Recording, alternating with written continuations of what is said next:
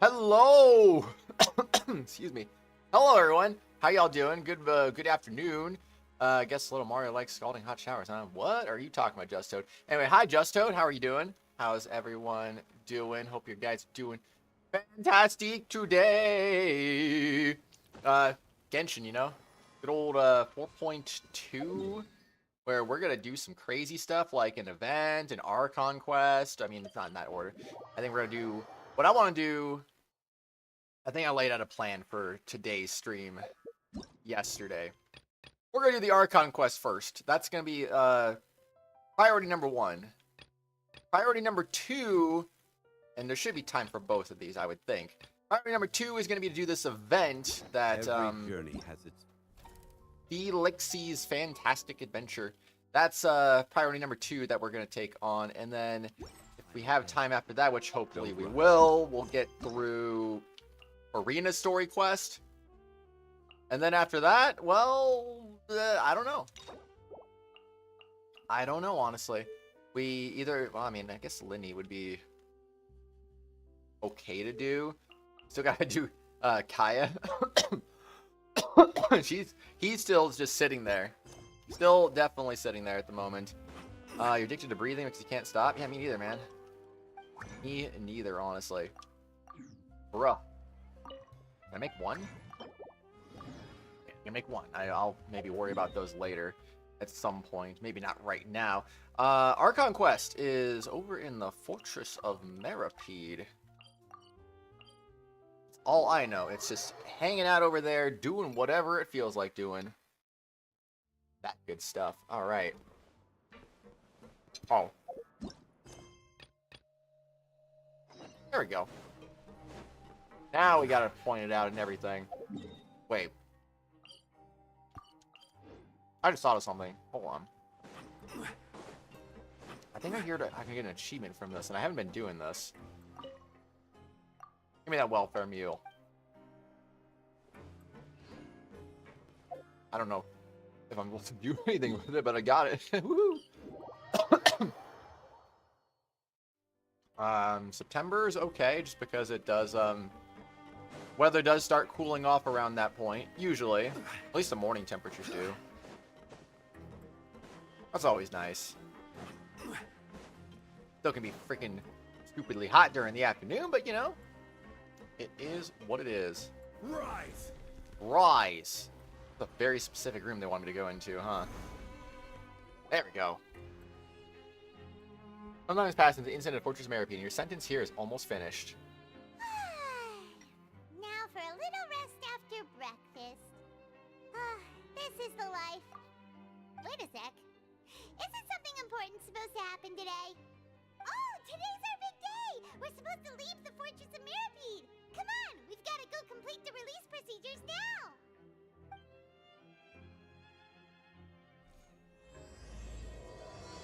Masquerade of the Guilty. Chapter 4, Act 5.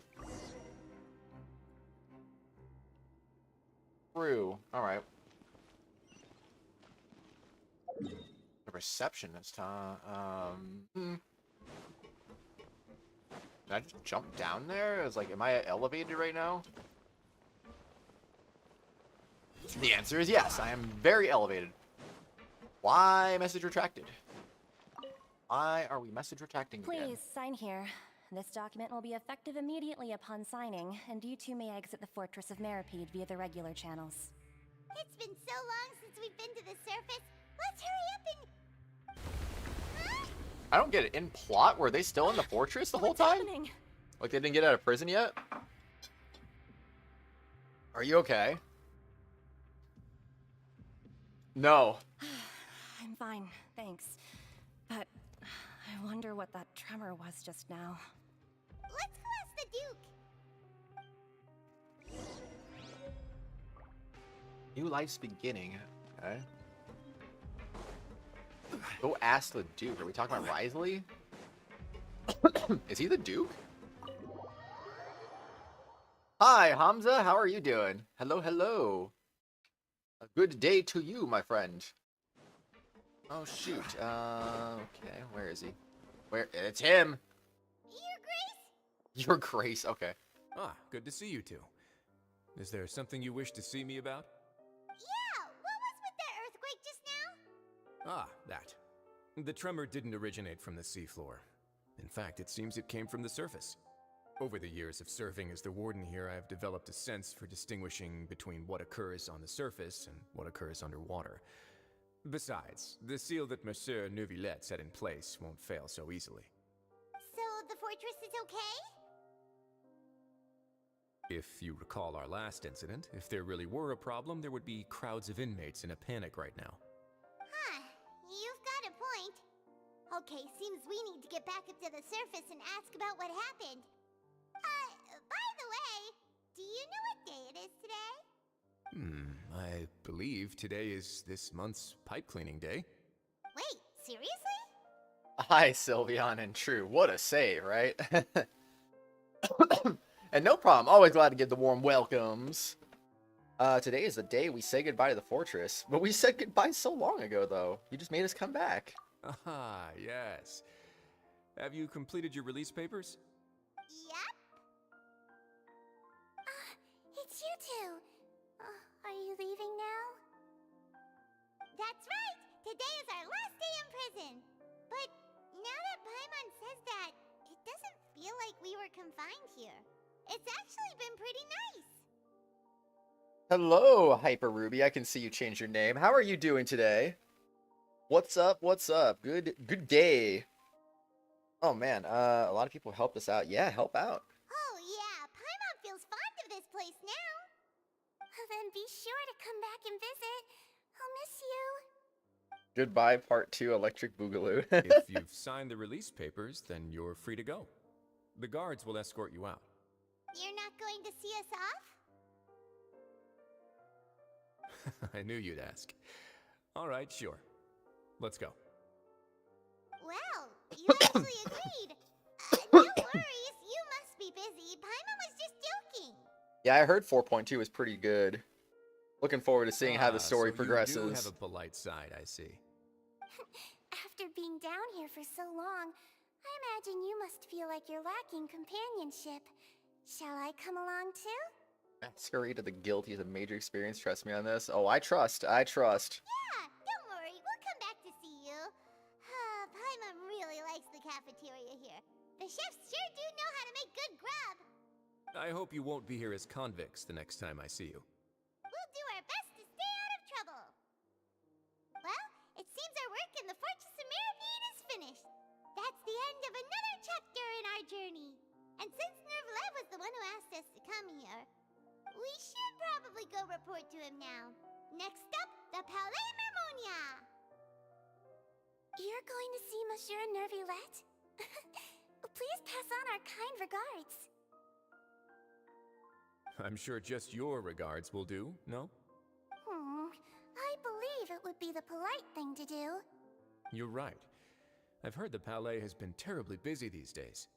Tell him that I hope he hasn't been overwhelmed by the recent string of troubles. Hello, Kane the Eevee. How are you doing? What's up? Good afternoon to you as well. Believe in one thing, Kratos. Would it be to be a Pokemon master? You want to adopt Sigween and then spoiler? Oh snap! Yeah, that would be neat. Oh, 914. Oh geez. Okay, so I gotta go all the way over. I go all the way over here. Shoot. Okay, why? What? Confusion, but all right. It's a good thing to believe in there, Sylveon. It's a good thing to believe in. Why it's the only thing, I have no idea.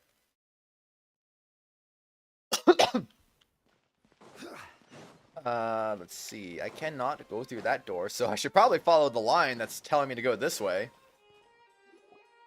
The Palais Mermonia sure Genshin do be nice. activity today. Honey Slime, how's it going? Oh, it's you two. Apologies. Monsieur Neuvillette did say you'd be welcome at any time. Excuse me, would you mind helping me take a look at this report? I'll be right there. Sorry, I've got my hands full here. You can see yourselves in. Everyone's so busy. lot has been happening.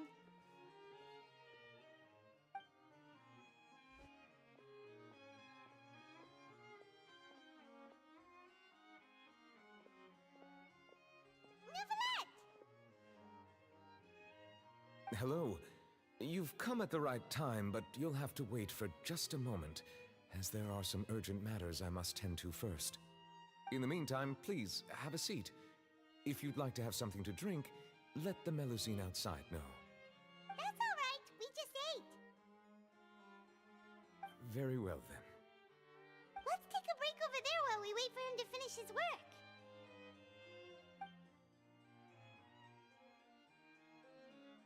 Doing good, just relax after a long day. How about you? Doing pretty good. I saw that, Just Toad. That Alright. was. That should wrap things up for now. You're very good at taking apart Are your you done with Switch. work? Yes, sorry to keep you waiting. Pancake Today muffins, should be the day yummy. you were released from the fortress of Meripede, and it appears that you've managed to complete all the release paperwork. That's right, and we came here to see you right away. You and Paimon tell Nuvalet everything that happened since the Primordial Sea incident, as well as your dream against. A massive whale. Do you have any idea what that might be? Nope. I mean, maybe. Judging from your description, that cannot have occurred in any ordinary waters, but rather something like the Primordial Sea. A whale of that size and shape cannot usually be found in the waters of Tevat. Therefore, we can only assume Usually. the child is presently immersed in primordial seawater. You didn't say never. Immersed in primordial seawater? But how? And is he okay? Not for Fontaine, so he won't dissolve. True. It does sound amazing, doesn't it? Viewer wars. No thanks. I'm good. Most people wouldn't be capable of entering in the first place. I'm not completely sure how he could have gotten there myself. There's something we'd like to ask you about. Yes? What is it? What was that tremor we felt earlier? Ah, right. Paimon felt it too. We asked the Duke and he said it wasn't from underwater, so we figured you might know something about it. It turns out that I have just received a report about this particular matter. In fact, that's exactly what I was busy with a moment ago. The source of the tremor was here on the surface near Poisson. After the shaking stopped, the water levels in the Poisson area rose at an alarming rate. The water levels rose? Oh no! What about all the people there? Fortunately, the water levels only rose for a short period of time and have already returned to normal now. However, I still have a bad feeling about the whole phenomenon.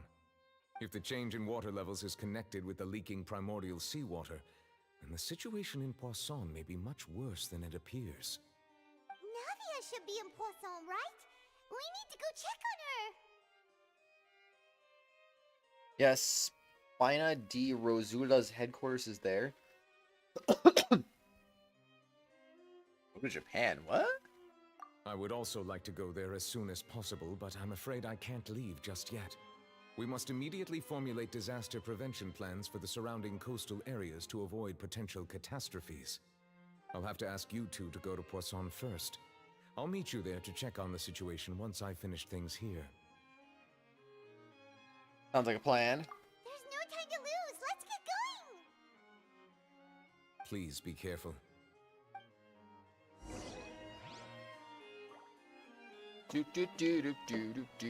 Go to Poisson. We'll get some poisson. Go get some poison. Oh no. Don't get the poison.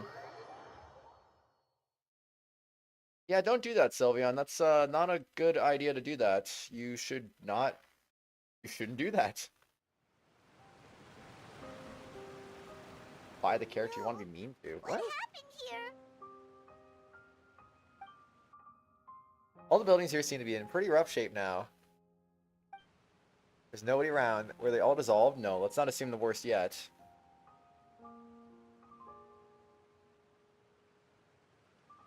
Navia should be around here, right? We need to make sure she's still... Paimon means we need to check on her. Oh my gosh, it's Ratatosk. Hi, man. How are you? That's so interesting. To your point. I don't see his point. I really don't. We haven't seen a single soul all the way here.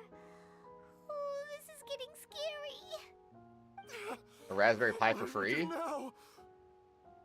Look, there's someone on the roof over there. Just stay put. We're coming up. Watch your balance. All right. Just hurry.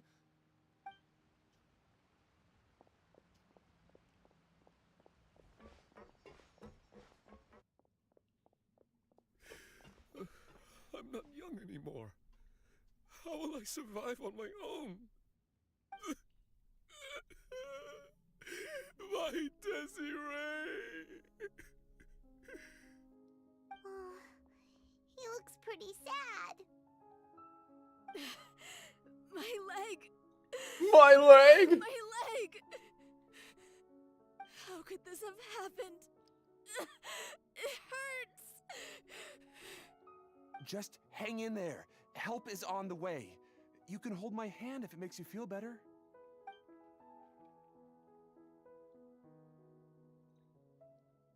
Aw, I'm sorry, Hamza. That sucks, though. I mean, don't you, I hear the, I don't even know where you'd get it, honestly. Where is the thing at? Where is it at? I'm sure it's over here somewhere. Is it here? To be honest, I don't know where anything in Fontaine is. Is it right here? Yeah, I think the fishing weapon is supposed to be pretty good for Furina, so if you ever get a chance, I mean, that sounds like that'd be a pretty good idea. Might be annoying to grind for, but, like, it's supposed to be pretty good for her as a 4-star weapon. At least that's what I've heard. The one guy from SpongeBob. Oh, it's Navia. She's over there. You get $50 for a Raspberry Pi. Are you okay? Oh, that's funny. Truly cast members of all time. Any flag with a state seal automatically loses. To be honest, I kind of do like the Arizona flag. It's kind of got a nice design We to heard there it. was a situation in Poisson, so we came as quickly as we could. Yes. As you can see, the water level suddenly rose. It caused quite the disturbance, in fact.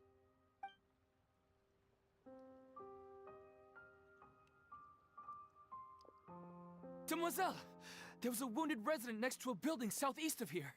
We've already transported him to safety, but we've run out of medical supplies.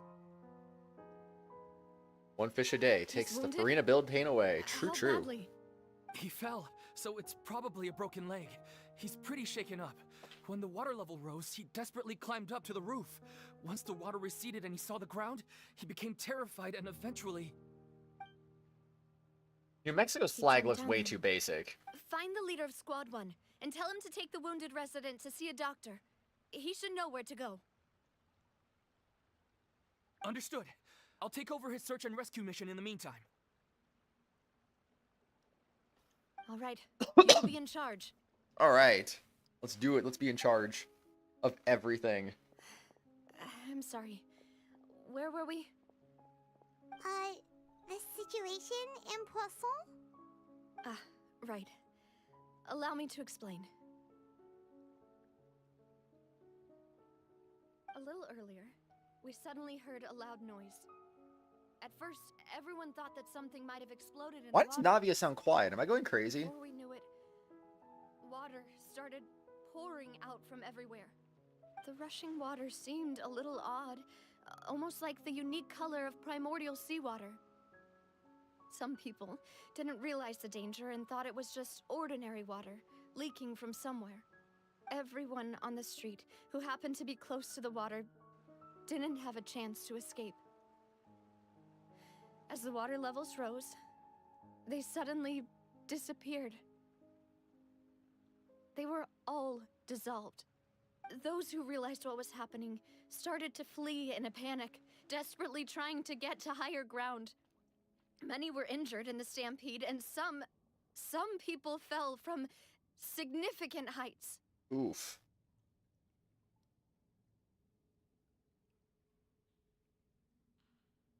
The Spina di Rosula initiated rescue operations as quickly as possible. The but auto there advance have just been stopped working for a second. I had to press A lot on that. of casualties. Fortunately, the water began to recede after some time, and the chaos came to an end. The water that flooded the area contained primordial seawater, so the lower levels of Poisson are still hazardous. To ensure everyone's safety, I've asked the people there to leave as soon as possible. No one knows if this could happen again. All we can do for now is try our best to help evacuate the residents. We still haven't completed the head count, but we'll have some numbers soon. How awful. And all of this just came out of nowhere. It was quite frightening indeed. I only wish that everything that just happened was a bad dream. True, Hamza, true. We can help, Navia? Yeah, we're here to help. You can put us to work. Thank you for being so willing to help in a moment of crisis like this. You don't know how much it means to me. I really can't express how grateful I am. Wait, we're missing some people, aren't we? Don't say that, Navia. That's what friends are for. By the way, where are Melis and Silver?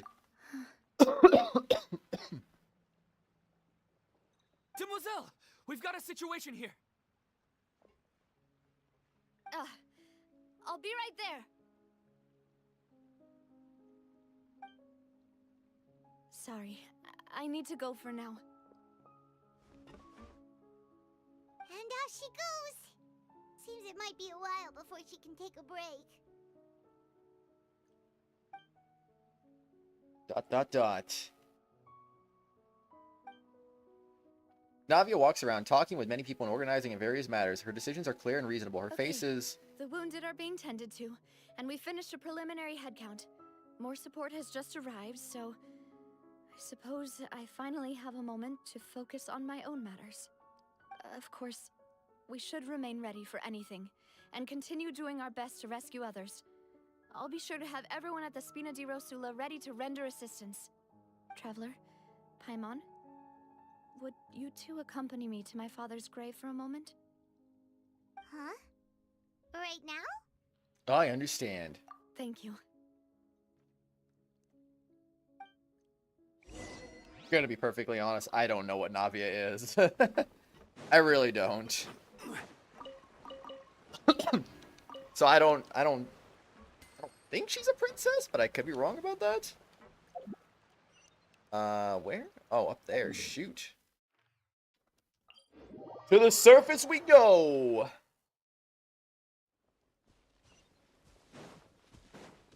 Oh, that's just rude. You know, if someone's in trouble, you know, and you have the ability to help out, why not help out, right? That's how I look at it, you know. Now, if Navi was just, like, evil or something, like, yeah, okay, go, you know, go flip yourself and we'll go help someone who actually needs it. Not a lot of people here, huh?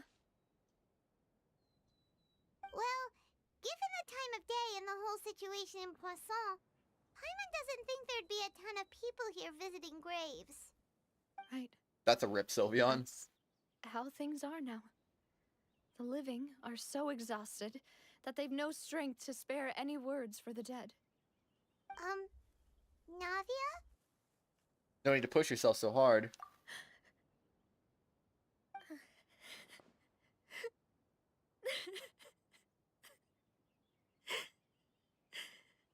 Navia, what's wrong? Sorry. I just... Malus and Silver.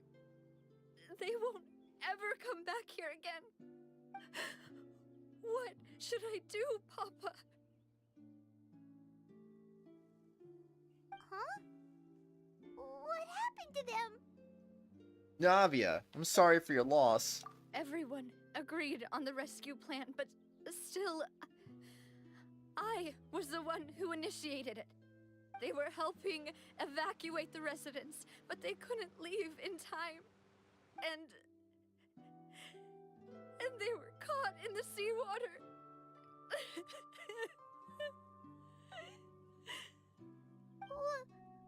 What should we do? I've known them for so long. And I know they weren't afraid. But I could at least hold a funeral for my father. And I know where he rests. But as for Malus and Silver, they're just gone. I just can't. Oh shoot, flashbacks. Everything looks so clean after it rains. Even the gravestones. I didn't expect that you'd enjoy a glass of red wine in front of Master Callus's grave. I can understand. Besides, the scenery here isn't half bad. See, it's not just me. I always want to bring something when I visit Papa. Perhaps we might even have a picnic. He wouldn't be angry, would he? How could Master ever be upset with you, Demoiselle? Yet the cemetery is the home of those who have passed, is it not? Everyone ends up here sooner or later, no matter who you are. Buying yourself a plot in advance, are you? No need yet. But when I do, I hope you'll let me be buried beside Master Callus, Demoiselle. True, they don't animate it very Stop much. Joking around. I'm quite serious. That way, it'll save us both the trip to see each other whenever you visit your father's grave. That makes sense. In that case, could I be buried on his other side? After all, besides you, Demoiselle, the two of us could certainly be considered Master's closest companions, no? Personally, I believe we fill those shoes just fine. Why are you bringing this up all of a sudden? Seriously. All right. I'll remember your requests. But I'd really prefer not to talk about this stuff. And what do you mean by saving me a trip? I'd make the journey even if I had to visit you two somewhere else. I'd promised to let them rest in peace here. But here I am breaking that promise. I'm sorry for letting you see me in a mess like this. I don't usually cry, really. Paimon doesn't know how to help you feel better. But, well, she understands how you feel. I had always thought I could make my wishes come true. But now that I think about it, that never solely relied on me. Many things can only be accomplished with someone else's help. Malus and Silver have helped me so much. But by contrast, I could do nothing for them. I'm so sorry. You can spend as much time as you need here, Navia. We'll stay with you. Excuse me. Yeah, we're here for you. Thank you. Right now, you don't know how much that means. By the way, you can have a look at this. It's a list of victims from the incident that took place here. Obena, Khan, Burnett, Giverny, Francine, Karina, Daisy Ray, Joinville, Julianne, Esson, as well as Malus and Silver. So, everyone else is safe. But still... It's okay. I know what you're thinking. And you're right. We lost Malus and Silver. But we were able to save more than we anticipated. The overall outcome indicates that the cost was worth it. No one's sacrifice is truly necessary. Yeah, it's true, Hamza. It's very true. You don't know how little time you truly have together until they are gone, so... Excuse me. Don't take life for granted. And treasure your friends, basically. That's all you can really do. Right. Don't think that way, Navia. One person might be saved at the expense of another, sure, but that isn't something we should ever consider a trade. Malus and Silver were not the price for saving anyone. They're heroes. You're right. Thank you, Paimon. What you said just now was pretty amazing, actually. I'll remember your words. Oh, really? Seems you've become more eloquent in the time since we last met. Oh no, it's her. The knave? What are you doing here? Ah, is everything going well on your side? Yes, my people are carrying out the mission according to your request. All the residents of Poisson have been evacuated, and we're preparing to relocate them to higher ground. As for these supplies, we have everything taken care of. There is no need to worry. Thank you very much. Wait, do you two know each other? We just met recently. Right, Miss Navia? Usually, I would call this a coincidental encounter. But that doesn't quite fit this time. Besides, it never even crossed my mind that a Fatui Harbinger would come looking for me. Thanks to the Knave, Spina di Rosula received generous support from the Fatui, which allowed us to complete the rescue and evacuation work so quickly. Dude, she's a Mutual aid pyro is character, essential huh? to fostering positive developments. We were already in the area, in any case, so it was nothing. That said, I must say that you're a lot sharper than you let on. I'm sure you understand what I mean.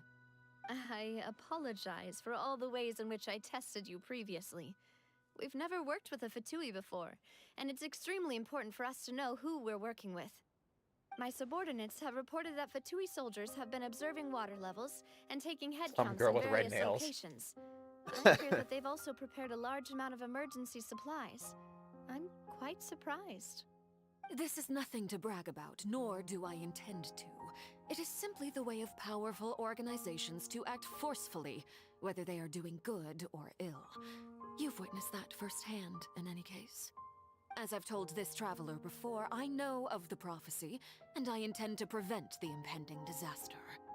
Lending your organization a hand was a natural first step in accomplishing that. As such, do not be troubled by this token of our sincerity. Perhaps one day, you'll also be able to help me in the same way. Oh, could Without she? your help, there would have been many more casualties. I won't How forget could your you do kindness. this? Furthermore, I sincerely regret what happened to Malus and Silver. I only wish that my people could have arrived a little earlier to prevent this from happening. Don't say that. You and your subordinates did everything you could. As Paimon said, Malus and Silver didn't choose to sacrifice themselves for any specific person. And they weren't the price paid for other salvation. They chose to become heroes themselves. I've never liked hearing people put it that way. It's like trying to relieve pain by saying some noble-sounding words. But right now, there's nothing more suitable. They really did become heroes. You're right.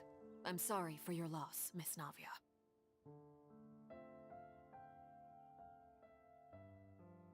Water is life to Fontaine's people, and it also spells disaster. It's no wonder that people always say that prophecies represent fate. Fortunately, I've never been one for such opinions. So, you're one who will try to change fate then? Of course. That is why I'm going to Hotel Bouffe de Thé. I still have some things to take care of, and the children need my attention. By the way, Traveler, Paimon, one more thing. Alright, then we'll just... Huh? This isn't right. Paimon thought you would ask us to walk with you for a moment so you could tell us something in private. That is a clever and useful conversation technique, which I do like to use when necessary. But there's no need today. It would not hurt to have Miss Navia listening in. Traveler, I'm sure you remember that I said we could work together when we had the chance. You and I both know that there may be issues with the Primordial Sea. Previously, it was the Fortress of Meripede's sluice gate, and this time it was the water levels in Poisson. These are both signals. Indeed. Allow me to share the latest intel I've received from the House of the Hearth's intelligence network with you. During some recent investigations, a child claimed to have discovered some ruins near Poisson. The ruins date back to ancient times, and seem to be worth investigating in many ways. Judging by the dating of the ruins, they may be related to the prophecy and the coming crisis. The situation is becoming more urgent, so any pertinent information will prove extremely precious. My people initially came to prepare for ruin exploration. Unexpectedly, this disaster struck, and at present, we're all busy prioritizing the rescue effort. So that's why the Fatui were already in Poisson. I wanted to take the Fatui children being along, surprisingly but nice right now. Unfortunately, Linny, Lynette, and Fremine have all been dispatched to higher ground to assist affected residents. Linny told me that outside of the house, the person they trust most is you. Which is why I want to give you this task. Are you sure this will be okay? Can you trust an outsider like me? Name the Russian's single mom who works for the government. What a girl boss. Dang. The House of the Hearth's members see each other as family, but Linny, Lynette, and Fremine said that they also see you as such, even though you are not from the house. I'm sure you already understand how earnest they consider their friendship with you to be.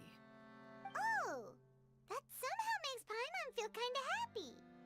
The intel I just shared about the ruins could fetch a high price. But since the children consider you family, it's only natural that I freely share it with you. Got it! So all we gotta do is go to some ruins, right? We can handle that. Excuse me, but may I tag along? You wish to join, Miss Navia? But are you sure you're up to exploring some ruins? You need to rest. Well, I'm sad, yes. But I can't just go back and plop myself into a chair by the roadside and do nothing. There's no point in being depressed while we still have a disaster on our hands. As my father's successor, I must live up to the hopes he had in me. Besides, I'm also doing this for myself. I need something, a distraction, to keep my mind off Malus and Silver. Traveler is literally almost true. Navia's strong, but she needs company right now. We can be that company if she goes to explore the ruins with us. Since you put it that way, I have no objections. What do you say, traveler? We'll go to the ruins together. All right. The ruins are to the south of Poisson. Here's the map.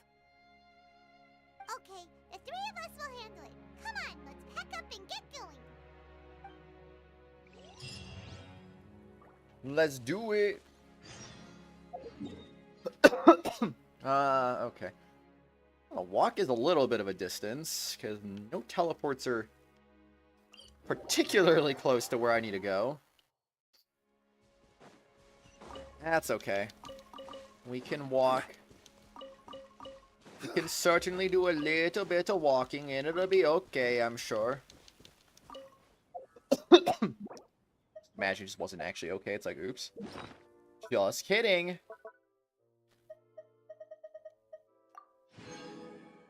Fortune slip. When you think it can't get worse, you must be alert, for things can always get worse. Okay, thank you for that. Things can always get worse. Oh boy. Ain't that the truth? So I just hope that things don't get worse. Easy, right?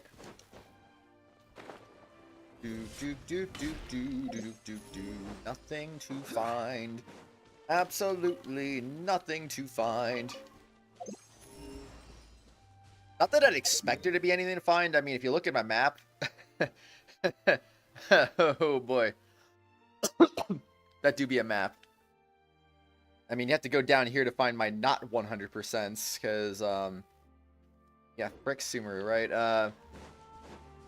I'm good. I'm good there. I mean, I'll go back there eventually. I'd like to at least finish that up. And plus, I also still have to finish this up. I still have to finish that up. I mean, those are close, but they're not maxed out. I got Inazuma all maxed out. Well, minus Enkanomiya, but that's besides the point. For sure, for sure. Wait. Almost went past it like a dummy. So, are these the ruins the knave was talking about? Whoa, talk about old. They seem to be pretty ancient, all right. Let's go in and have a look. Just be careful. Oh, I definitely enjoy it for sure.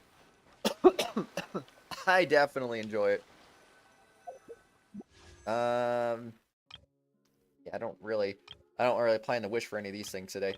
I mean, I'll YOLO a 10 pull on the weapon banner, but that's probably all I'm gonna do. And then I might do my standard wishes too that I got. So saving them up for the last little bit.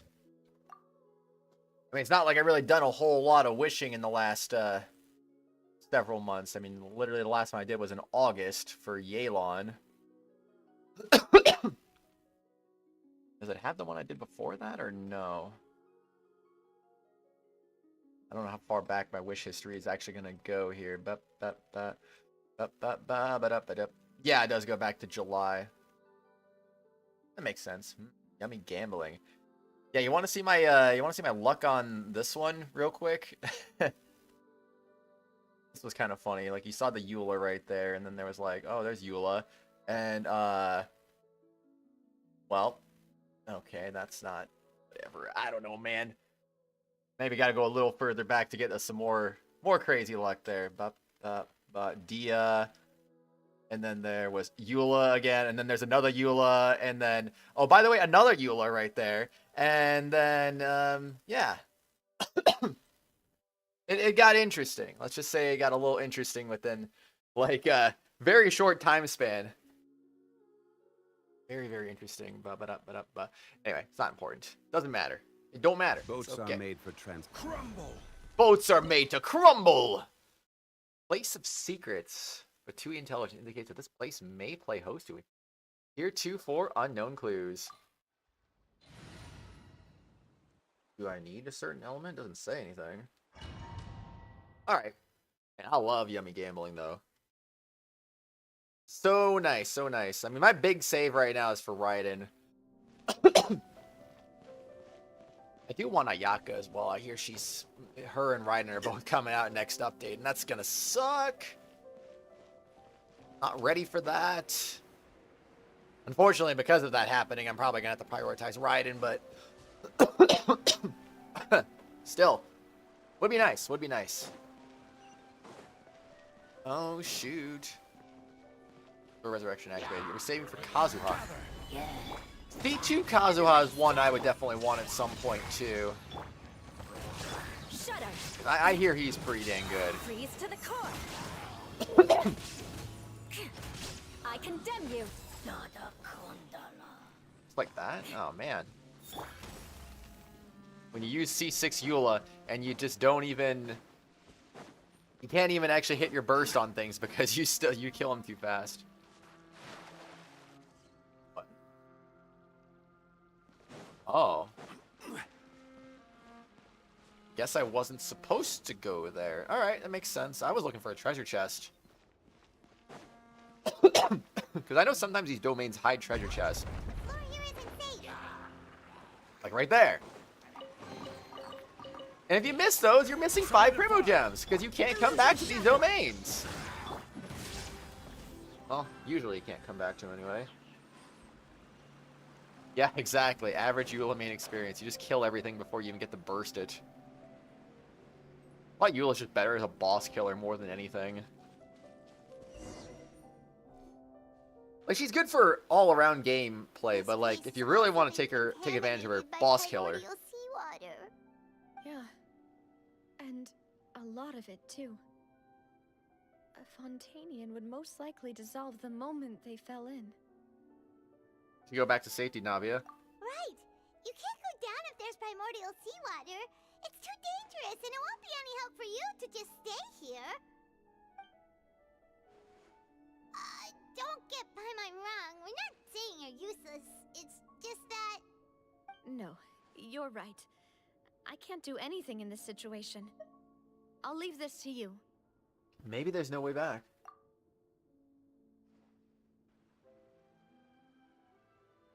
That complicates things. Just use Kazuha. Maybe the only way left is forward. In that case, do you want to wait for us here? The water levels here are unstable, and there's a chance the water will rise. So, staying here wouldn't be safe either. I'll go together with you. Perhaps we'll find the exit just up ahead. Seems like there isn't any other option. All right. Come with us for now then, but please be careful.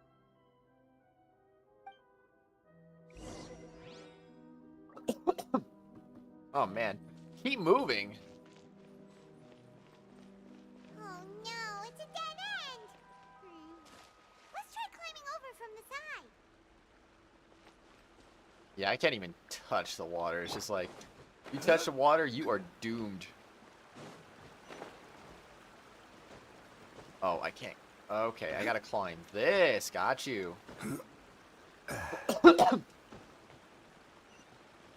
What makes you want to pull for a character? I usually like, to be honest, I kind of like meta characters. I like characters that can, like, be versatile and junk and, you know, give me more options, really. Like, right now, oops, I can't even show my character roster at the moment, but for the most part, I do kind of like characters in the meta. Just because I feel like you can't really go wrong with it. I know, meta slave, but I mean, you know, is what it is. I want to be good at the game. I want to not suck. Well, sometimes it helps. Wait, there's something wrong with this bridge. Run for it! I thought I was supposed to go back the other way for a second. Oh, flippin' heck.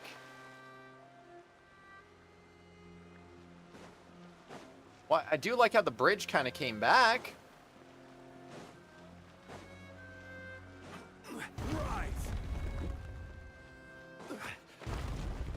Alright, that works. That's nervously, I imagine, sucking at the game. No, it's okay. Whoa, a cutscene.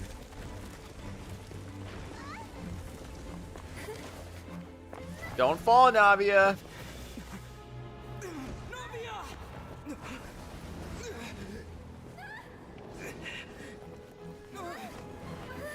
How do you stop her from falling in at that point?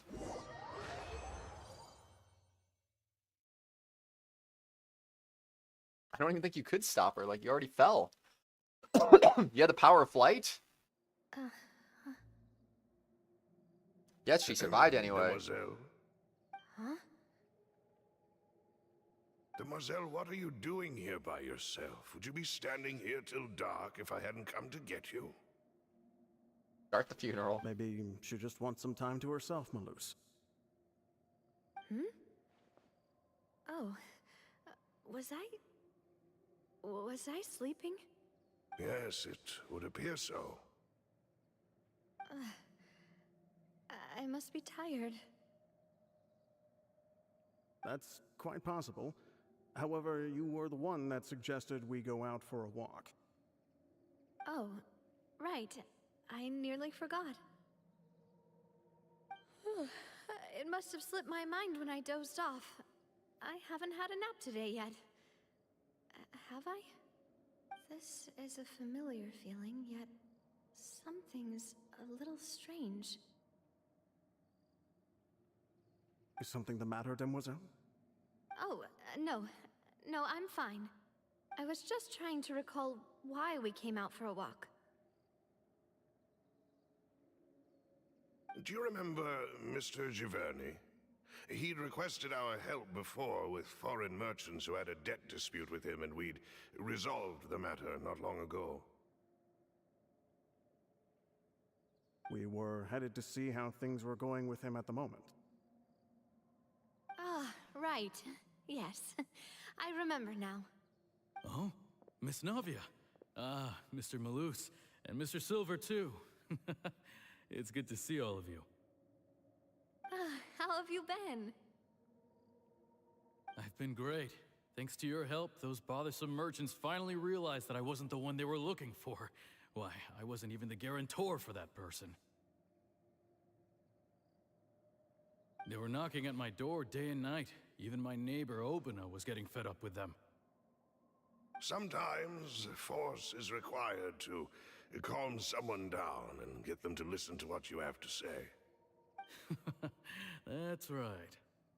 Oh, by the way, Burnett, what was it that you wanted to give to Miss Navia again? Oh, yes. One moment, I have it right here. Miss Navia, these are some flower seeds that I prepared. Please take them. They're a very good variety, and they'll become very big and beautiful once they bloom. I don't know what we would have done without your help, so this is a little token of our appreciation. I hope you won't refuse. Ah, did you cultivate them yourself? Thank you so much. I'll certainly take them. Malus, we do still have some empty flower pots at home, right? Why, we can have as many pots as you'd like, demoiselle. Perfect. In that case, we'll swap out some of the decorative plants for some of Mrs. Burnett's flowers. Very well. Hi, Chris. Also, no, I'm not playing Honkai Star Rail. Off here. Excuse me, madam. If I'm not mistaken, your name is Burnett, correct? That's right. Is something wrong? No, it's nothing. This is the first time we've ever met, but your name seemed familiar to me. I must have heard it when I was discussing things with your husband previously. I've heard this name before. Sometime recently, I'm sure of it. And why are there so few people around here? Where did everyone go? We must mind the time, demoiselle. We still have important things to attend to today. Huh? We do? Like what? Well, now, did you forget? Miss Navia, here you are. I've been looking for you. Please, come to the Opera House. Your trial is about to begin. My trial? Wait, why would I need to go to the Opera House? Yes, she's right, demoiselle. It's just about time now, so we should get going. Oh? All right then.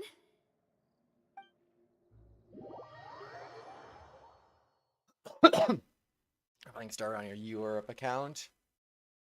Ah.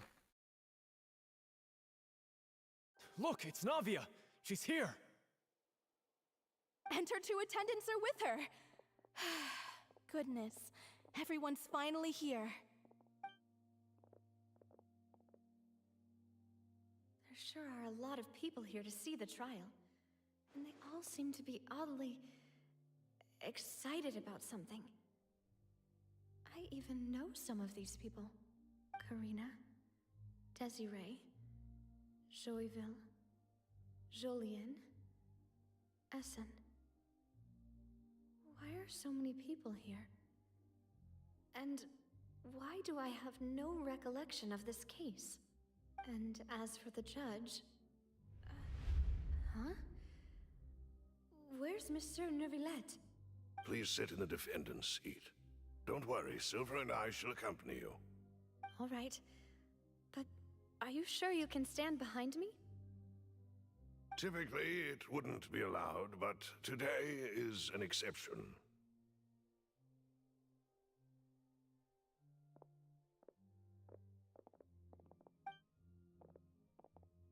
Hey, what kind of place do they think this is? Come on, do they have any idea what they're doing? Seriously.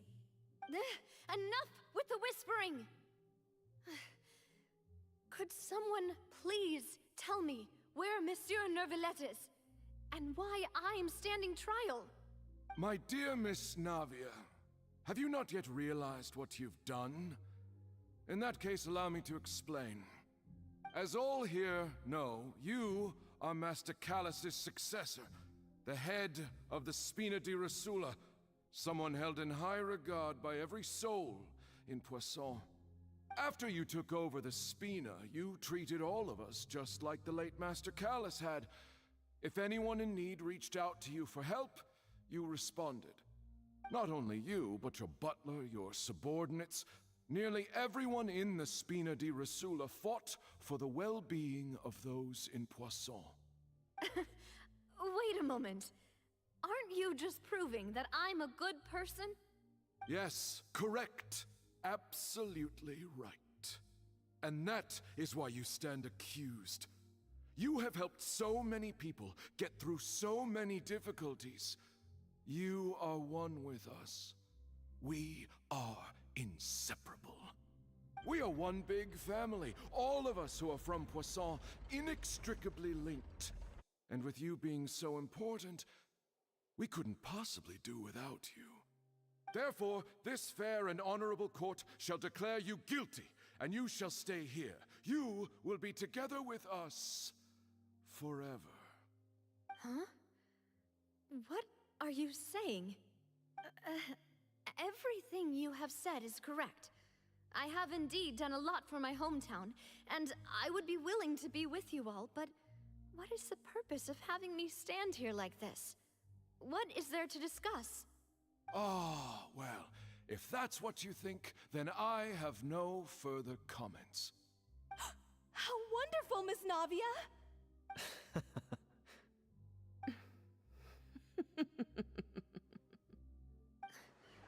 I know all these people. Why are they laughing? I seem to remember now. Yes, I get it. This trial is... Wait just a moment. This isn't right! Malus? What was that, Mr. Malus? Our conclusion is very clear and unanimous. Let the court judge her now. She's guilty! Stay here, Navia! You're one of us! Demoiselle, don't admit guilt. This trial means to keep you here forever. I wish to exercise my right to defend Our Lady.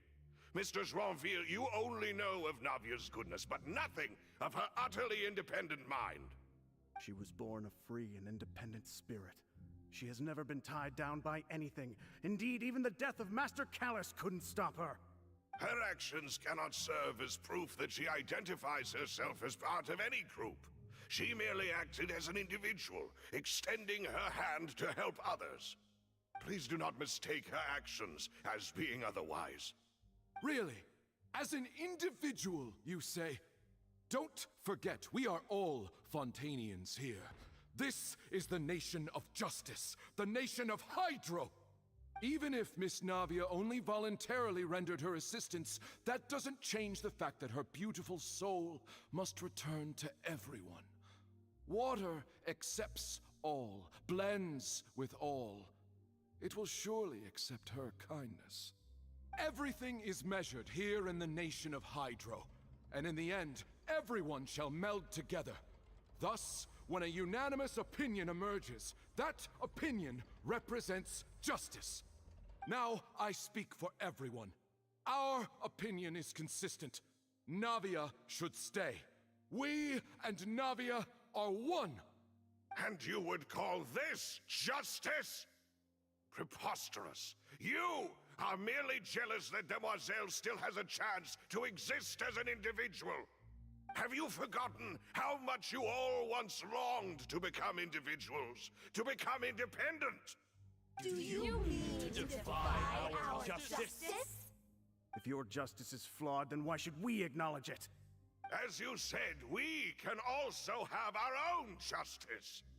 Silver and I shall defend Demoiselle.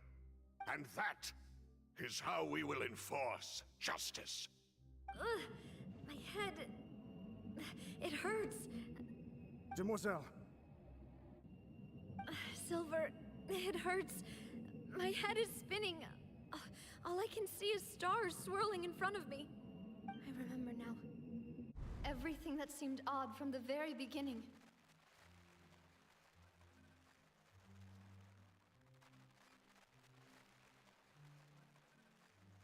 Ocarina, Desiree, Joyville, Jolien, Essen, and Mr. Giverny and Mrs. Burnett, who we met earlier.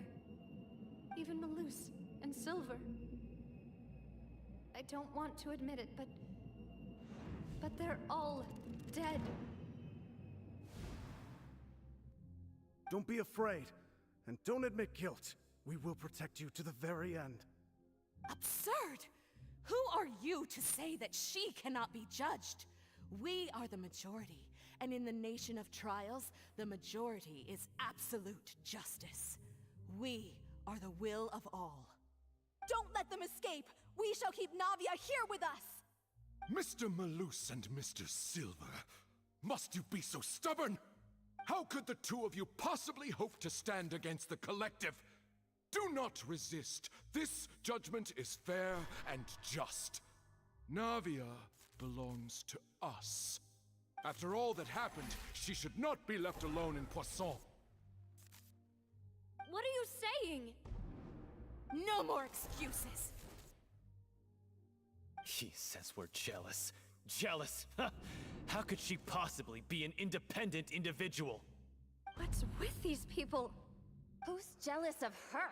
She belongs to us! Miss Navia, she... Silence! That's...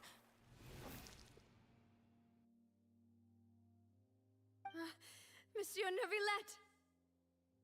Such commotion is prohibited in the court. The accusations you just presented are nonsense and cannot constitute a proper trial. The court will adjourn for the rest of the day. In this, I shall hear no objections from any unauthorized party. Our thanks, Monsieur Neuvillette. Please leave with me, Miss Navia, while there is still time. But... Go on now, demoiselle. This is your only chance to leave this place. What, can't bear to leave us behind or something? Malus.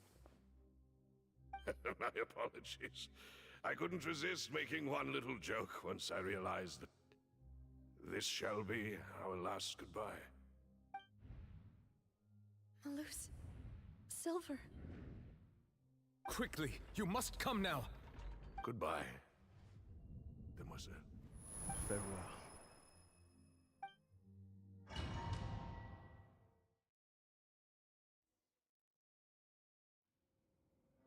No, wait! Just a second!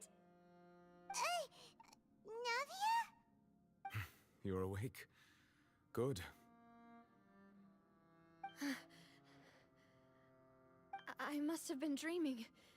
Malus and Silver were still alive, and they were defending me at some insane trial.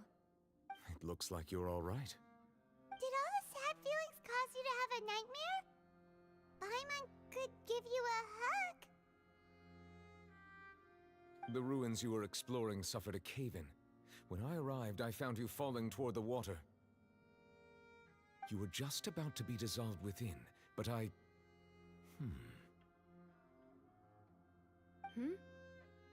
What is it? I think I saw 2 Oceanids protecting you.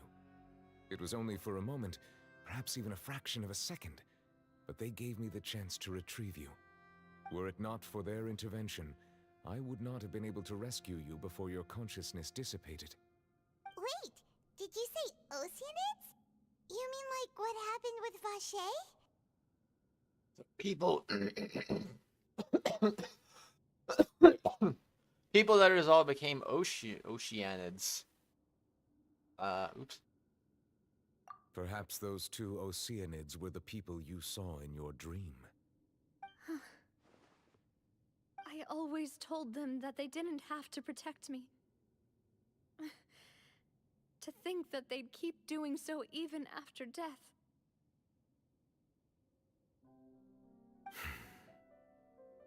Please come with me.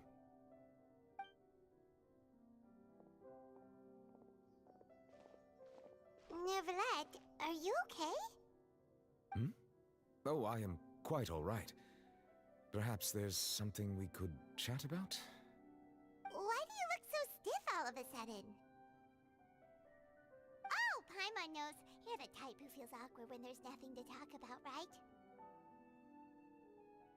I merely thought that we should give Navia some time to herself. Huh? Why didn't you just say so then? Don't you think it's even more awkward to call us over like this and then have nothing to talk about? I suppose so. Ah, Sigewinne. I hope all is well with her these days. Her work in the Fortress of Meropide has not been too much for her, has it? No way, don't worry. She's doing fine down there. She's an amazing head nurse. I see. Well, that is good. I have always worried that Sigewinne would need a lot of time to understand the world of humanity, just as I have. Oh, and the Duke also says hi. Even though Sigewinne made him do that. He hopes that you haven't been overwhelmed by all that's happened lately. Thank you. I have indeed been busy lately, and I also hope that everything is going well in the Fortress of Meropide. He still doesn't know what to talk about. Let's chat about something else then. You're the expert here, Paimon. What should we talk about? So, Neverlet, you're probably quite the swimmer, huh? Yes, of course. This isn't going anywhere. Let's try something else. How did you find these ruins? Did the knave tell you? Yes, in fact. I had arranged to meet you in Poisson, but when I arrived, I discovered that the Fatui were helping the residents evacuate. They had even transported a large quantity of supplies to the area. Amid my astonishment, I ran into the knave, and we had a chat. She informed me that she had asked you to investigate the ancient ruins here. Yeah, we originally planned to meet up with you, but we thought you might still be busy with all those official documents. We didn't think exploring the ruins would take very long, and who would have thought you'd wrap things up so quickly? Hope Navi can get back on her feet. Love is destructive. I'm sorry to have kept you all waiting like that. I'm feeling much better now. I guess we should get going again. Will you come with us, Monsieur Neuvillette? Yes, if you wouldn't mind my company. All right! Another one joins the party! Let's get going then! Oh, yes. Ooh, I can't look at the achievements until I leave the domain. Oopsie. Anything hiding over here? Anything at all that is hiding over here? Do do do do do do do do do do do do do do do. Oh no! Another unstable path! Watch your step! Am I not supposed to go through this door?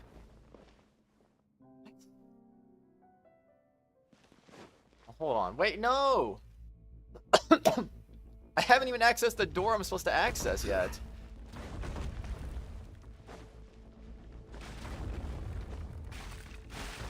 Oh boy. That was an interesting jump. Alright, let me in. We're gonna go. Why? Oh, fall damage.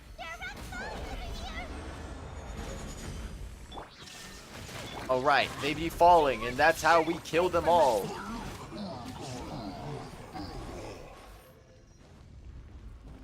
Any treasure chest? No. Went up the stairs again.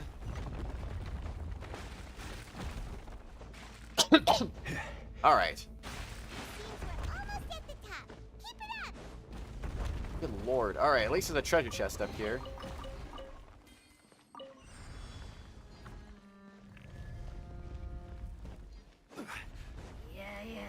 Solidify! Going in! Shudder! Order Do, guide do, you. do, do, do, do, do, do, do, do, do, do, do. Torn to oblivion!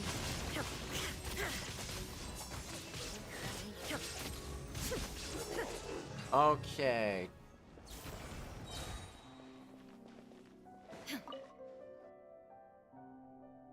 Kind of reminds me of freaking Enkanomiya a little bit. A little bit.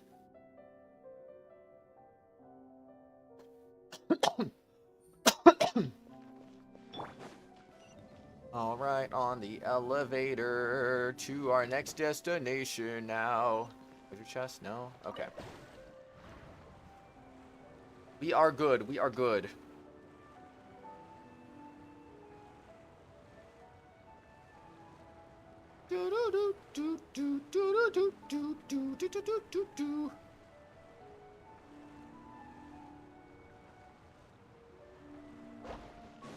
Okay. That's to get the space ahead. Looks like we've reached the end. This is the place. There should not be any other hidden spaces in the vicinity. The path sure had some twists and turns, but it turns out that this place isn't actually that big. There seems to be something on the wall.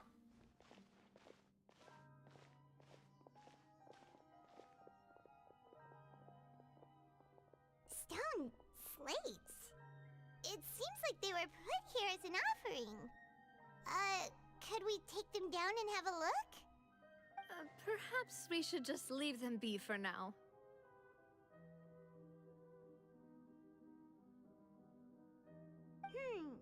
There are 4 locations in total, but only 3 stone slates. The slate that should be in the first empty spot is missing. The surrounding walls also show signs of damage. There's something written below. Let Paimon see. Reason dictates that this nation be destroyed. I shall record the history of its future here in its past. Say what? It feels like someone left these slates and these words here for a purpose. But does he mean that Fontaine should be destroyed? That would fit the circumstances dictated by the prophecy, yes. Indeed, the slate's contents correspond to it. Take the second slate, for example. There's a person kneeling here. She seems so dedicated. And there's a whole bunch of other people behind her doing the same. She's facing this... what is this? Some kind of island in the sky? And is that Lady Furina in the third image? Did the Hydro Archon fall into the water? And is that a ring of people around her? Have fun, Vamp. Paimon doesn't quite get it. Are they all in the water? The fourth image. I know this one. This exactly matches the content of the prophecy. The people will all be dissolved into the waters, and only the Hydro Archon will remain, weeping on her throne. Yes, they do seem to match.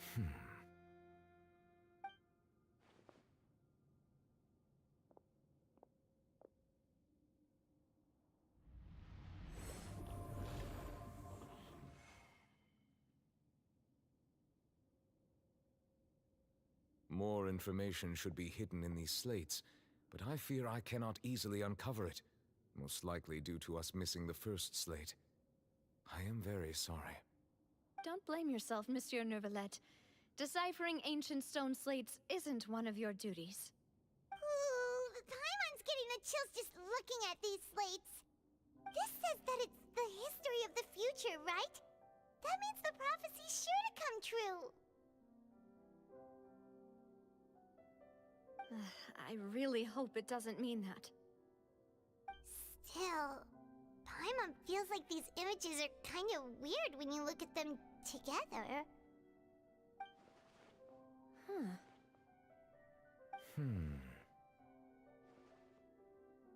I get what you mean, Paimon. The issue is the order of the third and the fourth images, right? That's right! If the images are in chronological order, shouldn't the fourth, the waters drowning Fontaine, come before the third, where the Hydro Archon herself falls into the water? And yet the order is reversed here. The image is also quite concerning. What sin are the people in the images confessing to? If we go by timing, Lady Furina only emerges in the third image. That means that the person in the second image might be the previous Hydro Archon. Egeria, then.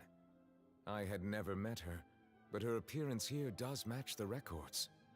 The previous Archon kneeling before the floating island in the skies, as if confessing a sin. Did she herself commit that sin? And if not, why would she be in such a posture?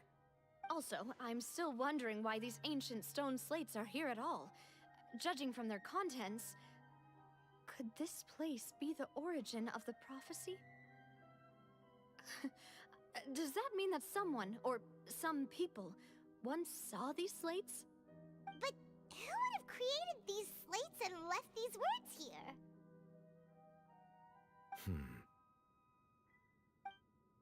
It seems that any further clues will have to come from Furina.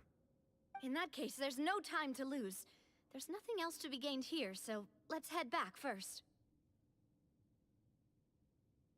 Yeah, we'd better get somewhere safe for now.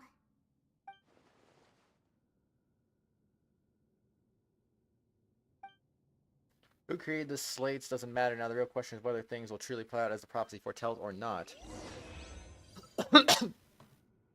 Challenge complete.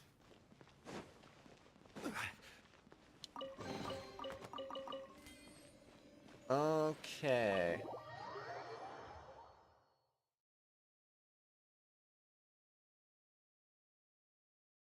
Let's split up here. I'm going to check on what's happening with the Spina. You know how it is. There's some things you just need to be there for yourself. You still have energy for that, Navia? Paimon's already beat!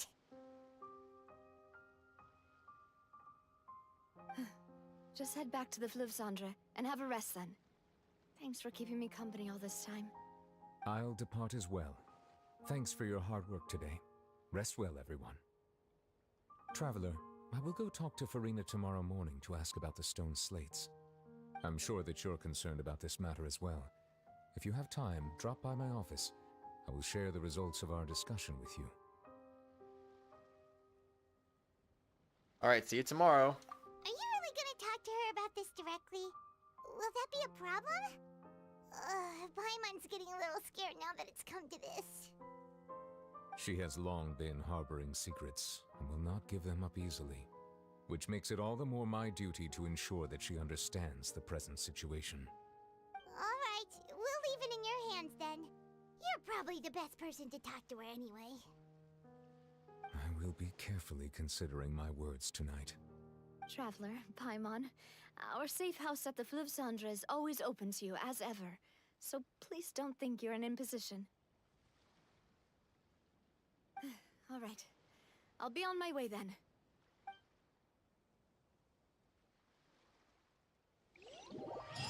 Navia and Nuvolette both depart. You and Paimon head to the Spina di Rosula base at the Fleuve blah blah blah blah blah.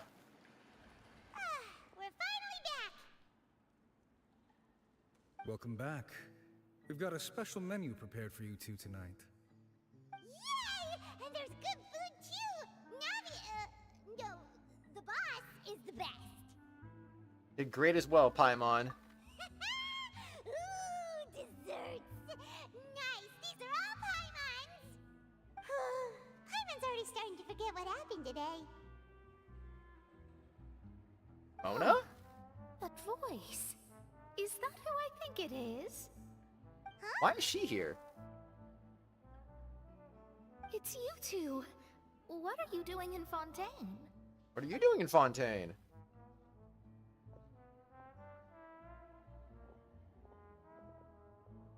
Mona?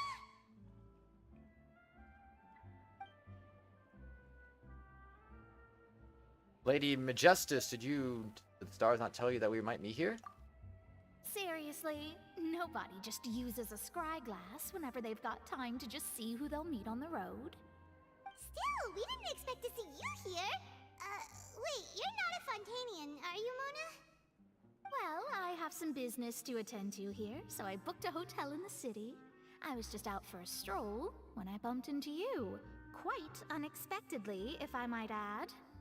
Why did you think I was from Fontaine, though? Is that because Magistus doesn't sound much like a Mondstadter surname? Yeah, let's go with that. Well, I used to have my own surname, which was, well, some other thing. Either way, the old hag told me when she took me as her disciple that the first step to being a great astrologist's pupil was to change that name. There was nothing for it, really. She really is amazing at astrology, so I changed my name to what it is now according to her wishes. To my surprise, however, Magistus is not the name of some ancient house or clan. It isn't? Nope. Although it is used by us in place of surnames, it generally just means great. Wow! Imagine including a boast in your name. Wait, are you gonna have to put that into your genealogy as well? I reckon so.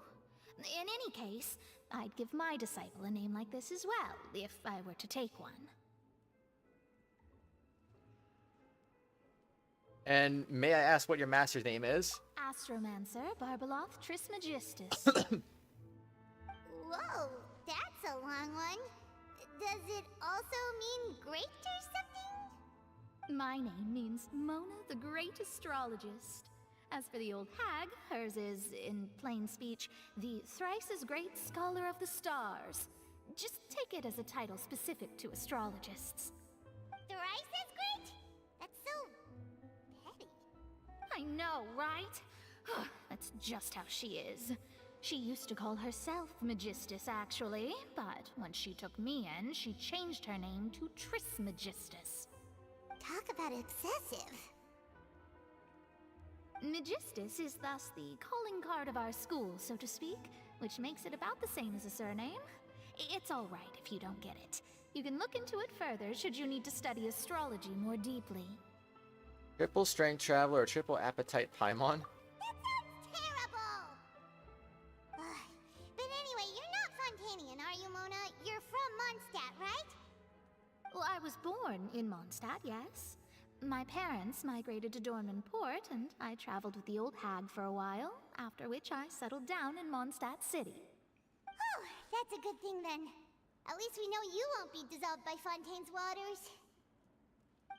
Speaking of that, I'm sure you're aware that a bunch of things have happened here in Fontaine, right? I know you're not a local, but I'd avoid getting too close to any water that looks strange all the same. There's something ominous about it. Well, the water, I mean. Did you come to Fontaine because of the prophecy, Mona? That was the main reason, yes. Just a while back, the Steambird invited me to take part in a panel and speak about the circulation of the prophecy as an astrologist. The invitation was sent quite early on. I don't think anyone expected Fontaine to be in this much trouble. What do you make of that prophecy, Mona? Just tell us what you think as an astrologist. Your word would go a long way to make things more certain and less scary. What I can tell you is that I'm an astrologist, and that this prophecy concerns the fate of Fontaine, even that of all Tevat. Ascertaining this is akin to reading the fortune of the whole world. I'm afraid that this is not something that just anyone can do. If I could do it, you would no longer call me an astrologist, but a visionary. But on the flip side, the prophecy is so huge and powerful that it must surely come from a powerful visionary. Its contents involve the fate of the world. Disregarding it would be a mistake. A visionary? Sounds really powerful and all, but does such a person really exist? Of course. The old hag could do it, and I'd bet there are others amongst those Hexenzirkel colleagues of hers who could do something similar. Ascertain the accuracy of the prophecy. Could you help me get in touch with your master? Huh? Are you sure? All right, I'll help you. It isn't often that I see you with such a serious look on your face. I'll tell you once I hear back from her. Thanks, Mona! You're amazing as always! Oh, well, this is something only I can do after all. So yes, your praises are quite welcome. That's the greatest of astrologists for you! Of all the people we know, you know the stars That's the spirit. Oh, sorry.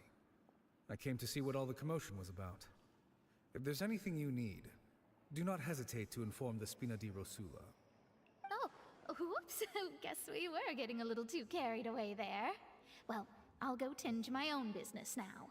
If I receive any news, I'll be sure to come find you two again. And there she goes, quick as rushing water. And here we are with the Spina guy giving us suspicious looks. When we were making a ruckus, try to keep it down next time, Paimon. If Paimon hadn't spoken for you, it'd be you getting all the weird looks. The things Paimon does for you. Alright, thanks, Paimon. That's more like it. Conversation, you just had to get a good night's sleep to replenish your energy. Good morning. To be honest, Paimon's still feeling kind of sleepy. But it's time to get up, traveler. We agreed to go see Neuvillette, so let's pack it up and get going.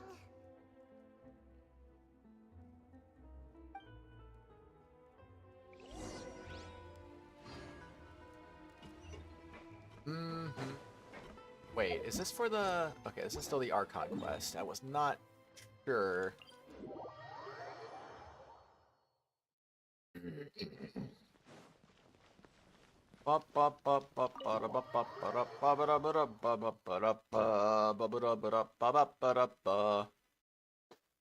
Excuse me.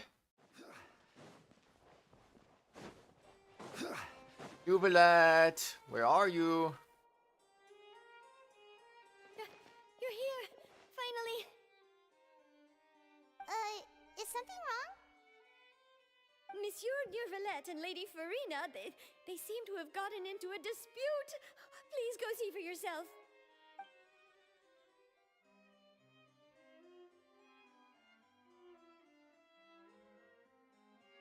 Like I said, I've already explained everything. And yet the problem has not been properly solved. There is little space for excuses between us. It is not my intention to offend you, but please, tell me where you stand. You are the Hydro Archon Focalor, are you not? Look at this. This is a list of the victims from the recent Poisson incident.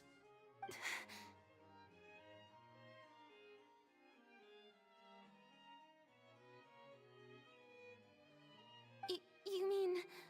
they're all...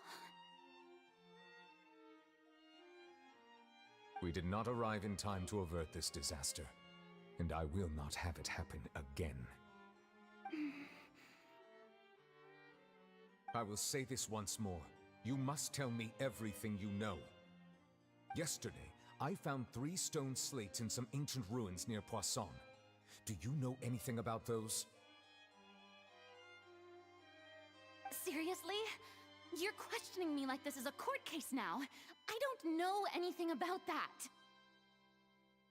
But you found them in some ancient ruins, you say? That's correct, which is why I came to ask you some questions. There should have been 4 slates, but one of them was missing. The other 3 feature different images that seem to correlate to the prophecy. The prophecy? How would The December second look of these different? slates depicts the previous Hydro Archon Egeria kneeling before a floating island in the sky, as if confessing something. Do you know nothing of this either? I don't. I've never seen such slates.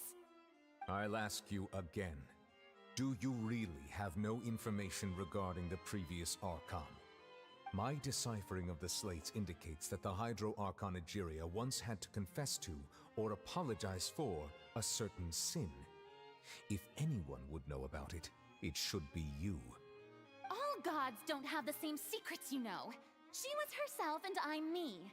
Is it really so strange that I know nothing? I understand your concerns, but I'm sorry. I just don't have anything to tell you. Forgive me for saying this now, Lady Furina, but I have long known of your various secret investigations into certain matters. There are several indications that you have been investigating the prophecy on the sly. This is not strange in itself, considering that you are the Hydro Archon. But it is strange that you should also claim to not know any of Egeria's secrets, as well as do nothing following your inquiries. You have never been as superficial as you have presented yourself to be, nor are you a fool. And yet, your behavior is very inconsistent.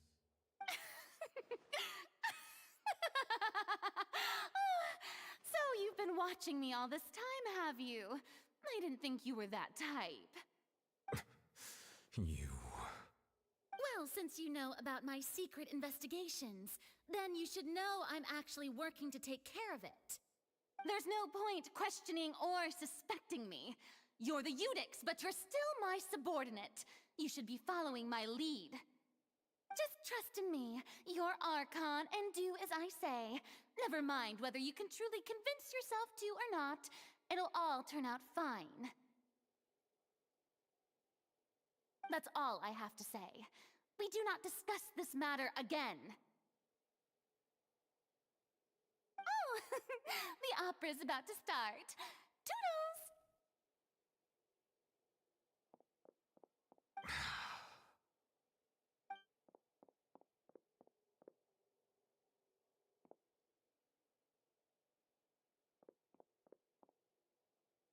Did Furina not notice us standing by the door? Wonder what's up with her. He seems She deeply... was smiling. She didn't seem in the mood to care if we were listening in or not. Seems to be deliberately hiding something. I assume you've been outside for a while now? Oh, you noticed. Seems Furina didn't even realize we were here. She was in a great panic, though I cannot discern the reason. Our discussion reached impasses time and again, a state of affairs that we cannot allow to continue. Still, I do not understand. Dialogue is the basis for understanding, so why did she keep refusing to engage? Great questions alone might not suffice. We need to make her understand how dire the situation actually is. Everyone in her inner circle has noticed that she is hiding some secret. The issue is her attitude. I fear that she will not reveal anything unless absolutely forced to. We may have to create a situation in which she will have no choice but to speak. Oh? Like what? Normally, people will only reveal the truth when standing trial. Perhaps we must have the Hydro Archon experience just such a scenario. But Furina's seen so many trials, and she's really good at dodging questions. How do we make sure that she won't just slip away at the first chance she gets? We will need to consider this thoroughly, join forces with various parties, and then do what we can.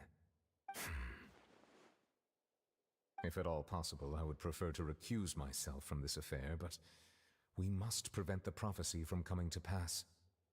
This may be cruel to her, but all Fontaine is in crisis. The information a god possesses is too precious, and so we must take a chance on this. In that case, we will need help. But who will lend us their aid to do such a thing? Oh, I think I know who to call. A few days later on a boat somewhere in quiet Poisson.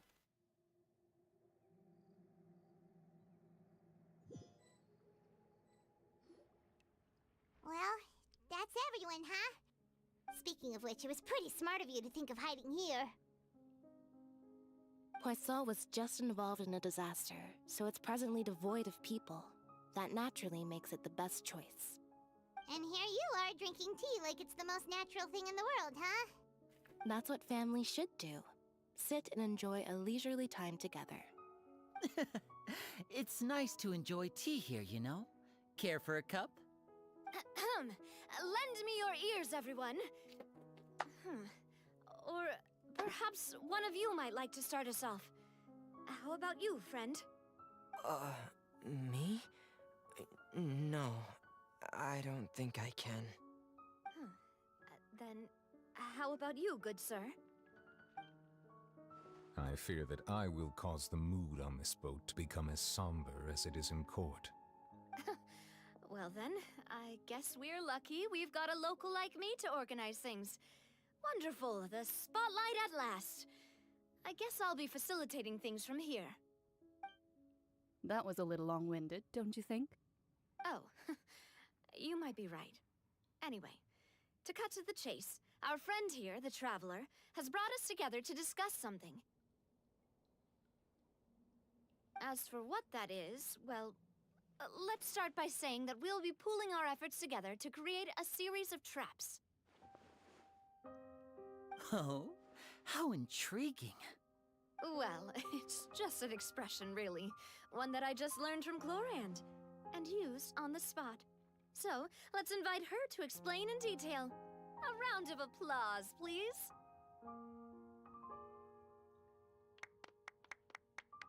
Huh? Didn't you say that you would be facilitating this? Oh, come now. Your work doesn't involve much public speaking, right? This is a good chance to practice. You might even pick up some fancy oratory tricks to impress your boss with in the future. I see. And what does my boss say? He is glad that you consider him your boss. Do go on.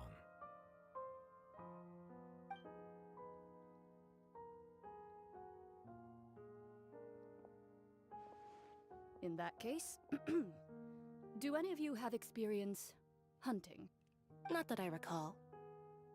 Fremine and I once used a wooden stick in a basket to catch wild rabbits when we were younger. As for Lynette, oh, right. You were sick that day, weren't you? I've also gone diving to catch some fish before. Does that count? I'm afraid not.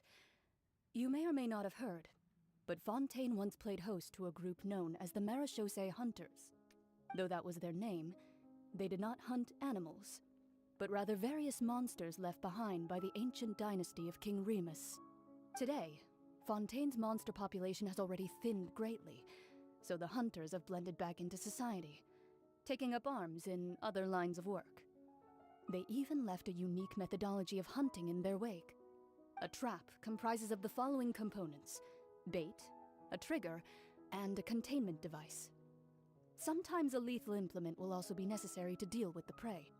So, if we were to build a trap together, right now, what would you choose to build it with?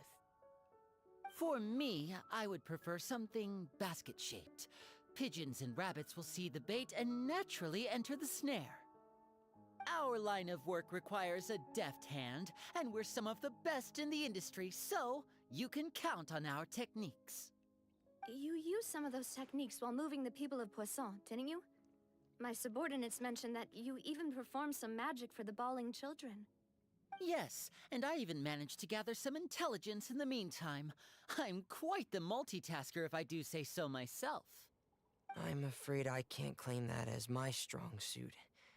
I prefer more stable methods, like placing bait in the water and waiting for the fish to come within reach. That's the kind of method I would count on. Calm and steady. Exactly the kind of person who would catch loads of fish. And I can be their assistant. With discretion, I'm sure. I'd probably use some sort of mechanical animal. Papa once bought me some small clockwork squirrels, mice, and such. When placed in the forest, they can attract others of their kind. I remember that you liked those too, didn't you? I did. And that would be a good way to go about it. If they're realistic enough, animals of the same kind will follow them all the way to the trap. What about you, Monsieur Neuvillette? I fear I do not have any related experience. That makes sense. You usually solve problems directly, without the use of any such tricks. But I do have one more question for you, Monsieur.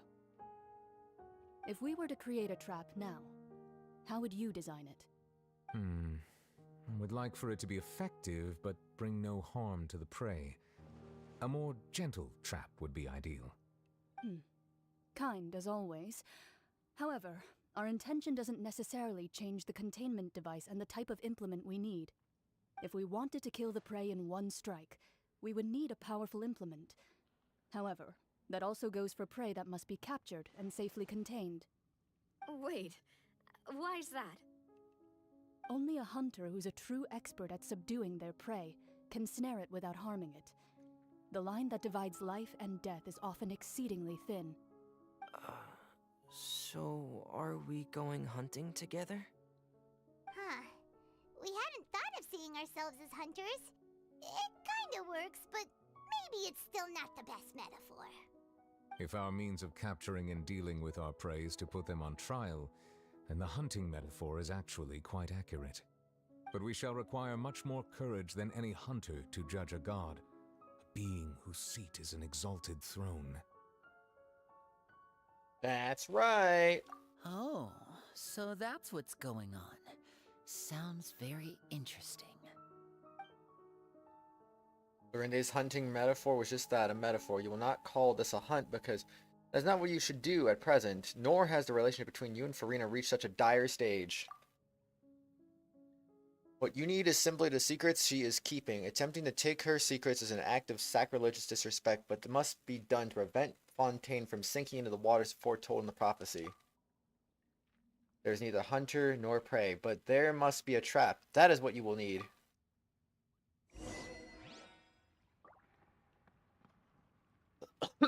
Okay. So what, that's 3 achievements? Yep. Witness the Poisson disaster. Now we survived an encounter with primordial seawater. Lay a trap with your companions that will allow you to judge a god. Okay. Hi, Caitlin. How are you?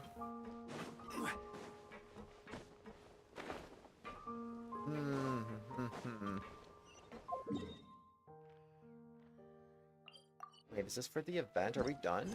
No.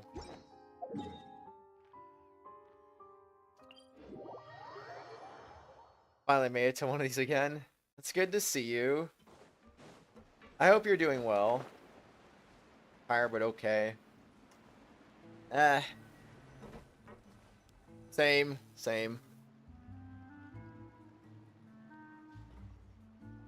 Probably a little stressed out right now, honestly. So much has been happening. Those meetings sure did make me hungry. Paimon didn't think the meetings would go on for so long, but everyone seemed pretty fired up, huh? Paimon thought they'd be at least a little frightened. Well, Fremine was, now that Paimon thinks about it, but everyone else just looked a little surprised. You feel more confident after the meetings, Paimon? Well... It's hard to say. Paimon doesn't have any experience with this sort of thing. But with you around, Paimon sure will do great. After all, you're the most reliable person in the world, aren't you? Huh? Is something wrong? Did you just pour some tea? Paimon didn't notice you doing that at all. No, I didn't. Then what's that? Paimon's never seen that cup before. Don't be frightened. I'm just joining you two for tea. I merely refrained from saying anything till now. Who's that voice? But there's no one here. Ah, have you forgotten me already? Wait, you are familiar.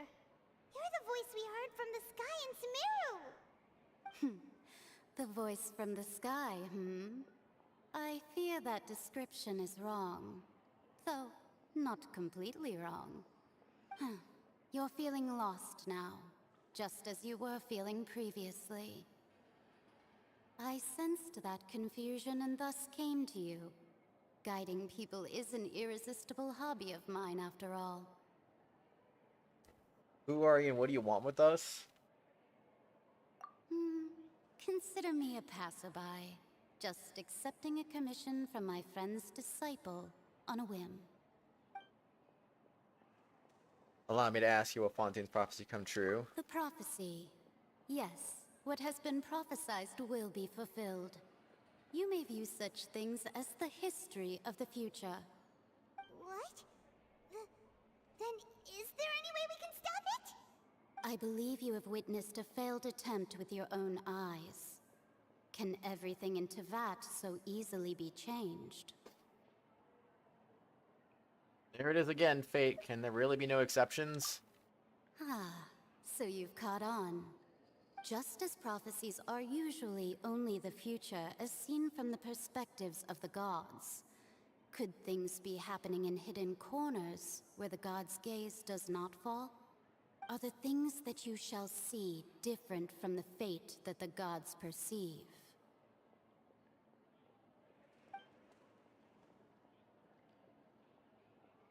What is she talking about? It all sounds really impressive and important and stuff, but it also sounds kind of scary. The teacup is just about gone as well. I believe that you understand, right? Some things are insignificant, but others you must reach out to change. Ultimately, fate shall serve as your only guide, no matter what will happen in Tevat's future. All you need to do is to play your part. This was good tea, by the way. Thank you for your hospitality. Well, that'll be all for today. The voice. It's gone. Mage, and is this the clue you're leaving for us? Unexpected news leads to complicated feelings. You lie in bed. When you wake up, someone seems to be outside. What? I want to hear someone talking. Alright, coming! You're getting more diligent, Paimon. Hey, it's you who's getting lazy, okay? Well, I see I've walked in on some lively banter. How have you been with these past few days? Fine, just fine. I went to take part in that Steambird panel. It turned out to be more interesting than I expected. Not all Fontanians are pessimistic about this. One journalist mentioned that sitting around and waiting for the end to come would be wrong, and that they should make their own rescue preparations. I agreed, so we had a brief chat with her. Did she have pink hair by any chance? Why, yes! It was Charlotte. You remember her, right? That daredevil journalist? I'm in full support of her view. Prophecies are very important, but how can people allow their lives to be commandeered by just a few words? That's right! Paimon's glad to hear something sensible for once. Ah, yes. About what we had discussed before. I did try, but I'm afraid I couldn't reach the old hag. I'll try again tonight, but I wouldn't get your hopes up. Actually, someone already came over. Huh? Tell Mona about your mysterious guest. Goodness gracious. Are you serious? I believe she came to pass a message to us. She said that even the god's gaze has blind spots. Pretty bold if you ask Paimon. Most people would believe the gods to be all-knowing, right? The Hexen Circle members are certainly anything but ordinary. As for the mage named N, the old hag has mentioned her a few times. She said that N's sense of direction is incredible, and that she loves guiding those who are lost. But I've never met her, and if she were still alive, she'd be... well, suffice it to say that the hag's at least a few hundred now, and N's been around for longer than that. Whoa. The Hexen Circle sounds like a scary group. But they must really stay in shape to live so long. Their abilities alone are pretty terrifying. If she came to see you personally, then the problem you're facing must truly be of great importance. Well, it's not like Paimon could understand anything she said. Yes, she was quite cryptic, but I suspect she means that there is still a way to turn things around. She didn't say when or what that would be, though, so... perhaps it is something that you cannot know right now.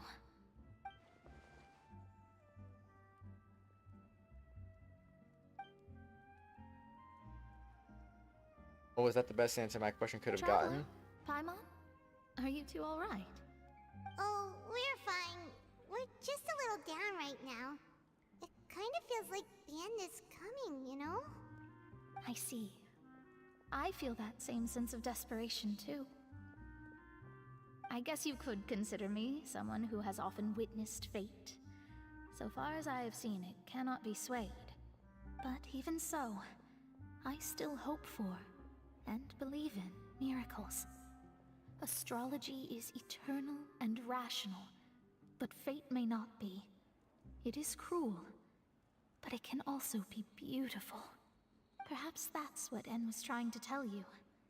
Not to lose heart, and to believe that what you are seeing playing out before you is not yet set in stone. I did originally think of steering clear of all this, but I couldn't. Even if this is all futile, I still wish to help everyone.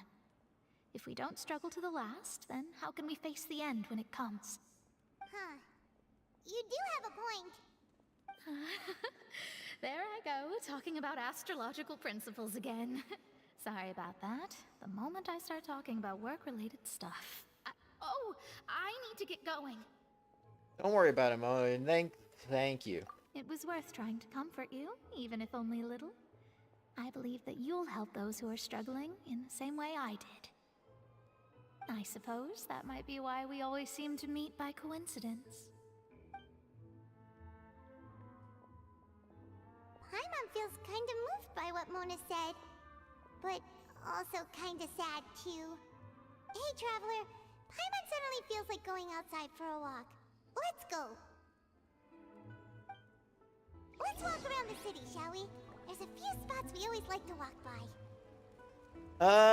They did change Mona's outfit like a couple years ago, I think. Like, that was her original outfit. This is her new outfit that she has now. So if you want to compare the two, it's like, eh. Yes, I don't know why I don't have her in the new outfit. I kind of like that better. Clothes often. But yeah, that's the comparison of the two. There are some subtle changes. Very sparkly. True. You do be sparkling. Newsstand. Close, but you like the sparkles. Did the original one not have sparkles? Hey, look at that again. Oh, it didn't. Well, I mean, wait, did it? No, I mean on her little cape in the back, no, and then they had a lot more sparkles to her overall outfit too. Yeah, okay, I definitely see the difference now. Lots of subtle stuff. It's pretty good, it's pretty good. Huh?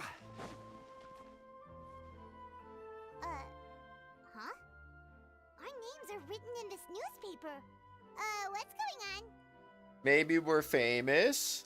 Let Paimon see! The underwater stronghold, the Fortress of Meripede, has continued in its noble autonomy, but that does not mean that others cannot interact with it. My recent attempts to enter the fortress bore little fruit. Huh. Guess Charlotte still hasn't given up on that. Thus, did an Outlander friend become the focus of this report? A blonde adventurer with their white fairy, legends trailing in their wake. It is said that this mysterious traveler once visited the underwater fortress. So while the fortress's interior remains a mystery behind closed doors, do not fear, for the tales of the traveler contain surprises in spades. Journalist Charlotte's biggest scoop yet, the Traveler's Trail, World Walker. Huh. Charlotte took so many awesome photos of us and we never even noticed her. She hasn't been able to get a hold of anything at the fortress, so since we're easier to find, she's using us as the subject matter instead? Sure seems to be the case. Seriously? Well, fine. Those headlines and photos do look cool, so Paimon will forgive her this time. Thanks, Paimon. I mean, what? We're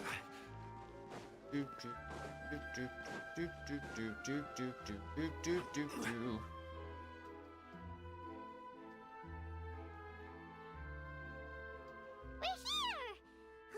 Paimon's hungry. Should we go in and get something to eat?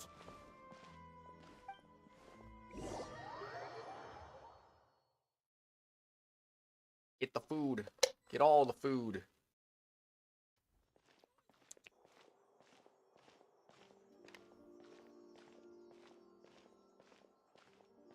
Hey, quick!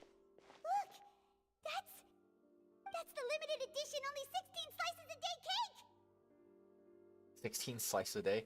Hasn't already sold out for the day. It was so delicious the last time we tried it. Despite the tense situation we were in, let's give it another go. I'm sure it'll be great. Can't let anyone get ahead of us. One slice of cake, please. Someone showed up after all. Oh, wait, you're the one from the Palais Mermonia. Oh, are you here to buy cake too? It seems Monsieur Nervalette was right. You really can eat. Wait, did he really say something like that? That's right. Even he has his own preferences when it comes to food. As for me, I love the cake and coffee here. Do you come here often? Usually every day. Every day?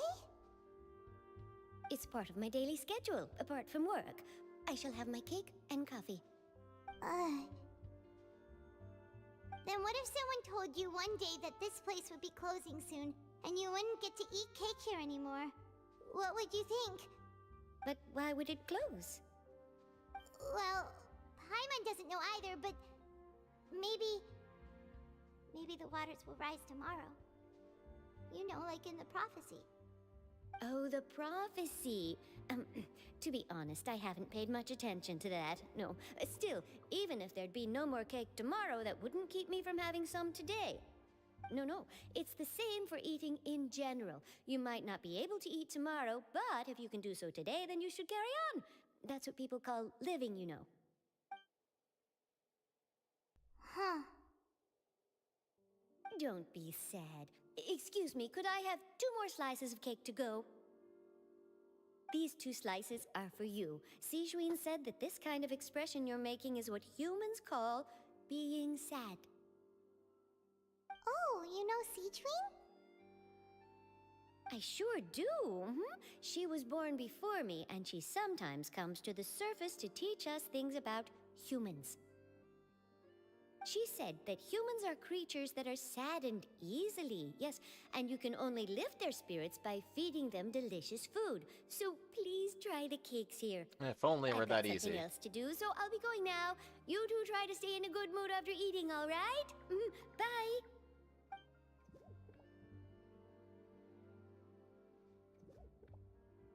And there she goes.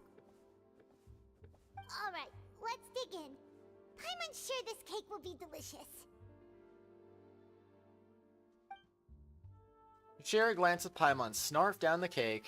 It's more delicious than last time. And the flavor gets even better with a sip of tea. It sure would be nice if we could come again tomorrow. Sure would be nice if we could always eat delicious food here. Leave Hotel de Board. Oh, am I just supposed to leave and that's it? Alright. Alright. Oh, we're near the Steambird office. Let's go look for Charlotte and have a chat. Charlotte. Wow! If it isn't the Traveler and Paimon! Oh, have you seen the article I wrote about you? Ha! You've got some nerve! You just used us to make some quick mora! Can we negotiate a profit split? Oh, you needn't worry about that.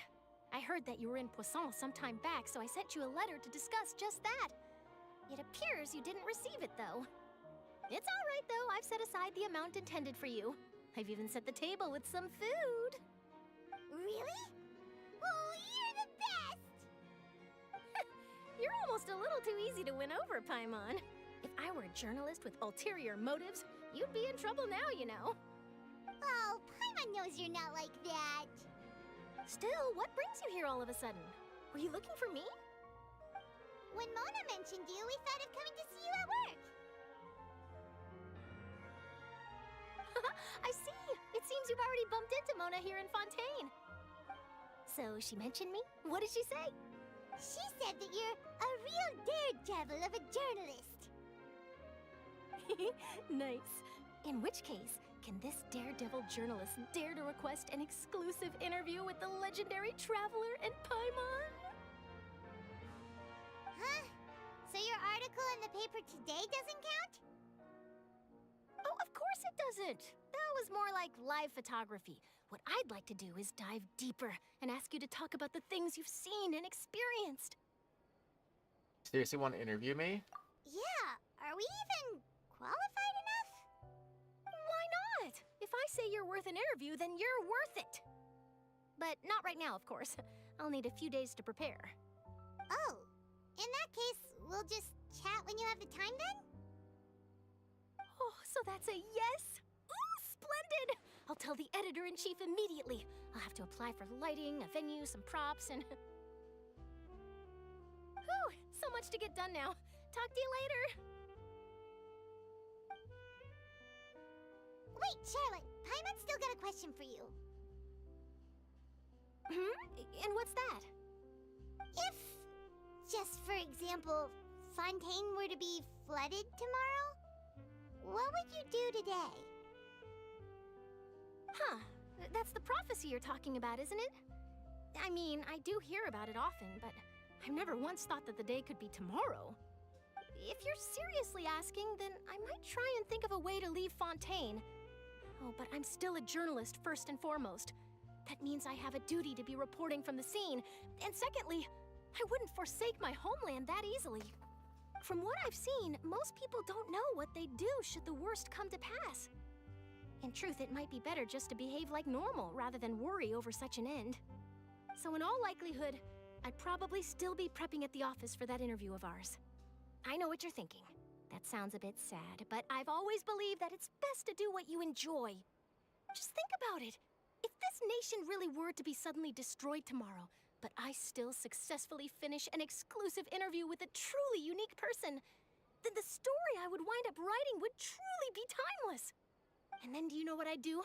Well, I'd write that story, send it for printing, and use messenger pigeons to get copies out to the various nations as soon as possible. I'm not a dreamer, nor am I a workaholic, but I do love my job, and I'd be proud of leaving such an article behind. I guess you could say that I was born to be a journalist. But anyway, that's my answer. And on that note, I'll get back to my preparations. That's so nice. All of a sudden, Paimon actually kinda envies her. Anyway, let's go and take a look at the sea, shall we?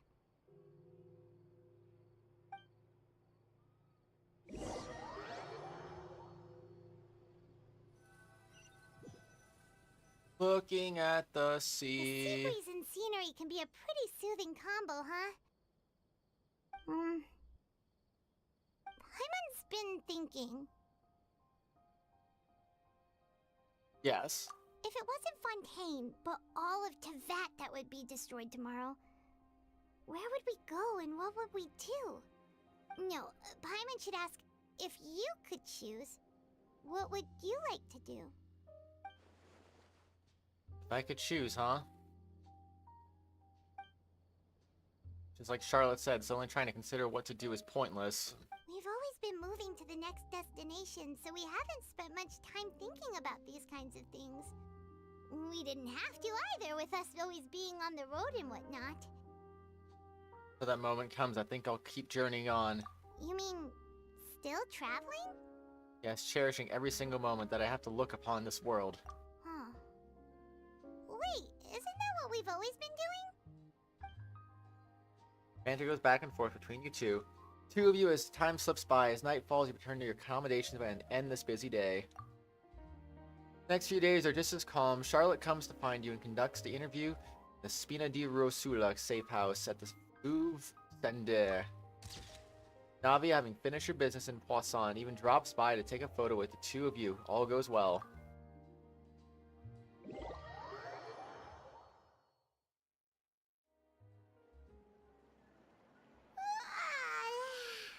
Feels like you'll grow mold if you stay here long enough. But it's still better than the Fortress of Meripede, that's for sure. It's not only damp there, but salty too. Ah, so the two of you are still here. Wonderful. Oh, you're from the Palais Mermonia, aren't you? Yes, I'm Isadora. Monsieur Nervillat sent me to look for you two before. I heard that afterward you went to the Fortress of Meripede. So are you under the impression that we might be wanting criminals? Not at all. I'm well aware that you're friends of his. Actually, I'm here to pass along a message from him. Let's hear it. Did something happen? Yes, inside the Opera House. The Marechaussee Phantom has declared the incident a small-scale riot. A riot? Well, that said, I don't personally think it was that serious.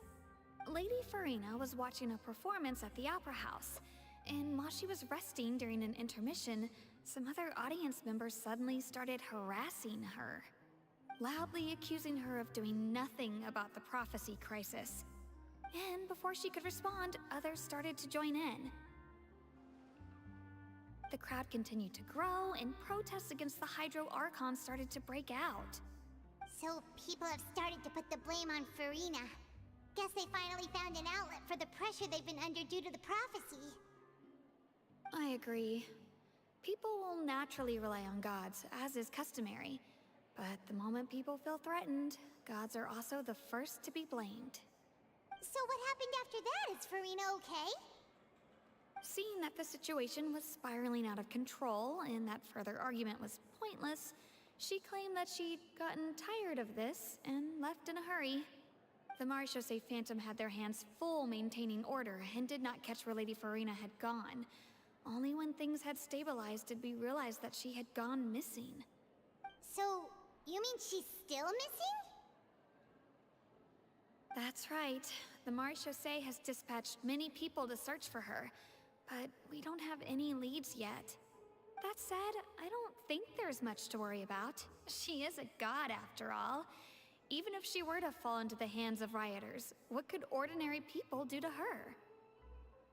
I understand the situation. Good.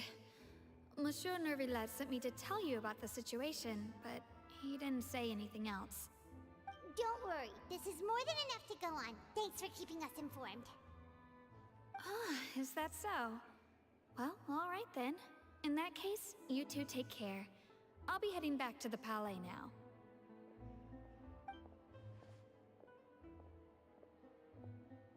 Well, sounds like we should hurry over to Poisson then. You sure calling quickly? If we know Furina, she won't try to fix things in this situation. Instead, she'll look for a place to wait out the heat. And, as we also know, she may be loud and dramatic, but she doesn't have a heart of stone. When Nervillette was talking to her in the Palais Mermonia, and she heard about Poisson, she couldn't hide her sadness and remorse. It would be hard for her to ignore being accused by the public today.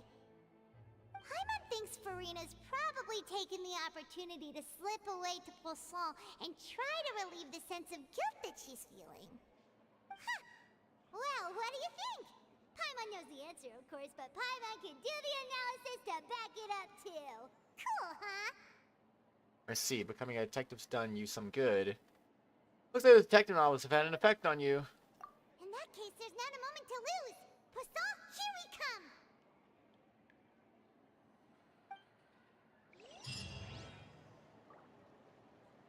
Where to next? Find Furina in Poisson. Okay, I'll travel over there. I need to use the bathroom and maybe make myself some yogurt too. This place looks deserted. I'm on. Guess all the survivors must have evacuated already.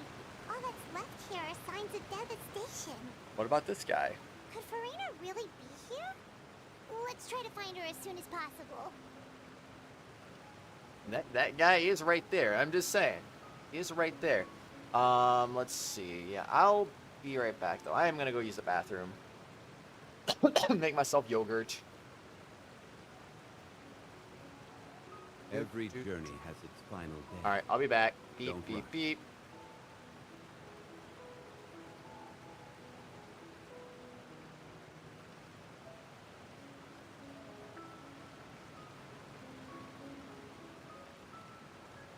Osmanthus wine tastes the same as I remember. But where are those who share the memory?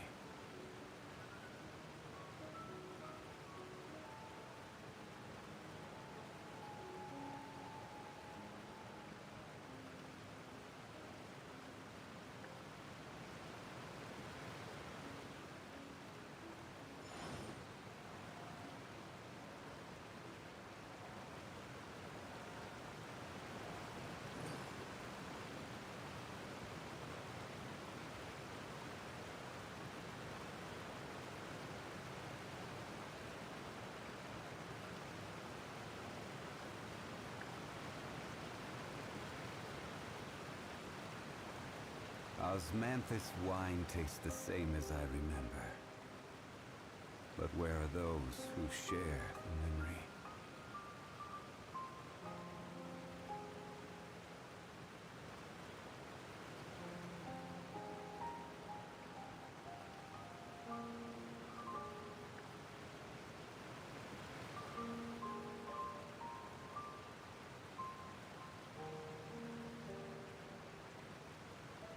Where do you want to go next?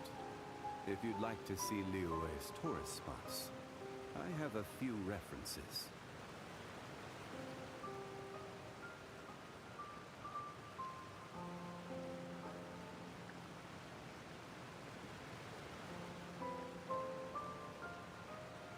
Osmanthus wine tastes the same as I remember. But where are those who share the memory?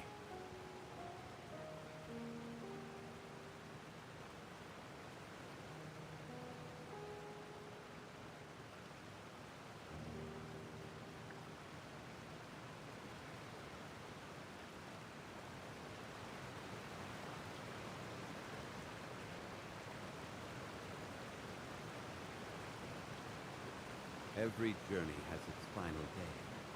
Don't rush.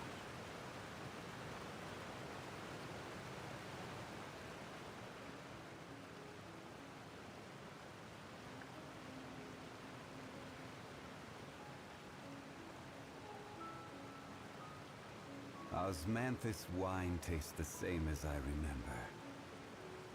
But where are those who share the memory?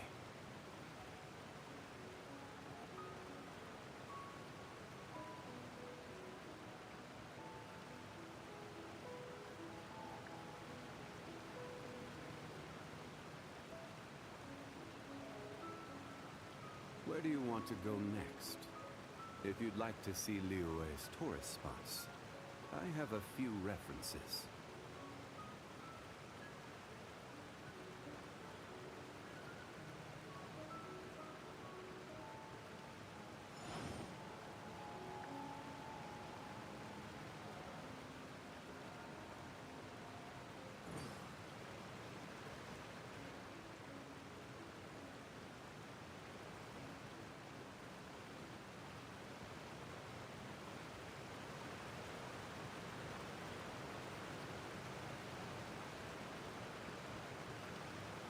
Osmanthus wine tastes the same as I remember.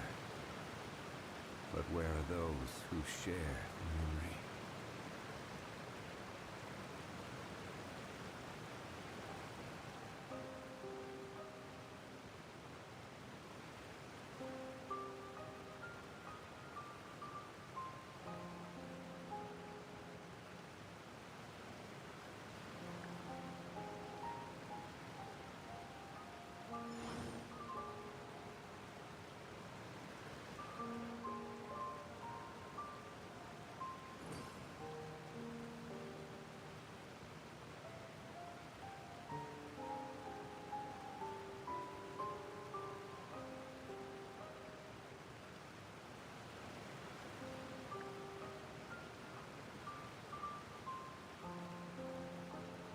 Boats are made for transferring commodities back and forth, and those that come across Liyue tend to stay a while, so it is where many things come to settle.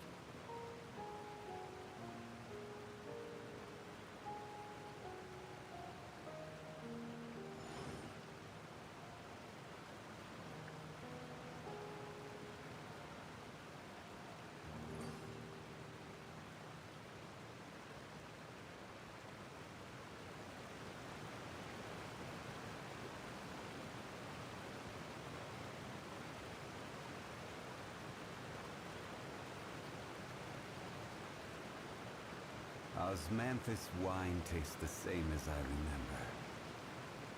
But where are those who share the memory?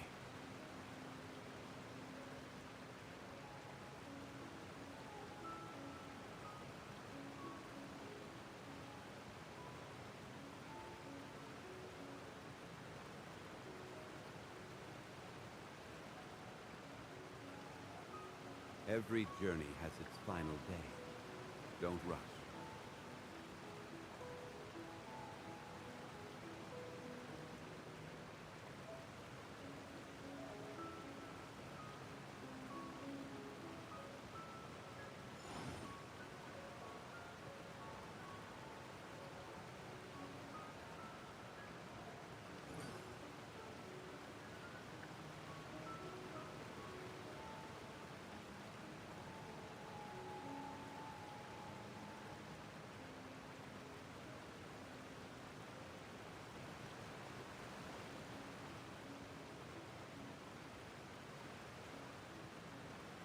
Boats are made for transferring commodities back and forth. And those that come across Leor tend to stay a while. So it is where many things come to settle.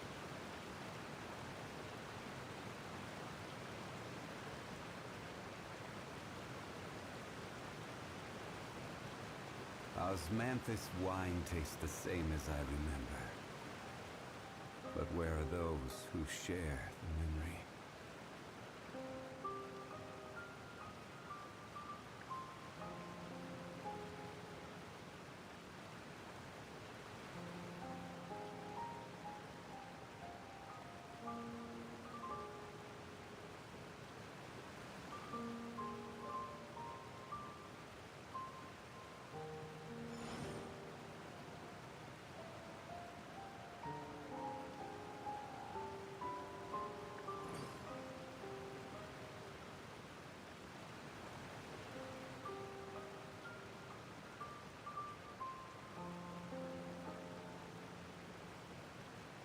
Osmanthus wine tastes the same as I remember.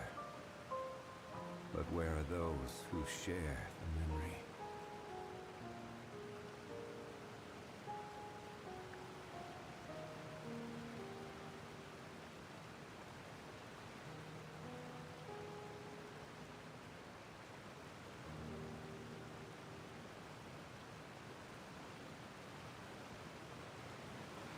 Every journey has its final day. Don't rush.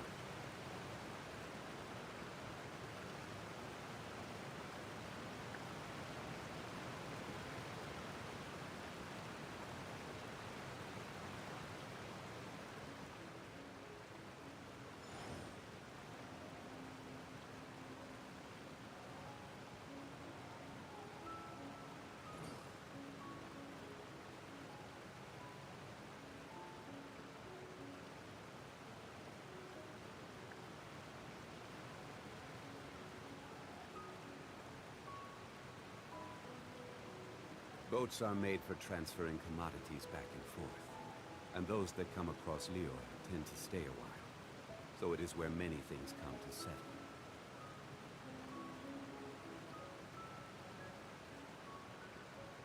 Osmanthus wine tastes the same as I remember.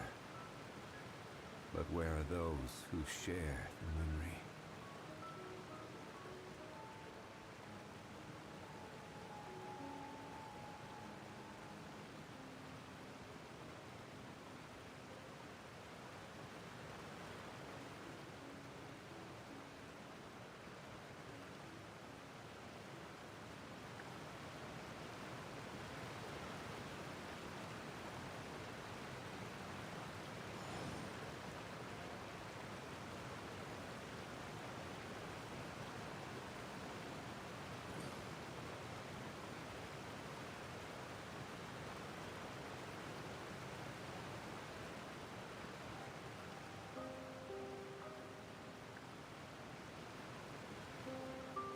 Osmanthus wine tastes the same as I remember. But where are those who share the memory?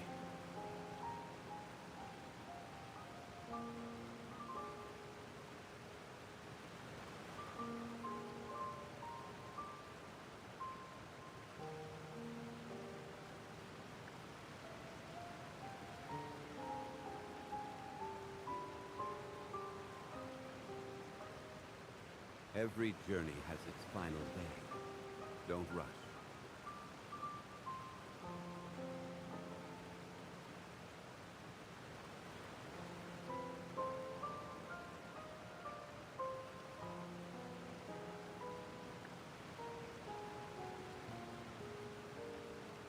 Osmanthus wine tastes the same as I remember. But where are those who share the memory?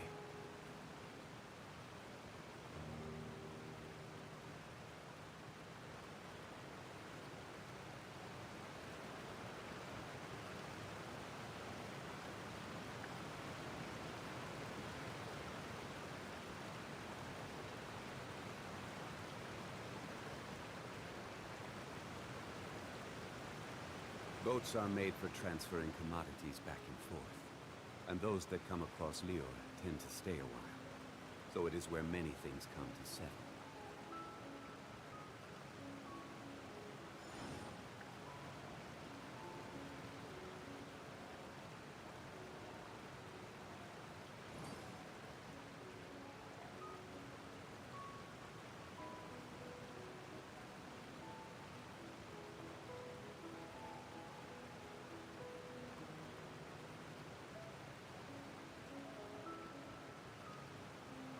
Where do you want to go next? If you'd like to see Liyue's tourist spots, I have a few references.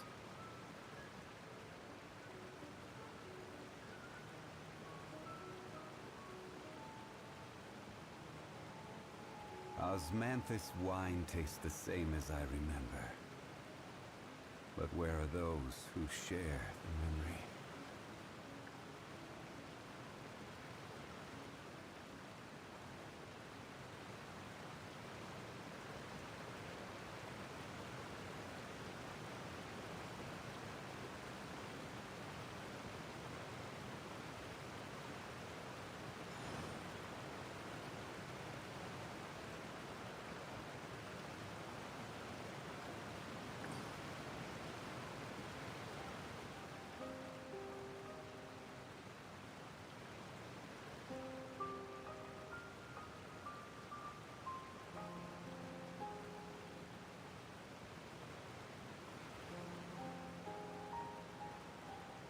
Every journey has its final day.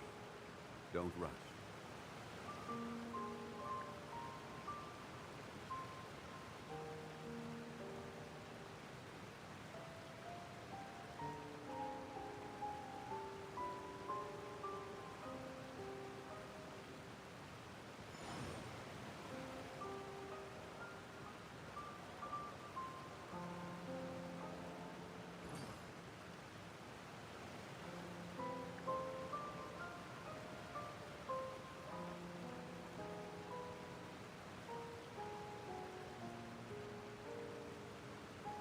Where do you want to go next? If you'd like to see Liyue's tourist spots, I have a few references.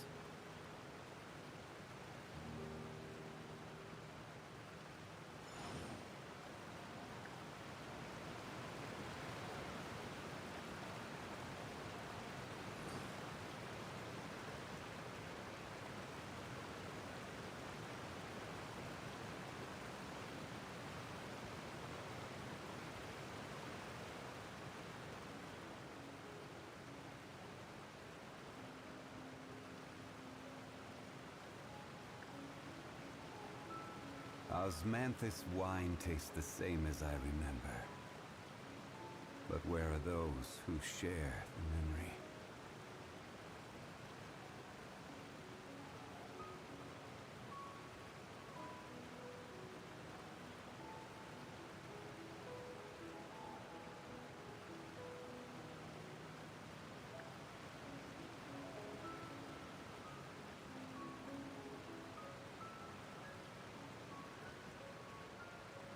Every journey has its final day. Don't rush.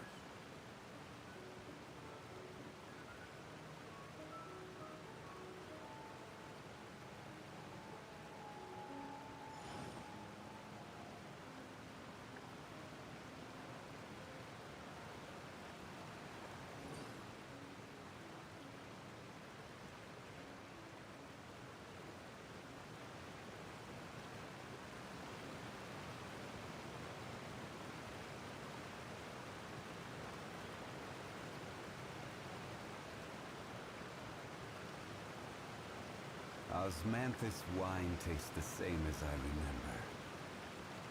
But where are those who share the memory?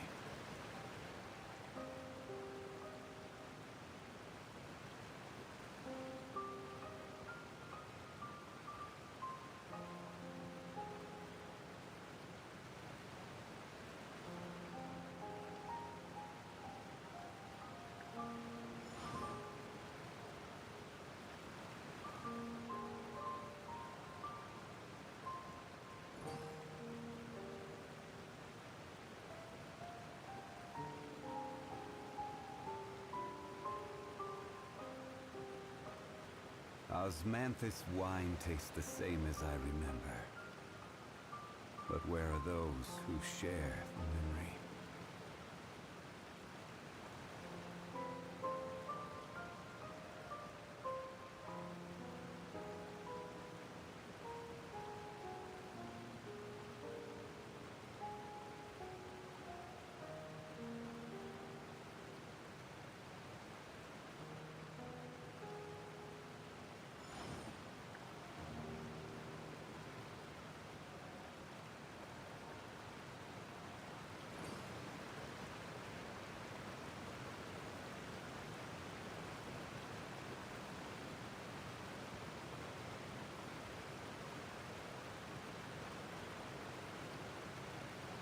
Osmanthus wine tastes the same as I remember.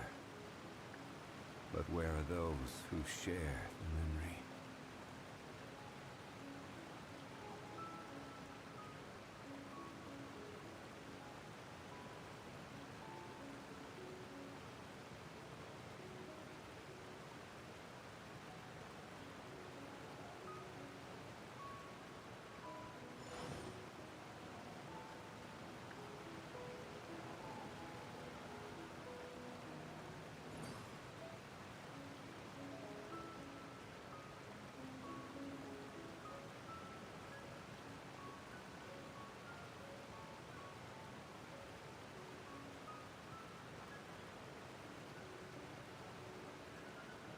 Boats are made for transferring commodities back and forth, and those that come across Lior tend to stay a while, so it is where many things come to settle.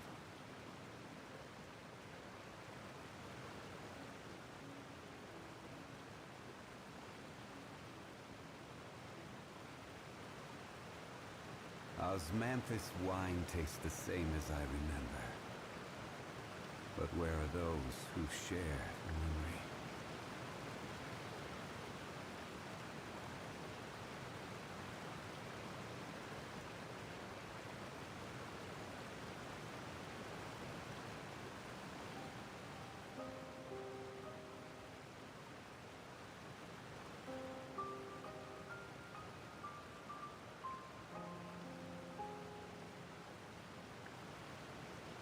Where do you want to go next?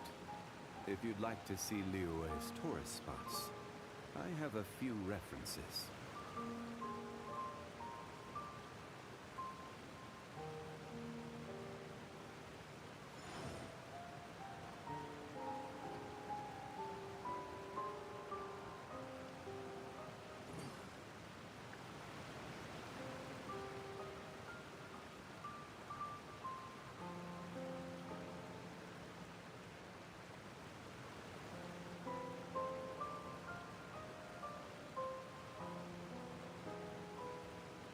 Osmanthus wine tastes the same as I remember. But where are those who share the memory?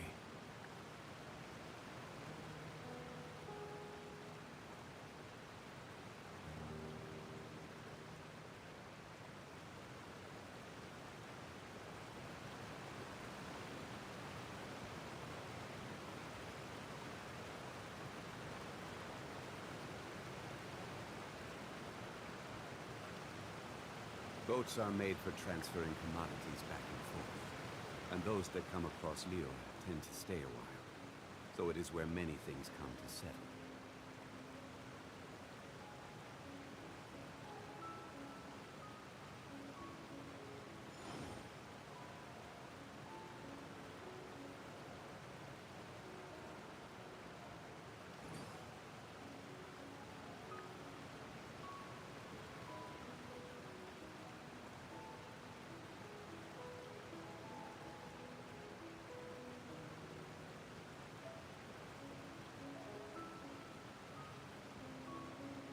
Osmanthus wine tastes the same as I remember. But where are those who share the memory?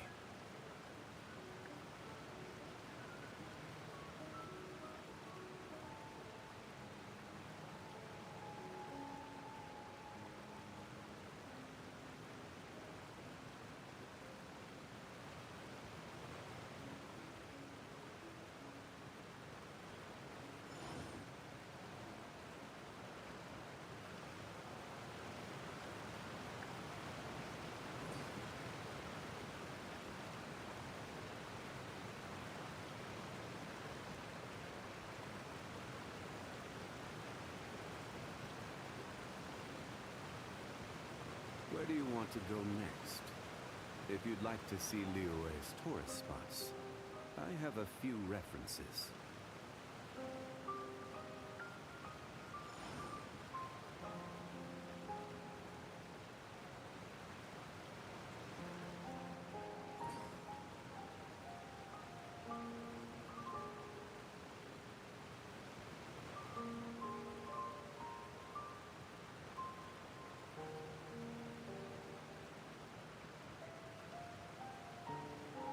Osmanthus wine tastes the same as I remember. But where are those who share the memory?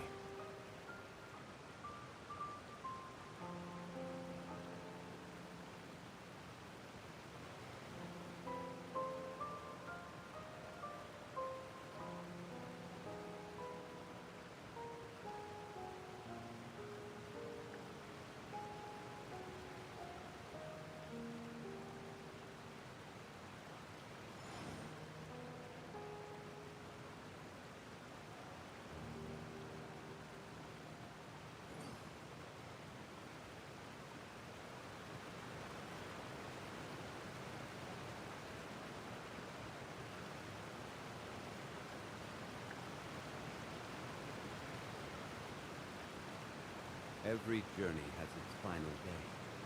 Don't rush.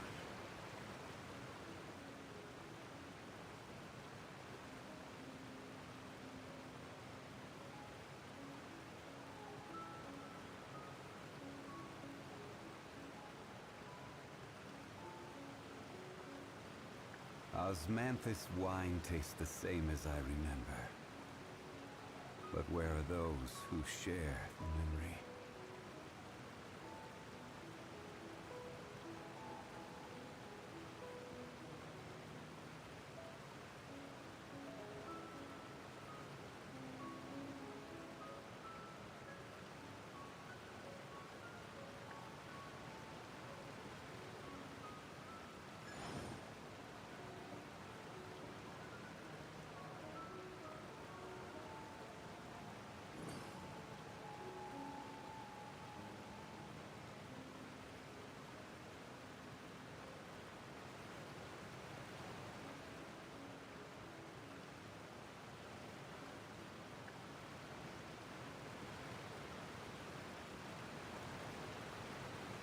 Osmanthus wine tastes the same as I remember. But where are those who share the memory?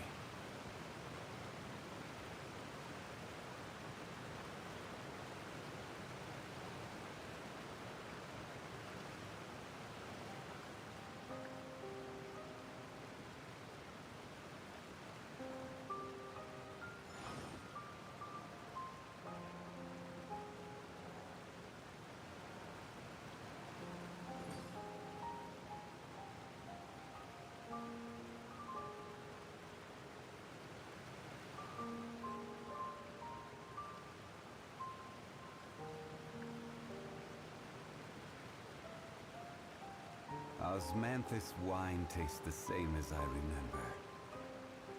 But where are those who share the memory?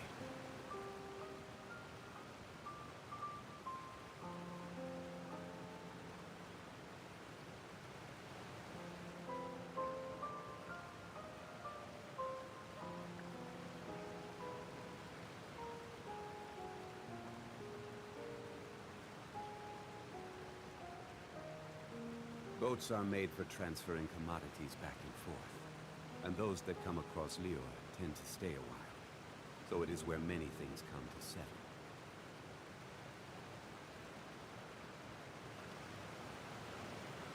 Osmanthus wine tastes the same as I remember, but where are those who share the memory?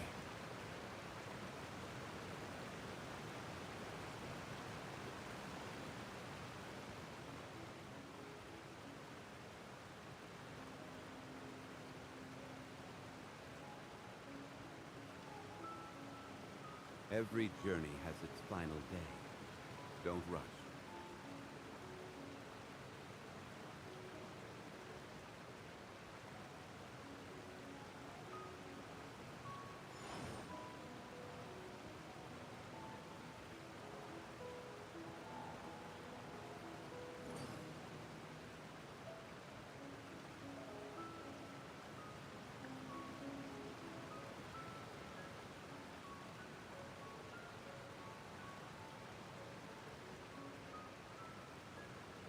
Boats are made for transferring commodities back and forth. And those that come across Lior tend to stay a while. So it is where many things come to settle.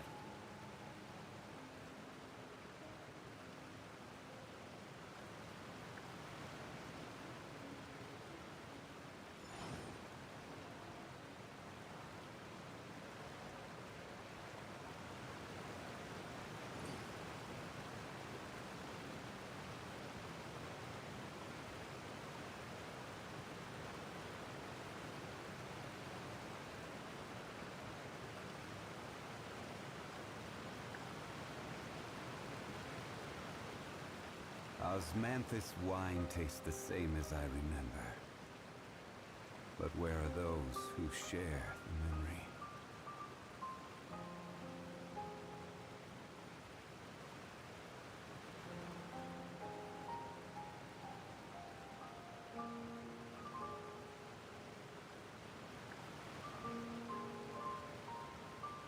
Every journey has its final day. Don't rush.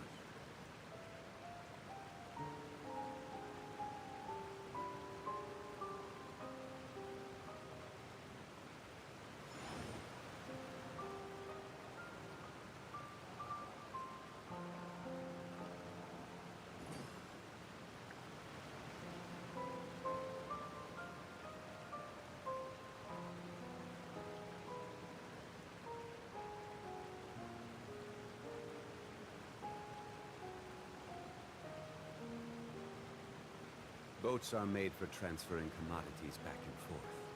And those that come across Lior tend to stay a while. So it is where many things come to settle. Osmanthus wine tastes the same as I remember.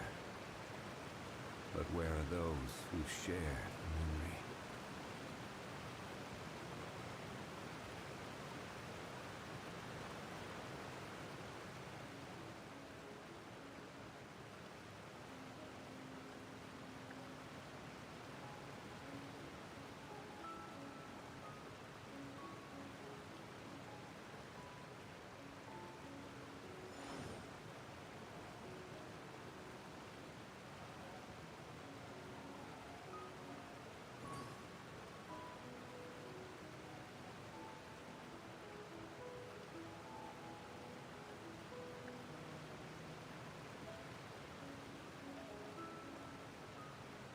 Where do you want to go next?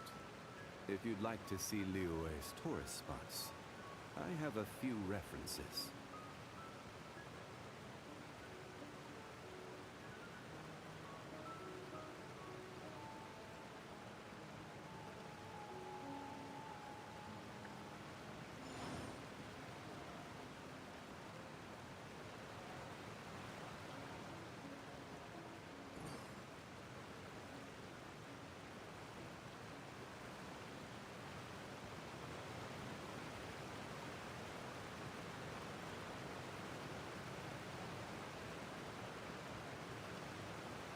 Boats are made for transferring commodities back and forth. And those that come across Lior tend to stay a while. So it is where many things come to settle.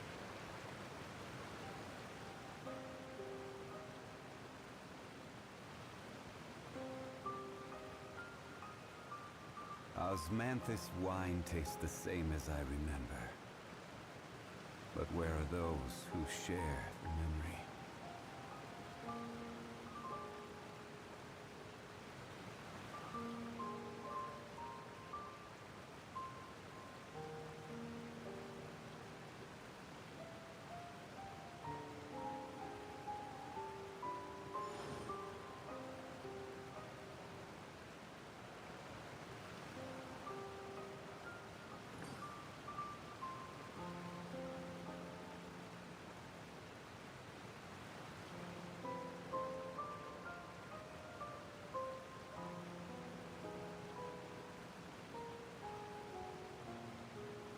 Osmanthus wine tastes the same as I remember. But where are those who share the memory?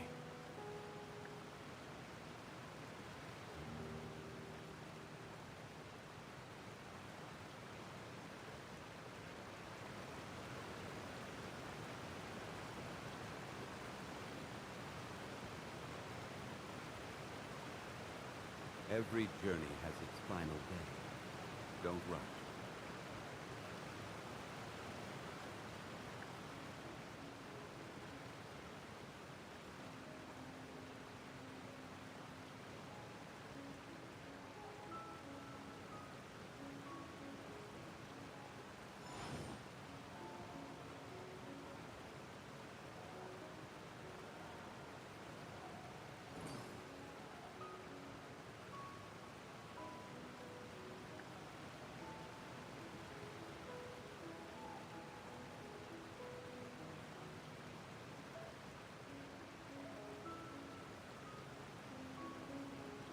Where do you want to go next? If you'd like to see Liyue's tourist spots, I have a few references.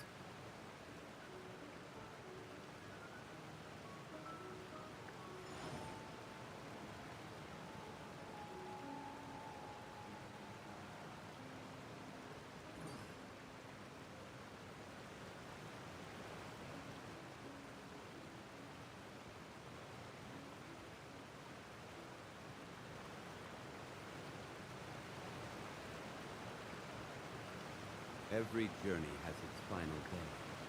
Don't rush.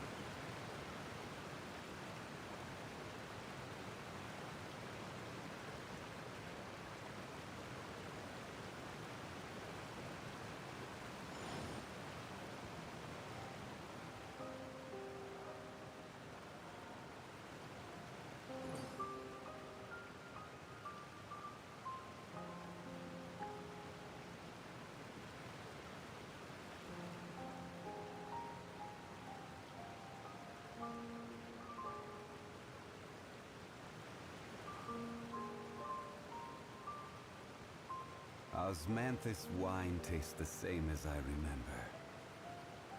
But where are those who share the memory?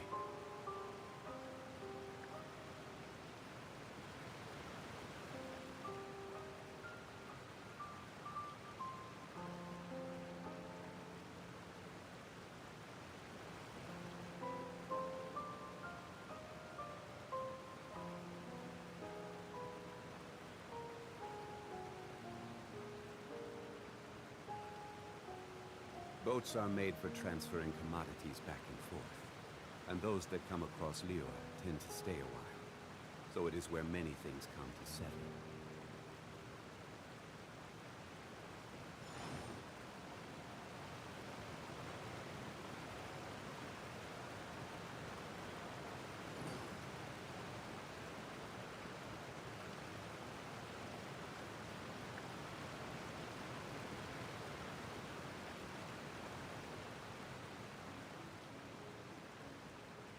Osmanthus wine tastes the same as I remember. But where are those who share the memory?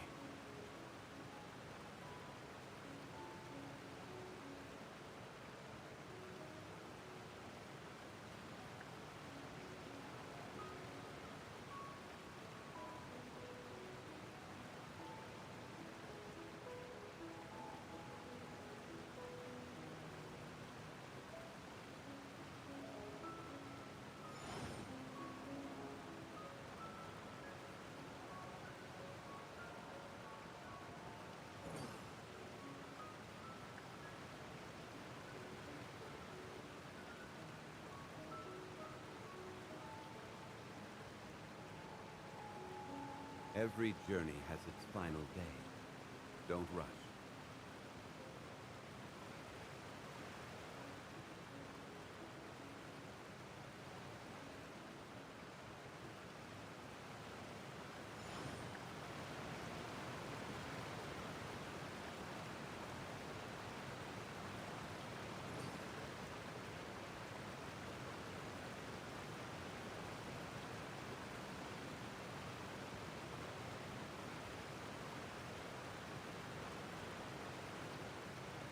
Boats are made for transferring commodities back and forth, and those that come across Liyue tend to stay a while, so it is where many things come to settle.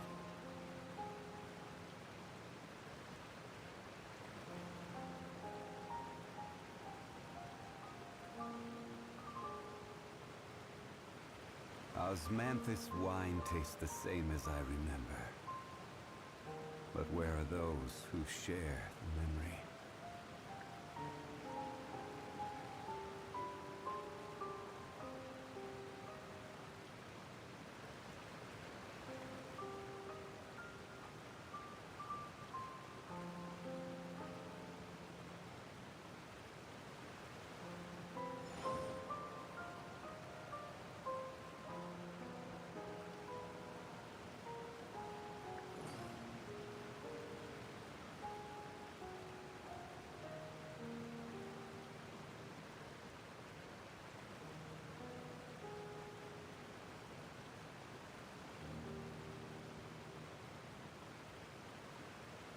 Every journey has its final day.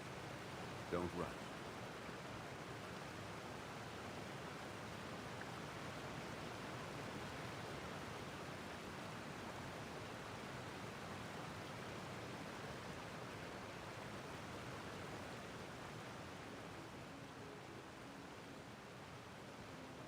Osmanthus wine tastes the same as I remember. But where are those who share the memory?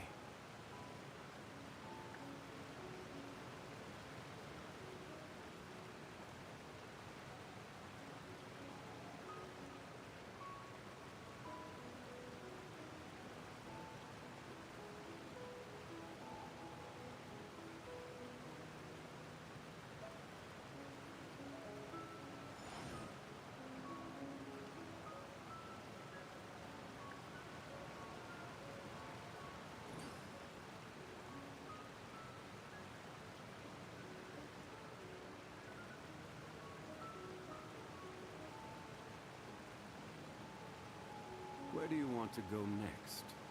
If you'd like to see Liyue's tourist spots, I have a few references.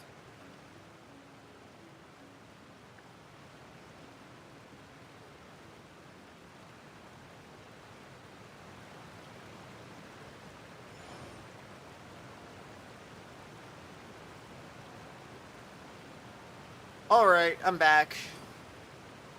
I am back. Are you okay, Silverwolf? Oh my gosh, I hope you're okay. That's kind of scary. Well, let's see. Where were we going? Sorry that took so long, by the way. I was just, I'm kind of just dealing with some stuff right now, so yeah. But back to it, back to it. Hi, Furina.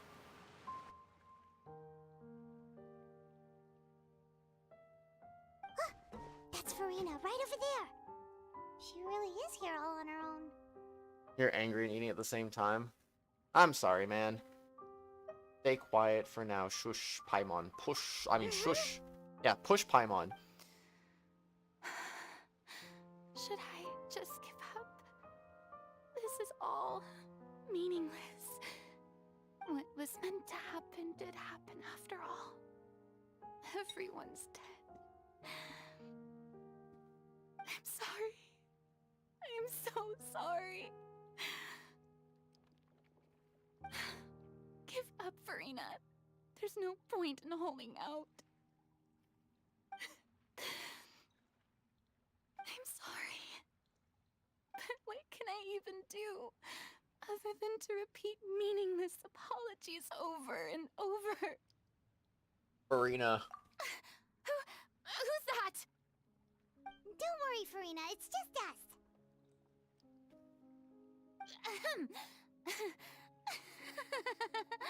So it is you, blonde traveler from another land. Why, I almost thought you were someone from that mob of my ignorant subjects, come to kneel and beg for my forgiveness. Furina, you were crying just now, weren't you? The tear stains on your face are obvious. What do you mean, tear stains? Oh, I remember. The show at the Opera House earlier this morning was so moving. I'm still trying to process it. Who did that uncivilized rabble think they were? Disturbing my enjoyment of the arts. They even dare to tout their Archon! I must teach them a lesson. I can just imagine their twisted and frustrated faces once they realize that I'm nowhere to be found. Oh, and I'm sure Nouvellette and those people from the Marche Chaussee Phantom are freaking out right next to them too. Stop trying to act tough. You're actually beyond devastated right now, aren't you? Of course not. Hey, there she is! The Hydro Archon's over there! Quick, after her!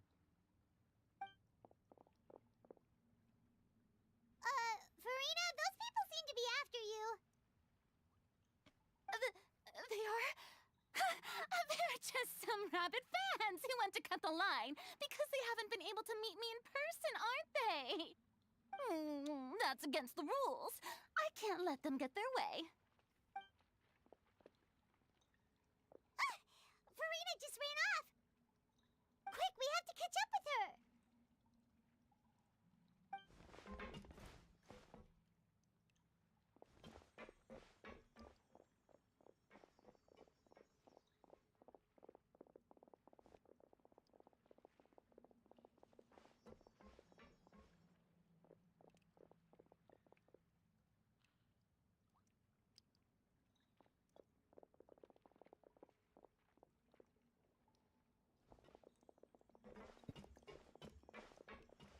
This should be the place, right?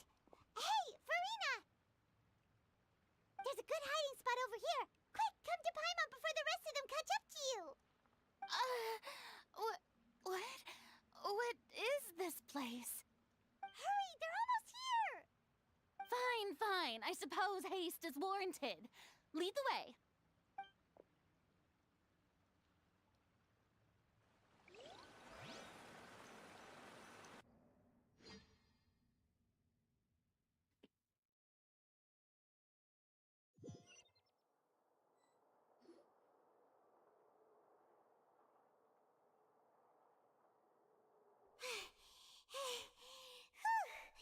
Paimon's exhausted.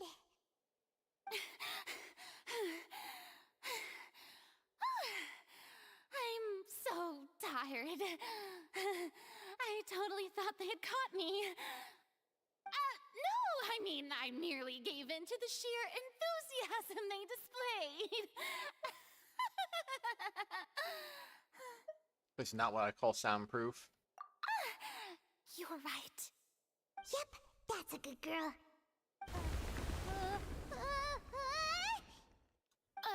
What's happening? The ground's shaking. Is it an earthquake? Oh, yeah. Yeah, a quake of this kind preceded the flooding in Poisson, didn't it? It can't be. It's happening again. Well, there's no need to worry too much about that. Nouvellette's made some emergency plans, so the evacuation should go a lot smoother this time. Yeah, I hope you're right. But the people of Poisson, they've already... Furina finally reached her limit. Now that she's talking about her actual feelings, she's starting to look far less stiff. You talk amongst yourselves as Furina slowly calms down. It's true. I've been investigating the prophecy for hundreds of years. I once had informants all over Teyvat, searching for clues and feeding information back to me. I've tried all kinds of ways, too, to hold back the sea. Anything to keep the coastline from advancing. But all my efforts proved to be futile in the end. Really, the truth has been clear to me for a very long time. We cannot make an enemy of the divine. No matter what we do, the will of the heavenly principles will have its way, and the prophecy shall be fulfilled. But even then, you still haven't given up, right? Give up. I do love the sound of that phrase. It would mean finally coming to terms with fate, but also for me to finally be free. But that would also mean that all hope would disappear. Indeed. I've thought about giving up so many times. especially after we almost lost Poisson. Fate is really unreasonable, isn't it? It has no heart and obeys no rules. The prophecy has only just started to come true, and so many people have already lost their lives. But just now, it all became clear to me. I still don't have the right to come to terms with fate on behalf of everyone else. As long as the final moment hasn't come, it's still not too late. Don't worry. I will keep hope alive for everyone until the very end. Well, that's enough for now. I got the impulse to play the stricken maiden, but honestly, considering my rank and station, that wasn't a good fit at all. Don't take any of what I just said seriously. How could I possibly let Fontaine fall to the whims of trivial prophecy? Come on! Paimon could have sworn you were actually being honest just now. Running out of time. I can't just go back to square one like this. I have to get more information out of her. Let the shoulders burn alone. Right not. I don't know what you might be keeping everyone from more willing to share your burden with you. Share my burden. That's impossible. It was fated right from the start that this would be my duty alone. Even if your burden doesn't need to be shared, you can still choose to confide in someone. Share it with me. I'm what you call a witness. A witness? Yes. I've heard that you came to Tevat from beyond the stars, yes. In other words, you never belonged here. He doesn't And belong if in this Tevat world. is, in its entirety, a show on a stage, then you're just a spectator, aren't you? If that's the case... No time left. Please, Furina, just spit it out.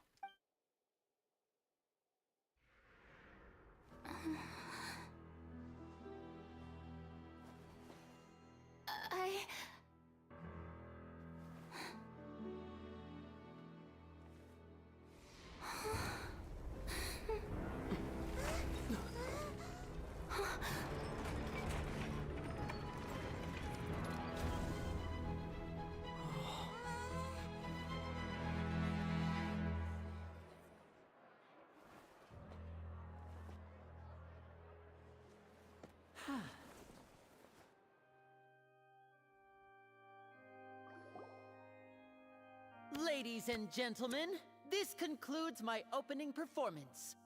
Now, without further ado, we may proceed to the trial of our god. So this is what it is. Yes, you deserve praise for the effort you took to raise the dramatic stakes.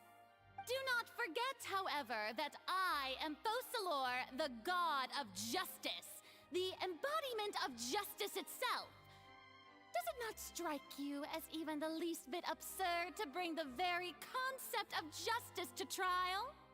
May I interpret these words as your refusal to stand trial? In that case, you will have the opportunity to defend your honor through a duel. You would draw your blade against a god?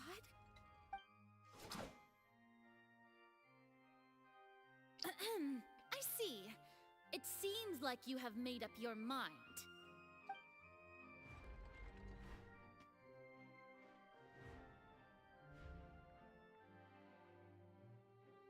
Paimon can't believe it. She just surrendered. What the heck is going on? Did I just see an Archon surrender to a human? Wow, how utterly humiliating. Lady Furina, what is the meaning of this? It would seem that there has been a misunderstanding. To be clear, the raising of both hands is not always an indication of surrender. Looking for excuses again, huh? I raised my hands just now to indicate my acceptance of the trial. No duel shall be necessary. I will admit that I've been running away for a long time. I'm sorry, everyone. I was unable to protect the people of Poisson. It is my duty to stand trial for my crimes. You are not the only ones to be disappointed in me. I, too, am exceedingly disappointed in myself. But now, it is time for the Hydro Archon to show you her courage and resolve. I, Furina, will use this trial to show the world the true meaning of justice! This time, I will protect you.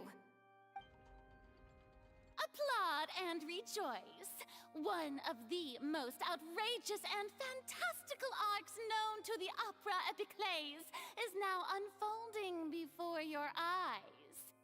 Mark my words, this shall be one of the most exhilarating and brilliant shows ever to grace the stage of Fontaine!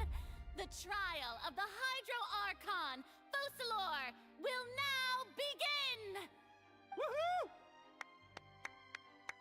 Oh, now we're making history! Why does it feel like Furina just took over the whole thing? Like, come on! Didn't she just get forced to stand trial for her crimes? Also, even though she's still acting super dramatic, she is taking this seriously this time, right? All right, then. Who will be my opponent in this trial? The court asks the prosecutor to please take the stand. Thank you, Your Honor. We're the prosecutor? Is that so? Very well. Then please speak, witness of Tivat, my accuser and fated opponent. Getting so close to getting her to tell us the truth and it still turned out to be like this in the end. Okay, though, as long as we can defeat Furina in court, we still have a chance to figure everything out.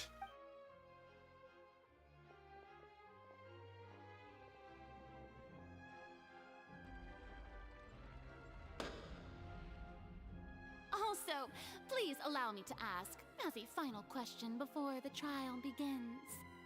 Just how much work did you do to force me onto this stage? Well, we did do a lot of prep after the meeting that day.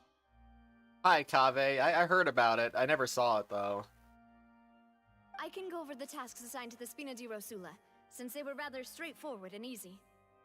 Navia, the president of the Spina di Rosula. Most of the people who participated in the disturbance this morning were my subordinates.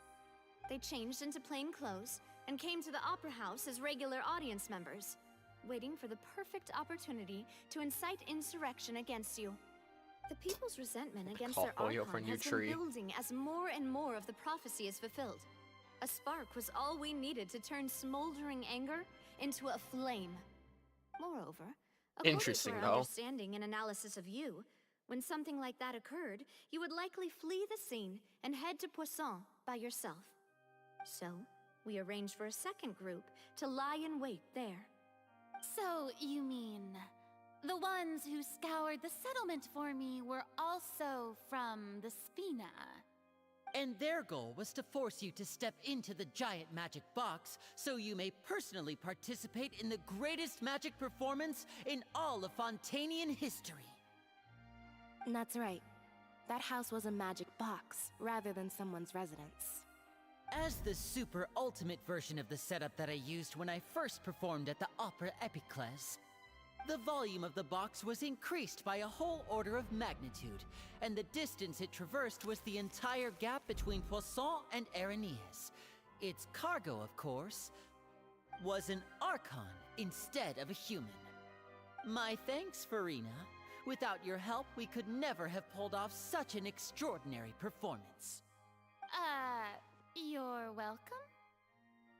Of course, this performance was only made possible with Father's support. The House of the Hearth spent a massive amount of labor in Mora to pull this off. We had to select a location, construct the giant magic box, dig a tunnel, and open up a path through the water. It was a lot of work for all of us. So, in other words, the earthquake that we felt within the giant magic box was just a normal tremor from the transportation of the whole house? That's right. It wasn't a sign of another disaster to come. Sorry about that. We deceived you back there. Then, I can guess Nervilette and Cloran's parts. You gathered a crowd, prepared a stage, and made sure that the champion duelist would be immediately ready for a fight. Also that as soon as I appeared on the stage, the trial may commence without a hitch. Iron Sting? Am I right? Yes, that is correct. Well, Clorand, I must commend you for your courage. Only the most outstanding champion duelist in all of Fontaine would accept a duel with an Archon without flinching. Thank you. As for you, Traveler, I suppose your role was to keep me distracted with conversation once you found me in Poisson. You'd make sure that I didn't notice anything amiss before revealing yourself as my prosecutor once we'd arrived onto the stage. No, you guessed wrong. Oh? My mission was to give you one last chance. We hope that you'd share your secret with us before the magic box arrived on the stage. Is that so? Then I suppose I must have missed my final chance. It's fine. It matters not. What's done is done. The stage is already set, so there's no reason to disappoint the audience. Let's see this trial through to the very end. The only thing we can do now is judge the Hydro Archon. So I can't help but be a little bothered by the conversation earlier. What did Furina want to say to me right before we arrived on the stage? Sir Prosecutor, please allow me to pass this along. This is a document that Miss Charlotte applied for and received permission to share with you during the trial. According to her, it should speed up the proceedings. Huh? Charlotte wanted to give us something? Oh, so she's here too! Hey, Charlotte! Oh, let Paimon see. Isn't this the exclusive interview that she did with us before? So she's already finished it, huh? Wait, then that means this document is a perfect timeline of everything that's happened ever since we stepped foot in Fontaine! So in other words, we can refer to this anthology of evidence every time we want to use something from our journey as evidence for an argument! Super practical gift. I never would have thought of using it this way. Let's quickly confirm the information in it. Just think of it as a refresher, alright? You defeated the Hydro Archon in the very first duel you took part in at the Opera House. That's one for the history books, all right. I didn't think that you'd wind up getting to the bottom of the case I'd been following all this time. I guess you could also see this as a happy coincidence. This is the first time Monsieur Nervilette had a difference of opinion with the oratories. Even the Hydro Archon can't figure it out. A Fatui Harbinger. She's an extraordinary person. Her instinct must mean something. The fortress of Meripede was almost destroyed in a single day. That I didn't witness that scene personally will always be a source of professional regret, I think. According to Monsieur Nervilette, both Child and that whale should have been in the Primordial Sea at that time. I nearly lost my awesome friend Navia. To be honest, that still gives me shivers. The words of someone as extraordinary as a witch can probably only be truly understood when something surreal happens to you. Wait, am I supposed to just... What? Oh, I'm just supposed to press B. Oh, I'm stupid. I didn't even have to read over any of that. The prosecution and the defense are both in position. The trial shall now begin. Oh, come on, Nervilette. There's no need to repeat all the unimportant legalese. Just fast forward to the part where the prosecution lays out my offenses. As the defendant and the lead actress of this performance, I still haven't even been informed of my supposed guilt in all of this. Of course, it is only natural for humans to struggle to understand the actions of a god. However, you will need more than that to convict me of a crime. That's true, but my charge here is unrelated to your conduct as an Archon. Instead, He's talking. I would like to charge you as a fraud who's never been the Archon in the first place. Wait, what was that? Lady Furina's a fraud? Hey, I came here thinking that we were going to try the Hydro Archon for forsaking her duty, but did I hear that right? She's not our Archon at all? Charge accepted. Lady Furina, do you plead guilty to the charge?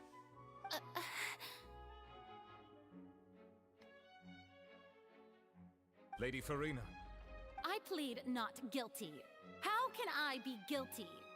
There is no way that I, Focalor, otherwise known as Furina de Fontaine, a member of the Seven and the Regina of all waters, kindreds, peoples, and laws of Fontaine, could be anything other than your true Archon.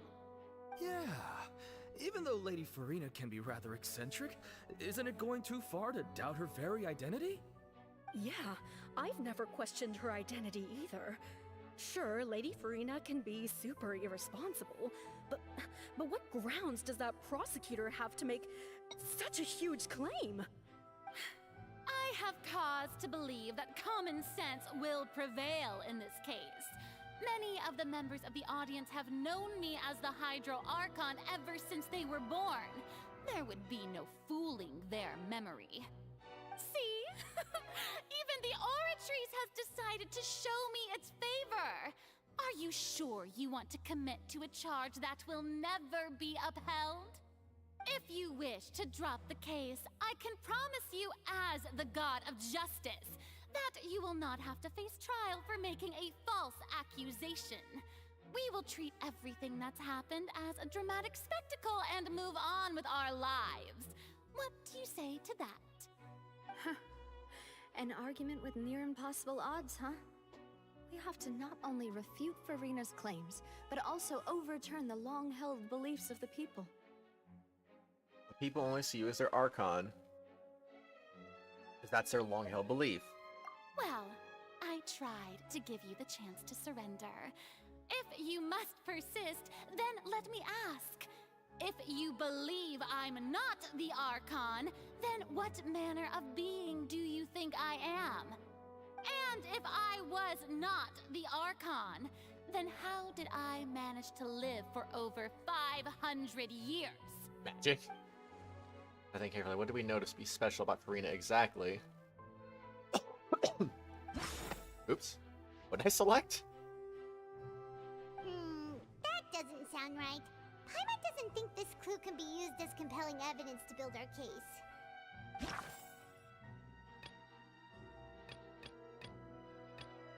Relevant, already eliminated. Nave, T time with N.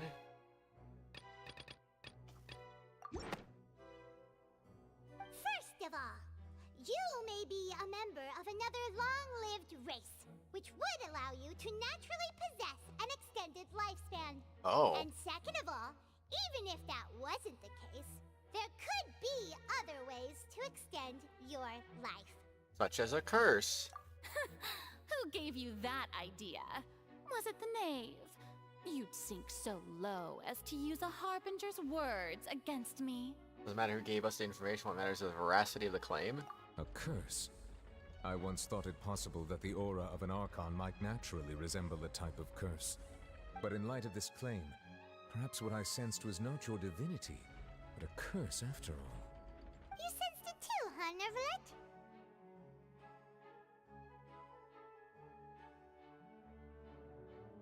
Lady Furina is actually a human? Well, it is true that it's extremely difficult to tell humans and gods apart just by looking at them. It's not impossible.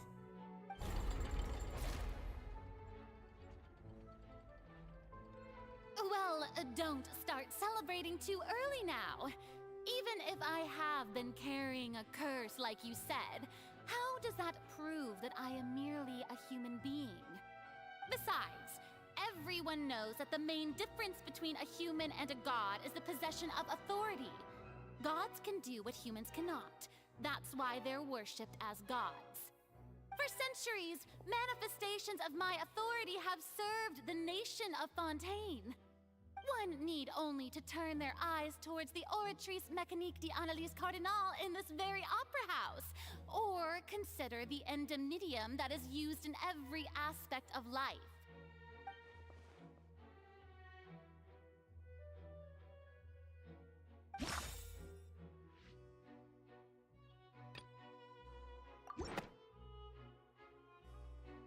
You tried to reference the Oratrice, but weren't you as confused as all the rest of us when the Oratrice declared Child to be guilty without any proof? Otherwise, you should have come up with a good explanation. I just realized I was muted. Whoops. Didn't I make myself clear at the time? The decisions of the gods are naturally difficult for humans to comprehend. There is no need to provide an explanation. Lady Furina, I believe a reminder of your current circumstances is in order. While the court is in session, the principles of justice and the law must come before all else. While you are an Archon, you are also first and foremost the defendant in this trial. You will prove yourself unable to defend against the prosecution's charges if you continue to withhold vital information against the rules of the court. I never thought you'd use that kind of rhetoric against me. That was no trick of rhetoric, Lady Furina. I've merely reiterated the rules of the court. Rules that all should respect and follow. So, you neither knew why Child was declared guilty, nor did you understand the structure and operations of the Oratrice. Instead of having been created by you, the manifestations of authority you mentioned have been made by the real Hydro Archon, haven't they? The real Hydro Archon? Well, now you're really losing me. It is true that I did not know why the Oratrice gave out a guilty verdict that day. But the Oratrice handed out that verdict unilaterally, and it has been operating independently ever since it was first created. You can't argue that just because a divine creation is flawed, that the god behind it must also be no god at all. She's still throwing out all kinds of excuses. Seems like she's confident that we won't be able to produce proof that she has no power over the Oratrice. We can put the Oratrice aside for now, but then Miss Furina, could you give us a brief demonstration of your power as an Archon? My power as an Archon? There are many ordinary citizens in the audience. How can I just carelessly demonstrate the formidable power of an Archon? If that poses a concern, I'm prepared to extend my protection to the audience. You don't need to go that far. A brief demonstration of your power over Hydra should be quite harmless. Surely an Archon can at least match the capacities of a human with a vision. Aren't you the Hydro Archon? Or is it that you can't even wield the power of Hydro, much less the authority of a god? Indemnitium! Yes! It's all because of Indemnitium! All Archons derive their power from the faith of the people, and I've converted the people's faith in justice into Indemnitium! Thus did I give up all of my divine power to provide everyone with energy for their daily lives. Have you ever seen a more magnanimous god? Isn't that a huge stretch?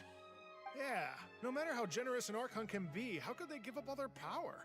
Can a god with no power even still be called a god? Whoops. It seems like nobody's buying Furina's excuse. Hey, come now, everyone. Please don't stare at me as if I was a liar. I'm still the same Furina you knew, right? The one that you loved. Shouldn't you want to believe in me? Please? You've got to believe me! If what the prosecutor said is true, she really has committed a grave offense. Did she deceive all of us? And all of our parents and grandparents too? And then all of our ancestors? Ever since they were born? Enough! That's enough. Tell me then, if I'm not the real Hydro Archon, then who is? If you have no evidence of another Hydro Archon's existence, nor can you find anyone who can back up their claim to be such, then what grounds have you to say that I'm not actually the real deal? Wow, she came up with yet another argument. How can we refute her now? Seems like she really doesn't want to give up. Can't prove that she isn't an Archon. We can try to prove that she is a human, and if she's only human...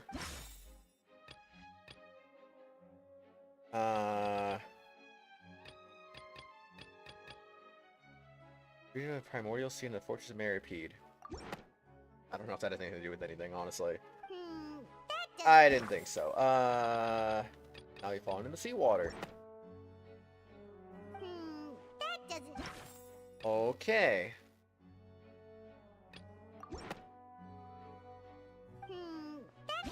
Oh my gosh, I'm picking everything wrong. It has been established that all Fontanians can dissolve in water from the primordial sea. And that means... Since you insist on claiming to be a god and not a human, then there's a method that you can use right here and now to eliminate all suspicions of you being the latter. Miss Navia, please apply to serve as a temporary attorney for the prosecution before addressing the court. Though you act in partnership with the prosecutor, you must still adhere to proper procedure. Super sorry, Monsieur Chief Justice.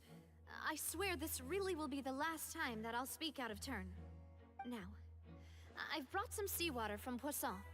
As everyone knows, a massive flood struck the area not long ago, taking many lives, including those of some of my closest friends. So, Miss Furina, would you dare to touch some of this seawater? If we are to believe that you are indeed the real Hydro Archon, touching this seawater would have no effect on you. All it should do is strengthen your case. But if you don't dare to touch it, then we would have basically proved the reverse. Oh, and I must remind you that after the disaster at Poisson, nobody wants to see any more people dissolve. I do hope you'll act prudently and choose the simpler path of admitting guilt.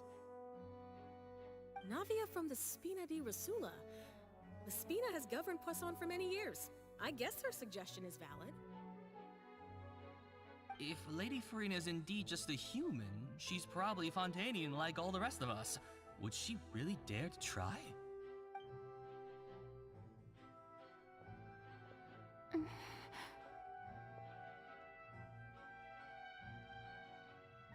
Furina? Lady Furina, this test has been unilaterally proposed by the prosecution. As it falls outside the realm of standard court proceedings, you possess the right to decline participation. Well, of course he had to tell her that. But refusing to participate is basically the same as a confession of guilt. She's just staring at the water without saying a single word. It really does seem like she's quite terrified of it. That could only mean... What's going on? Is she really planning to... that's not what we thought she would... Due to the inherent risk of the test, Lady Furina, you may... Hey! She actually...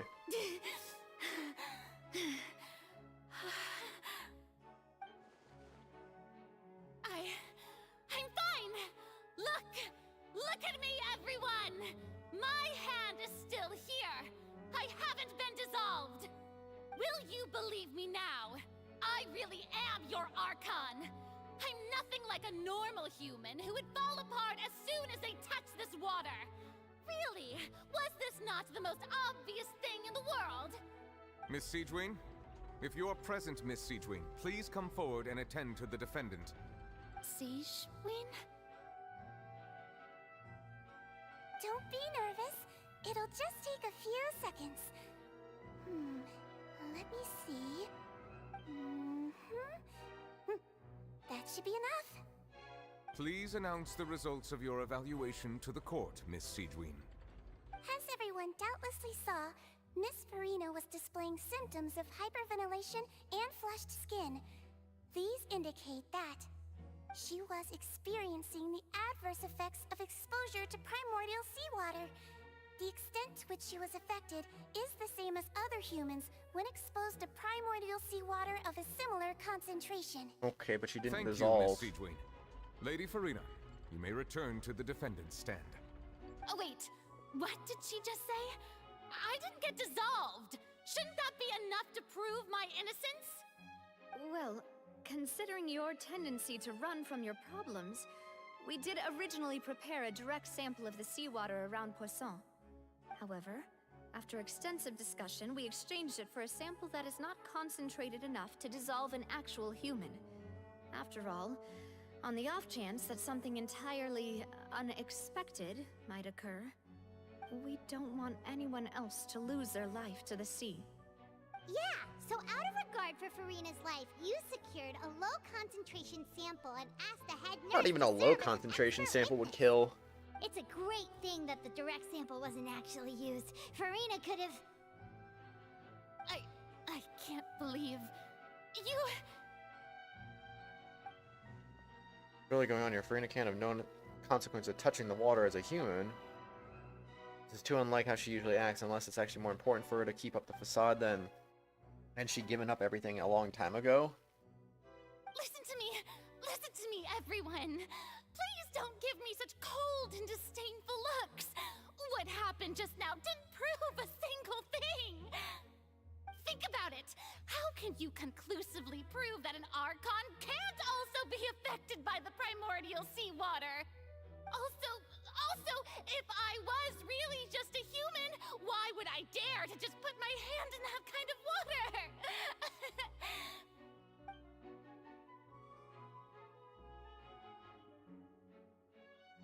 Please, everyone, anyone, just listen to me. I swear, I really am your Archon.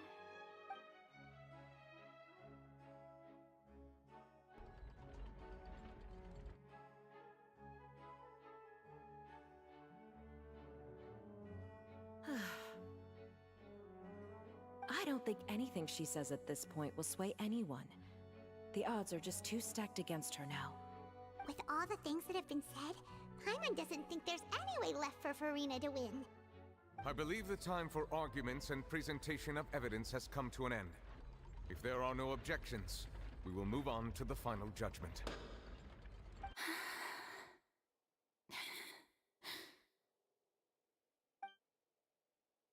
I don't think anything she says at this point will sway anyone. She's too stacked against her now.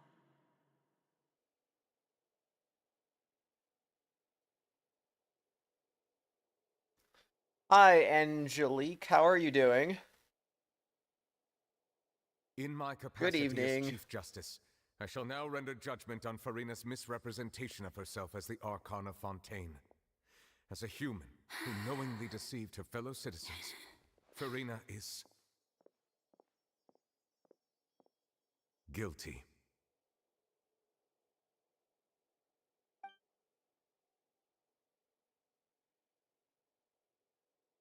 Glad to hear you're doing good. I'm doing good as well. Thank you for asking. Just enjoying a little Genshin. Oratrice mécanique d'analyse cardinale to render the final verdict on the charges. Duvelet said the thing. Oh my gosh. The verdict is guilty, or not guilty. Oh my gosh. According to the judgment of the Oratrice mécanique d'analyse cardinale, Furina is not guilty. Well, what's wrong? What's the Oratrice's verdict? The Oratrice just declared Furina to be innocent. No, the Oratrice also displays a guilty verdict. Isn't that correct then? However, the exact wording of the verdict is thus: the Hydro Archon, guilty To be punished via the death sentence. Frick? The death sentence? That's actually one of the available sentences? I've always thought that it was just a myth.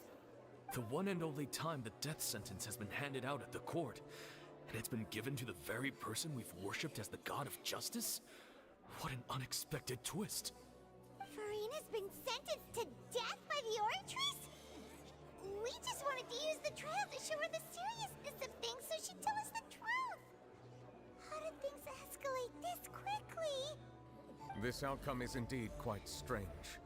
According to Fontaine's current definitions of justice, as well as its recommendations for criminal sentences, is this sentence really appropriate for the crimes that have been committed? Yeah! Even Fache wasn't sentenced to death by the Oratrice. You know, the real evil mastermind behind the serial disappearances case.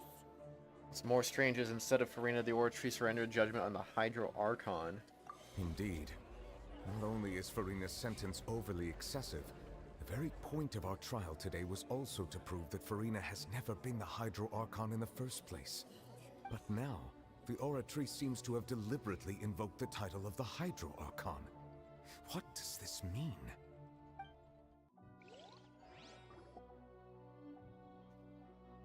Good question. Excuse me, if I may interrupt. Is the trial still going? Fremine! Huh, you finally made it. I assume this means you've completed your mission? Mm-hmm. Any mission Father assigns to me will always be top priority.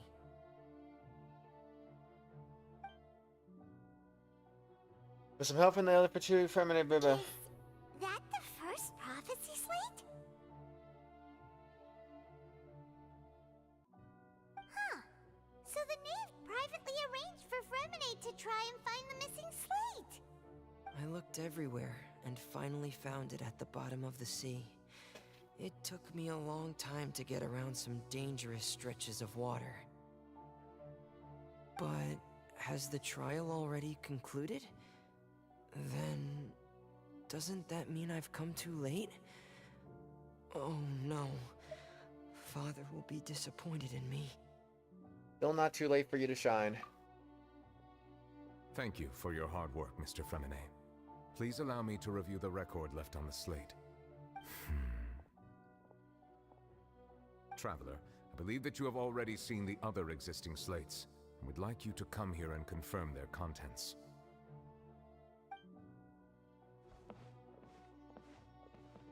Huh?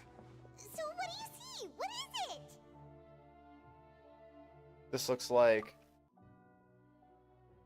previous Hydro Archon releasing her divine power, turning the Oceanids into human beings. I believe I've now made sense of the Hydro Archon's crime. It has to do with Fontaine's lost history. Huh? Isn't the Hydro Archon just guilty of deceiving her people? Oh, wait, no, that's Furina, and we've already proven that she's not the Hydro Archon. So when you say Hydro Archon, do you mean the real Hydro Archon we've been kinda talking about? In truth, everything that you've encountered in Fontaine up until this point can be traced back to the contents of these stone slates. However, I'm uncertain as to how much sense they currently make to you. An association between the contents of the slates and the events in real life? Okay, let's try to recall the contents of the other 3 stone slates. Paimon will do her best to help you remember.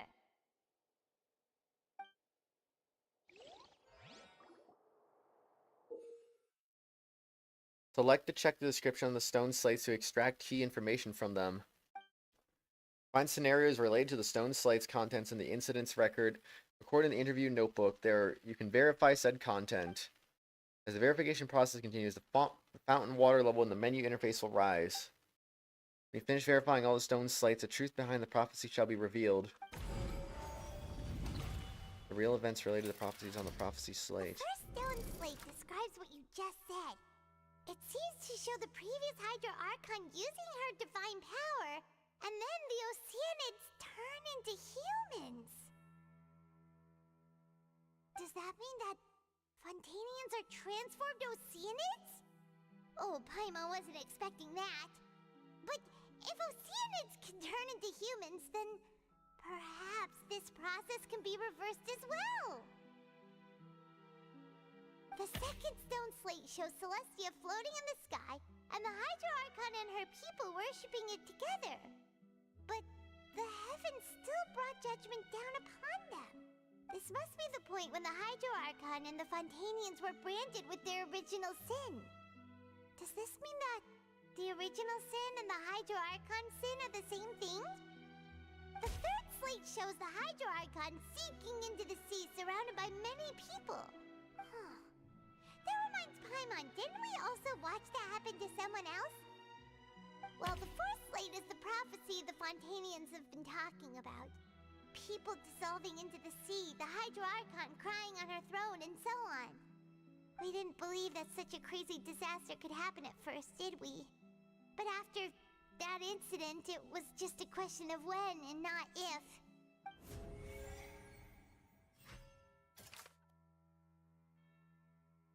Verify truth? We know from the case of the serial disappearances of young women that Fontanians can be dissolved in primordial seawater, and the first stone slate tells us that long ago, the Hydro Archon used her power to turn Oceanids into humans. This might be the reason that Fontanians can dissolve. Interesting, though.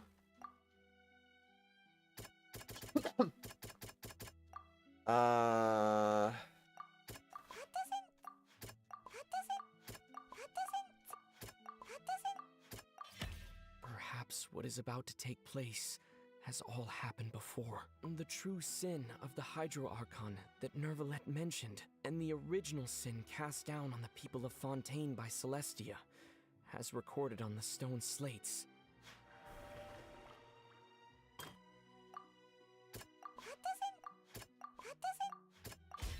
It's not as simple as falling into the sea. When Navia fell into the sea, her consciousness was subjected to judgment. The stone slates show the people gathered around the Hydro Archon in the sea. Could that be alluding to the same thing?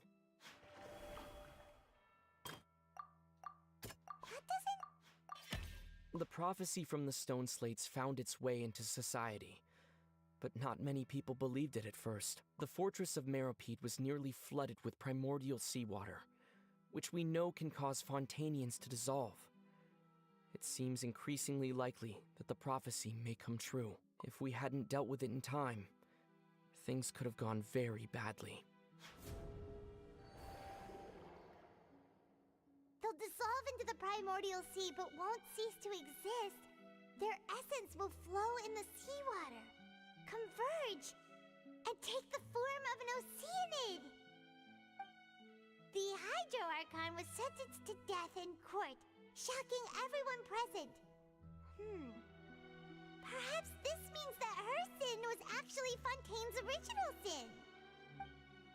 Navia fell into the water inside those ruins, and she nearly dissolved.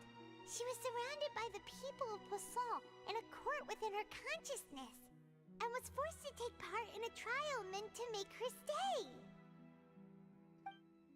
The eruption of the primordial sea at the fortress of Meropide was the surest sign that the prophecy was about to come to pass no matter what. The prophecy's contents can all be verified by recent events. If we combine what we know together, loads of truths should come to light.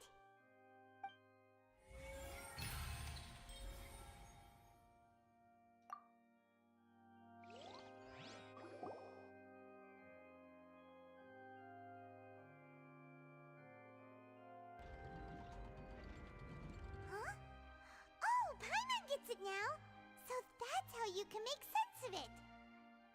But then it feels like we're going to have to share some truly shocking revelations. Let's hear them. First slate reveals that Fontaines are not real humans. Incredible. Linny, did you hear that? We're not real humans.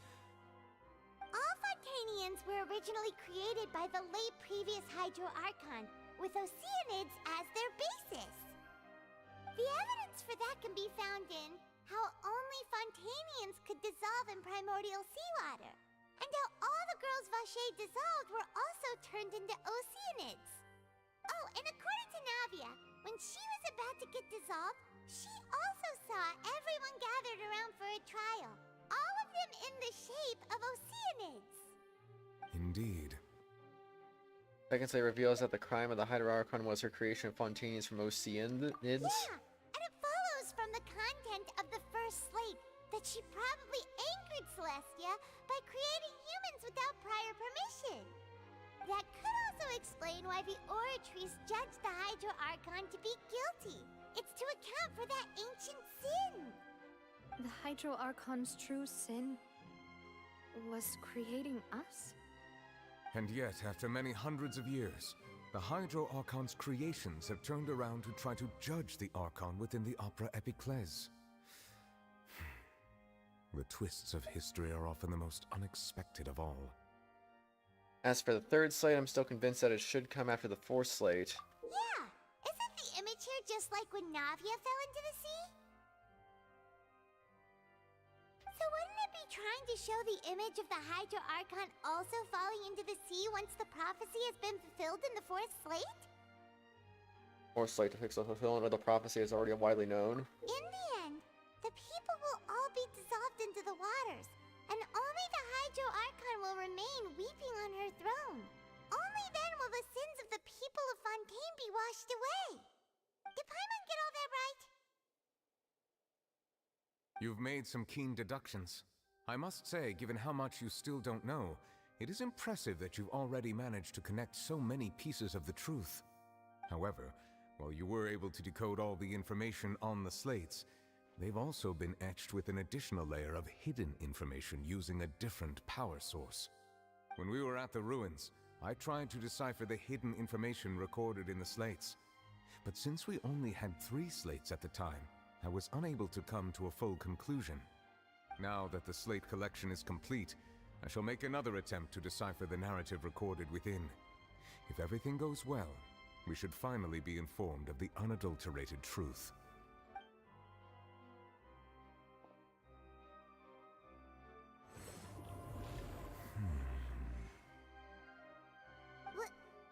Well?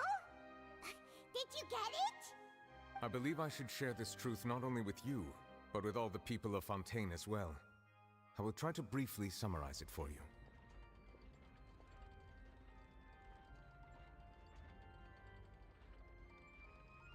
Your hypotheses regarding the origin of Fontanians and the sin of the Hydro Archon were both correct. In the Fontaine of old, the previous Hydro Archon sensed the yearning of her Oceanid familiars for life on land.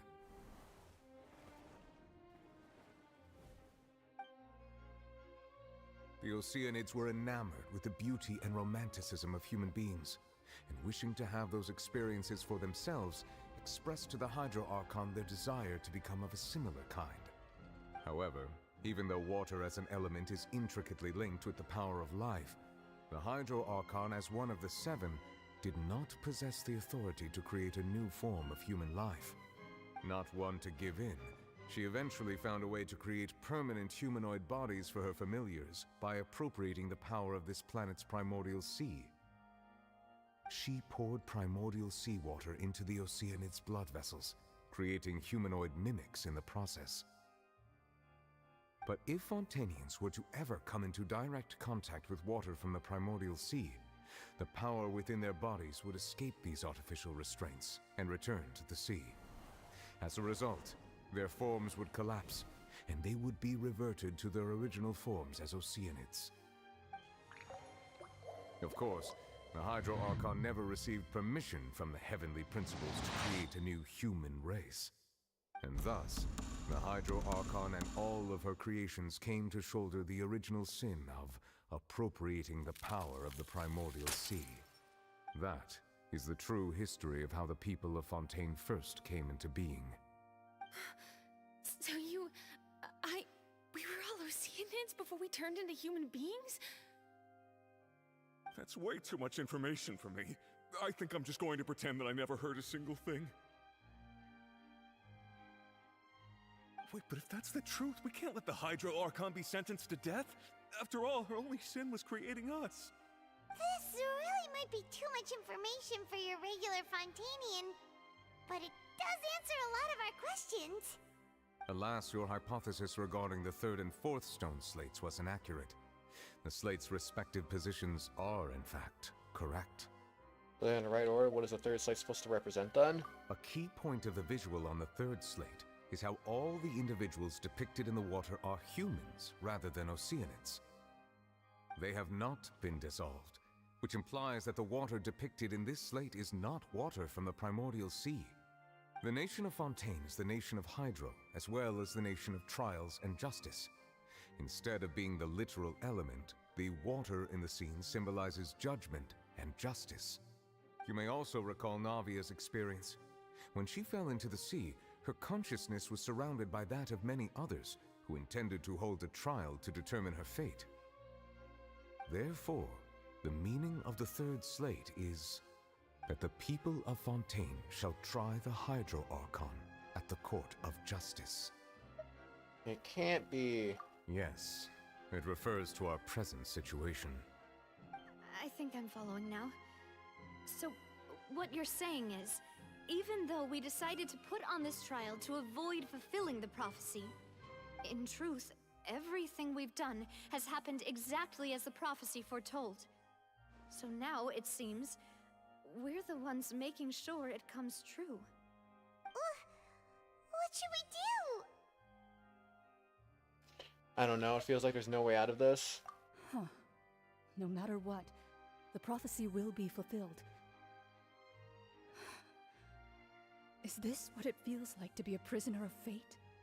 If that's the case, does that mean the scene in the fourth slate will also be fulfilled soon? Traveler, I would like to point out another small fallacy in your deductions. About the fourth slate, you probably thought that the eruption of primordial seawater beneath the fortress of Meropide served as the surest sign that the prophecy was about to come to pass, yes? However, I believe that rather than being a sure sign, that eruption could in fact only be a small warning of something far worse to come. As for the root cause of the catastrophe, I believe you've already encountered it once before. I have? Wait, could it be?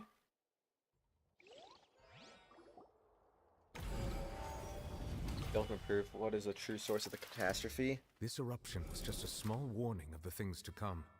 We must find the root cause of the disaster.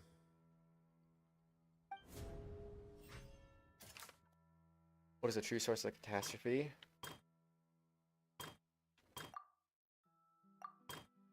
Oh.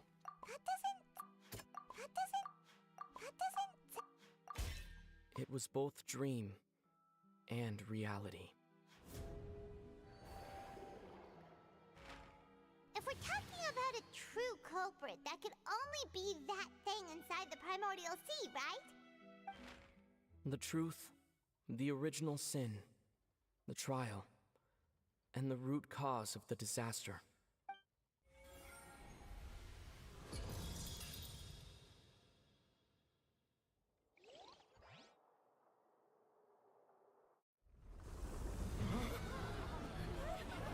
Uh-oh.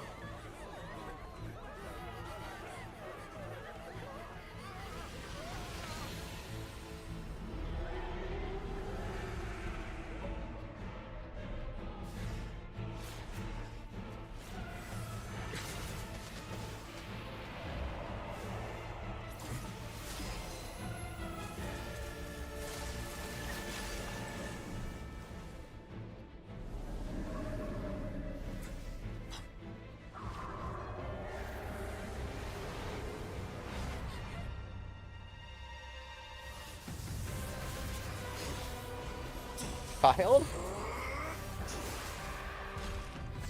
Okay.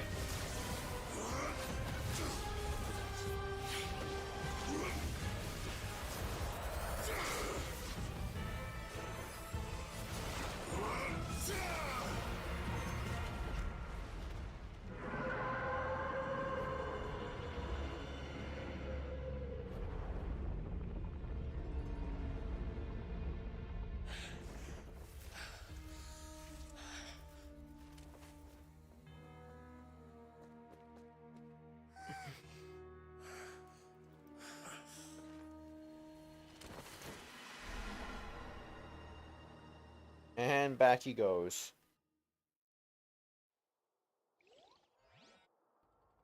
That was way too close! How did that thing just burst into the Opera House? Wait, was that the huge whale you saw in your dream? That's right. I wager that it's also the one that child saw when he was young. So we've met it at last. I understand very well why it has chosen to make an appearance here. That whale does not belong to Teyvat. It is a monster that has traversed the stars, weeping all the while. It has been greedily consuming the energy from the planet's primordial sea, using it to grow. That is the main cause for the rising sea levels. And once it has finished consuming all of the energy contained within the sea, its next step will be... You said that when the Hydro Archon first created Fontanians out of Oceanids, she filled their blood vessels with primordial seawater. Precisely. That whale finds the blood of Fontanians nigh impossible to resist. Therefore, when it left the primordial sea, it decided to make its next stop a packed opera house full of food. Food in the form of Fontanians. We just barely managed to push it back, right? In that case, won't it come back to target the people again once it's managed to recover its strength? That is correct. Indeed, it is more accurate to say that we should thank that Harbinger for buying us some time. Without him, the whale would have likely come onto land far sooner. From the way he looked, he must have been fighting the creature for quite a long time. That battle maniac. We've always known that he had a special connection with that whale, but we definitely didn't expect it to help us out like this.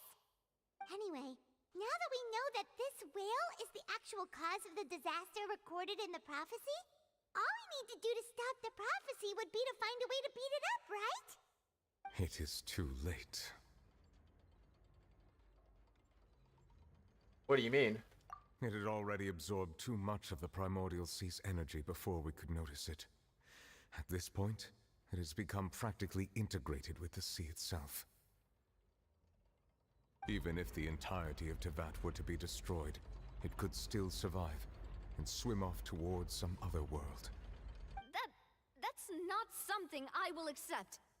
We've already done everything we can, and we even found the true culprit. We've come so far. You can't just tell me that the last hurdle is some impossible foe. That's just not fair. Indeed, that's not how a grand performance should end.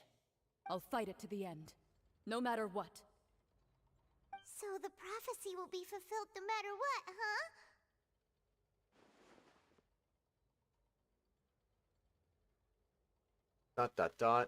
The prophecy. Yes, what has been prophesied will be fulfilled. You may view such things as the history of the future. Oh, I still have to press A even though it's talking, okay. Everything still turned out like this, we couldn't fight against fate. Wait, well if this is all about fate. Just as prophecies are usually only the future as seen from the perspectives of the gods, could things be happening in hidden corners where the gods' gaze does not fall? Ultimately, fate shall serve as your only guide, no matter what will happen in Teyvat's future. All you need to do is to play your part. Maybe that even the prophecy is fulfilled, there would still be a way to save everyone? Did I miss something? I forgot about Furina. What was that she wanted to say to me the last moment in the giant magic box? What is her real secret?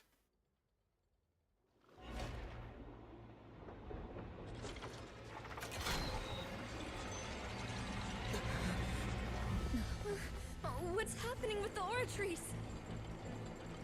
I believe it is preparing to carry out the death sentence.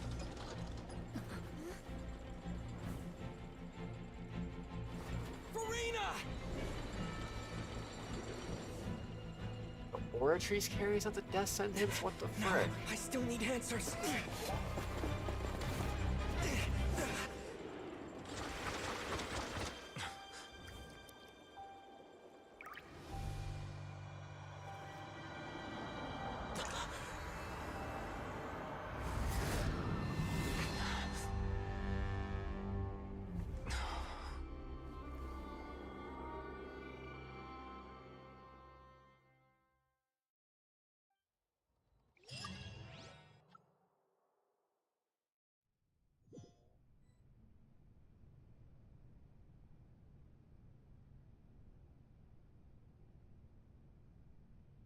Wow, a person. You. Furina. Sorry. That shocked expression on your face is just too amusing. I couldn't help myself. You are not Furina. Who are you? Ah, the sweet sound of bewilderment. Marvelous. A sure sign that my attempt to deceive everyone was a resounding success. But to answer your question, I am Focalor. You know, the god. Focalor. Why did you deceive us? Oh, that wasn't my goal, of course. Goodness, no. But I had to fool everyone else too, if I was to stand any chance of deceiving the heavenly principles. Deceiving the heavenly principles? It's all because of that pernicious prophecy. Dreadful, wasn't it? Everyone doomed to dissolve. Fontaine condemned to be flooded. One was not amused. In fact, one was positively bemused when that problem was thrust upon me by my dearest predecessor. That's the former Hydro Archon Egeria, for the uninitiated. It hardly gets more disastrous than a preordained national catastrophe, now does it? She knew full well that the prophecy would surely come to pass. And as one of the seven, she also knew full well that one defies the heavenly principles at one's peril. So yes, as you have no doubt surmised, it was a rather impossible situation that I found myself in. I spent a terribly long time mulling it over, alone on the ocean floor. And I was almost growing barnacles by the time I finally realized there was only one possible solution to this confounding conundrum. I had to outwit the heavenly principles, allow the prophecy to be fulfilled, ostensibly at least, while saving everyone at the same time. I'm a genius, I know. I can only assume that's why Egeria chose me as her successor. Although, looking back now, it was hardly the inheritance one dreams of. Between the task of saving the nation, the quotidian duties of the Hydro Archon, and not to mention the original sin of creating a new race of humans, I dare say she left me quite a colossal mess to clean up. But one can only play the hand one is dealt. I did not choose this, any more than I chose to be one of her Oceanid familiars. So you were also once one of the Oceanids, transformed into a human by Egeria's hand? Yes, I was. I always dreamed of becoming human. And I still do, even now. In my eyes, to be human is to be part of the greatest opera ever known. After becoming a god, I separated my divinity from my body and spirit, leaving behind only a self that was as naive and bewildered as my past self on her first day as a human being. The me you see before you now is that divinity. And the human counterpart I left behind, I named Furina. She could feel joy, sorrow, and everything in between. She could be as vain and conceited, or as meek and vulnerable as she wished. Her strengths were of a kind only a human could possess, as were her shortcomings. But in my eyes, Furina's humanity was what made her perfect. She was perfectly human in every way. The person I always wanted to be. Anyway, so then I cursed her. All part of the plan, of course. The plan to deceive the heavenly principles. Do you still remember the final scene of the prophecy? The Hydra Archon alone, weeping on her throne. In order that the prophecy might appear fulfilled, I invited Furina to be an actress, to play the part of the Hydro Archon in the prophecy. Under the curse I placed on her, so long as I, Focalor's divinity, continued to exist, she could not die. But nor was she free to live her life in the pursuit of happiness. Instead, she was forced to take the stage in the opera house, to embrace the role of leading lady, to forever play the part of the god from the prophecy, all to create a deceitful appearance of that prophecy coming to pass. I suppose now you probably understand why your court is called the Opera Epiclese. But Furina is only human, isn't she? Even though she has had a long life, her mind is no stronger than that of any other ordinary human being. I cannot begin to fathom what she has had to endure. It must have been torture for her. It has indeed. And although she is, in a sense, me in human form, I most definitely owe her an apology for it. It's been 500 years, and all along, she's been playing her part in the most unimaginably long, unbearably lonely, and agonizingly painful opera of all time. I'm in a cutscene. Could you send me a friend request, please? My UID is in the bottom right corner.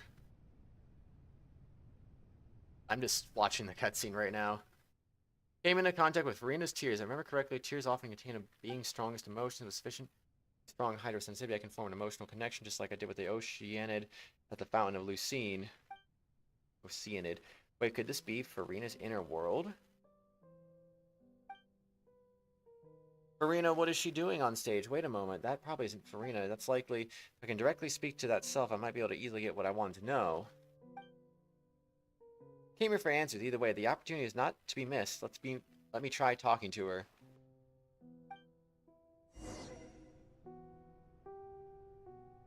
(620880607). UC Rith Quinton Charles. I don't know what that means. But nice.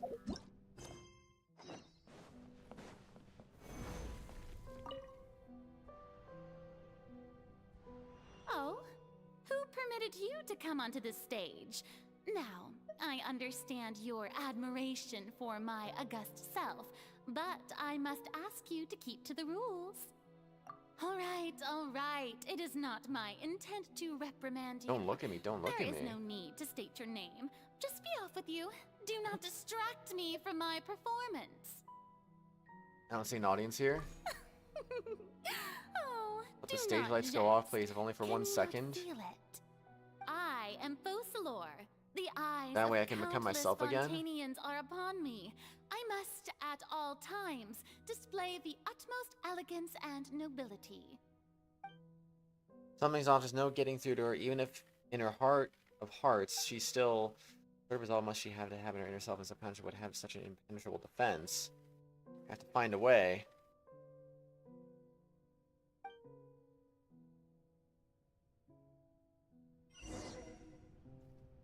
Turn off all the spotlights. Okay. Dear audience, the performance is experiencing a technical difficulty, but worry not. The guards shall resolve it soon enough. Die, monster. You don't belong in this world. Beg for mercy. Hey, what gives? The audience is still watching me, you know. Guards? Wait, where are the guards? Guards! He dodged, really?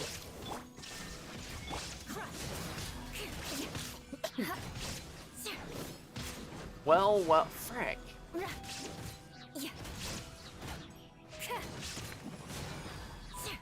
Do.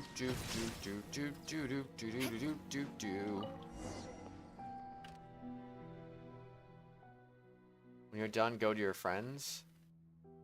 I'll try to. I don't think I can right now because I think this might be a domain. So I'll do it after I'm done with this. I'm gonna take it. When did that end up here?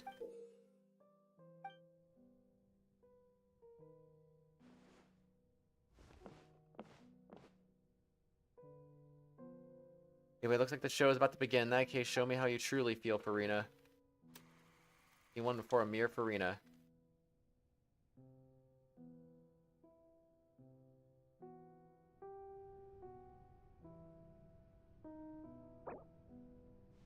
Yeah, I didn't think so. I can't do that.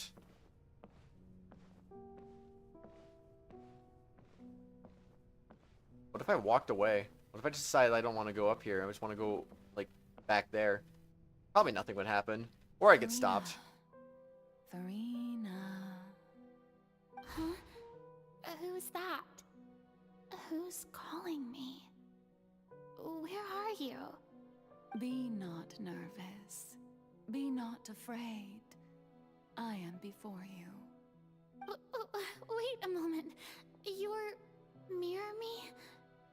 How can this be?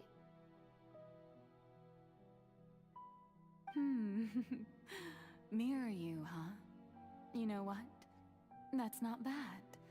Let's go with that. Mirror me. What do you wish to say? The prophecy. Have you heard of it? What prophecy? Wait. I know. I think. I don't know why, but it's in my head somehow. The people will all be dissolved into the waters, and only the Hydro Archon will remain, weeping on her throne. Only then will the sins of the people of Fontaine be washed away. Oh, very good. You know it well. What's going on? I can't seem to remember anything clearly. The only thing I know for sure is this prophecy. Will it really come to pass? Yes, it will. And that is why I've come to you. Disaster will come to Fontaine sooner or later. Things will develop just as the prophecy declared. There is no escaping it. But doesn't that mean everyone will die? I'm a Fontainian just like them. Will I dissolve too? Oh, don't worry. Magical meetings exist in this world precisely to give people a chance to turn things around. It is the reason why you met me today. I will tell you how to save everyone, but you may have to suffer somewhat. Oh, so there's still hope after all. Goodness, you frightened me. You spoke so much and with so much certainty. As for the suffering, well, I will admit that the first thing that came to mind was, why do I have to be the one to suffer? But if the prophecy will come true, I'll also die anyway, right? So if I've already met you as my magical meeting in this world, if there were scales, with all the people of Fontaine on one side, and my pain on the other, is it not obvious where the scales should tilt? You truly are the perfect human. My ideal. I suppose this would also be the justice that belongs to you. Huh? Don't worry, it's nothing. Listen well. Fontaine has just lost its Hydro Archon. I need you to play a role. That of the new Archon. Play as a god? That's right. You must begin a never-ending masquerade. You must never let anyone suspect your identity. If you can keep it up, then I shall have my way of defying this prophecy. But should your identity be revealed, then all hope will be lost. But how will I do this? A human assuming the role of a god without being exposed. Don't worry. What you must do is not to turn yourself into a real god. You simply need to play the role of a god as humans imagine them to be. Being a human yourself, I'm sure you already know what such an entity would be like. Remember, your true challenge will not be pursuing divinity, but contending against humanity. I'm still not sure I understand, but I'll try. I'll try to do this. So, how long am I going to have to play this role? To accomplish this mission, you will have to stay on the stage for many, many years.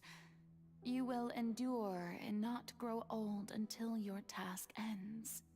But I promise you, all will eventually end in a magnificent and dramatic trial, and everyone will be saved. A trial, huh? How exciting. I'll be looking forward to it. Scene 2, accession speech for Furina.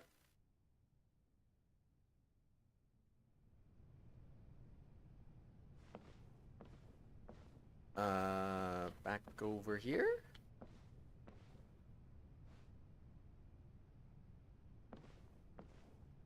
Okay, I'm gonna keep moving.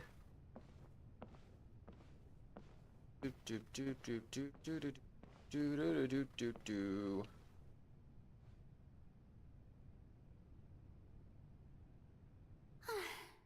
The Maison Cardinalise has announced my accession, but this is my first time facing the people. What should I say to most appear like a god? To be honest, I still don't know. Perhaps I should first try to act natural. Summon courage. Ladies and gentlemen, good evening, and welcome to the Opera Epiclese.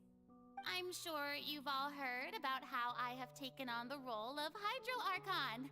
Indeed, I am Furina de Fontaine, your new Archon. You're at the hospital on your birthday? I'm sorry to hear that.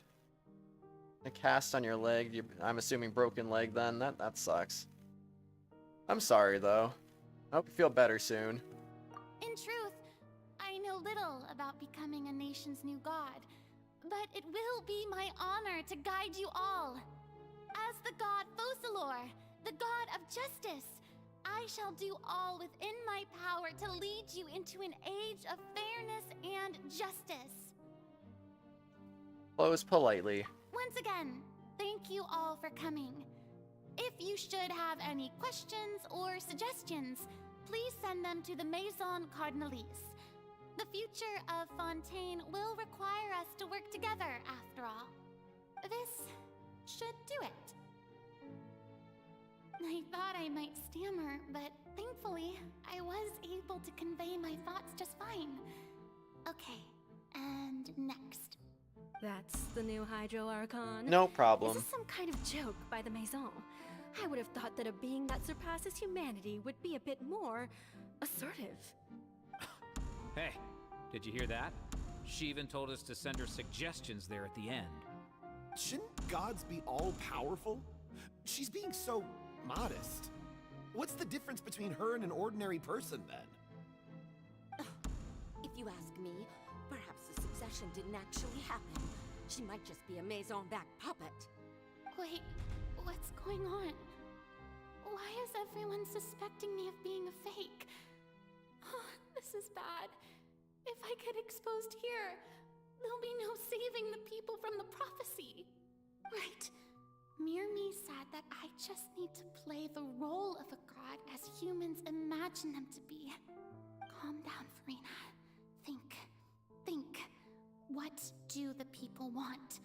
How would they imagine a god to speak and act? Assertive, strong sense of presence. One who can dispel all doubt. That is the character I'm fated to play.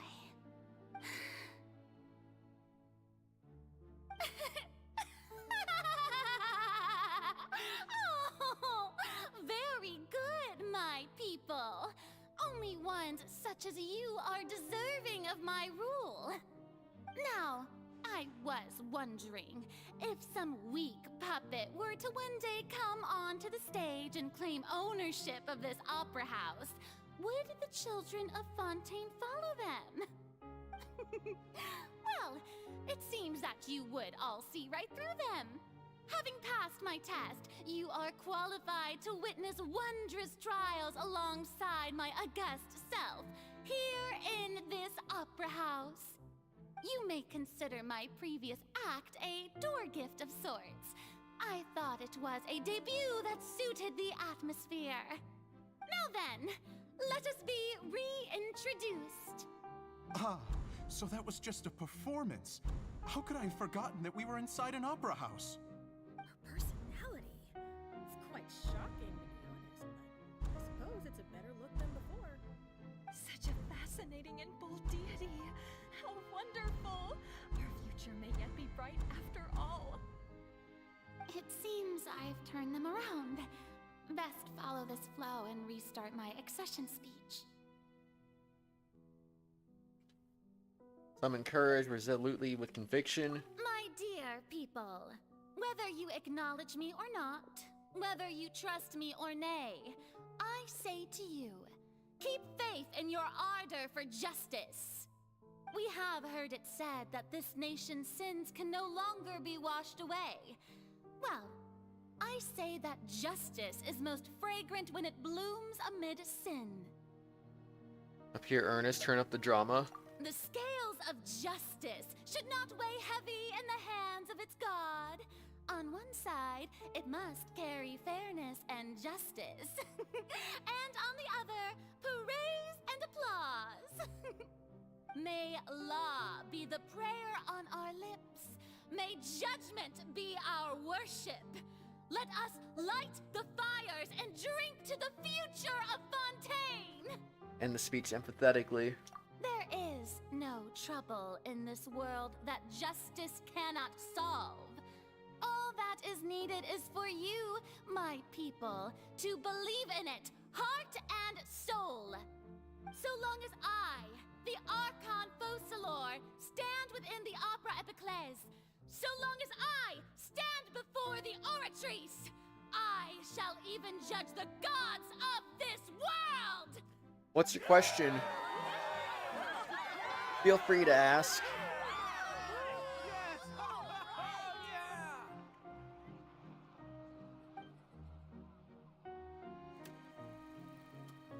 Theme 3, Opera House Furina.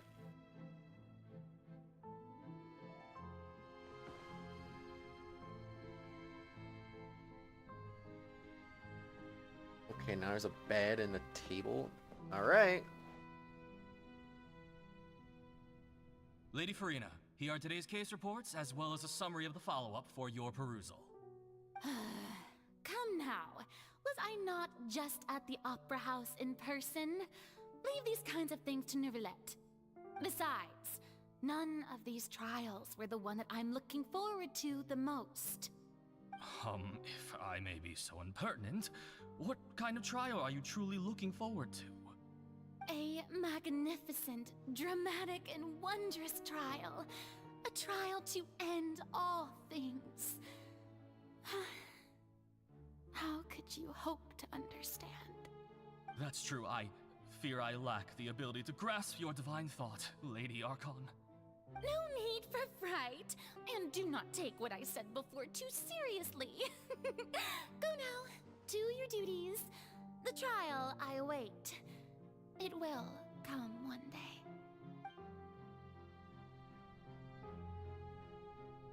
My controller really loves drifting for some weird reason. It's so weird.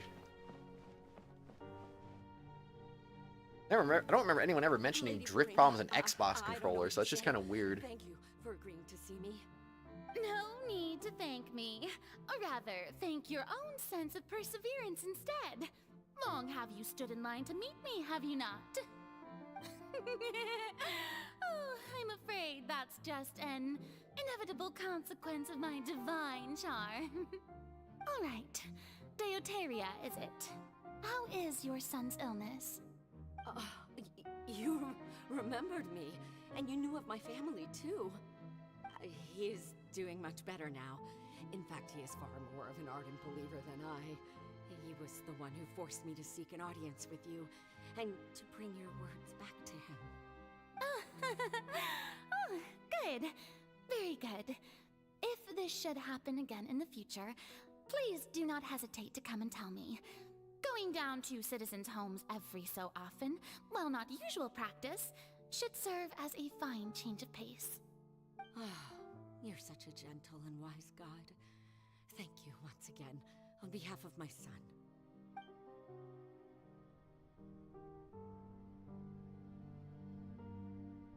Okie dokie, over here, please. At least she's running and not walking now. Little better.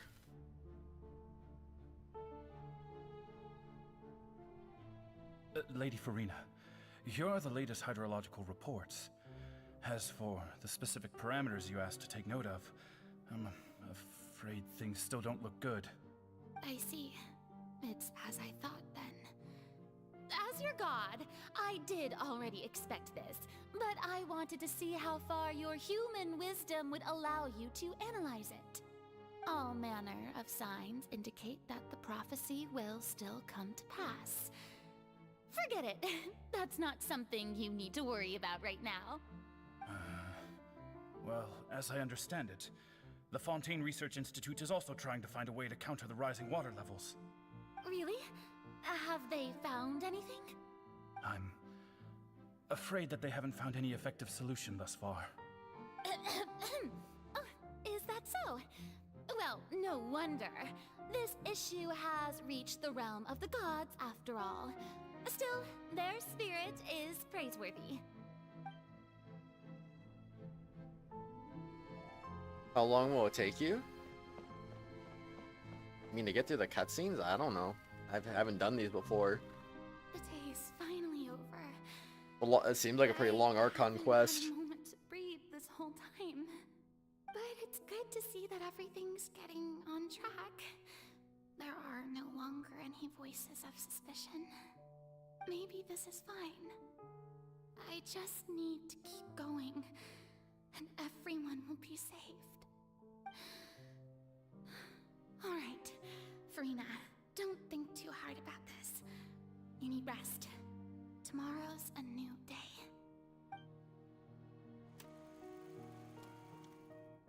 Scene 4, Opera House Furina.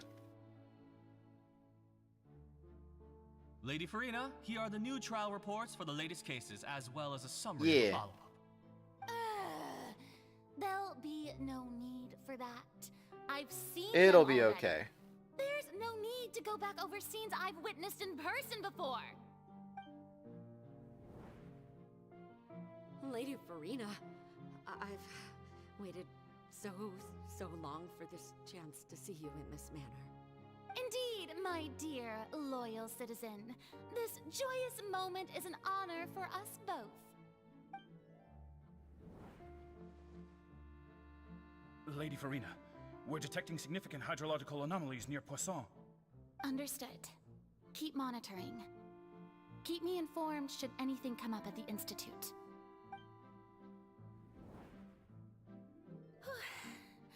I don't think I let anything slip today. I must show the people that there is nothing to worry about.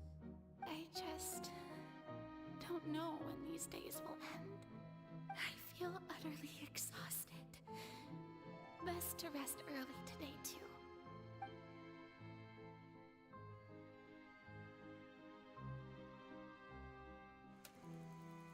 Scene 5, Opera House Furina.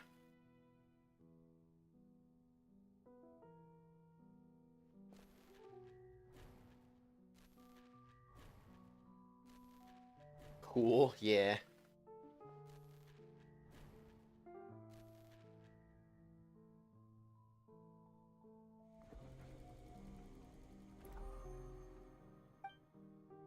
Scene 182,375, Opera House Furina. What Lady the Furina, it's like a dream being able to speak with you up close like this. I've heard that the first member of our family who was honored Skipped to a lot of receive audience scenes. with you was Madame Dioteria, almost 20 generations ago. And what a fine family yours is indeed. It brings me great joy to meet such a faithful believer, a descendant of a line most ardent. Surely you exaggerate, Lady Furina. My lady? What is it, good citizen? Are you crying? Oh, really now? I didn't even notice. This must be the overflow of hydro from my person. Well, can't quite help being the god whose dominion is the waters, can I? No wonder. No wonder. A manifestation of your power, then. Oh, Archon, I am honored to have witnessed it. Honored indeed. Poor Furina. So interminable. So lonely. Just how much longer? Hundreds of years must have passed by now. Perhaps the show must go on for hundreds more. I never imagined that it would hurt so much. Have I reached my limit? No. Perhaps I reached it long ago.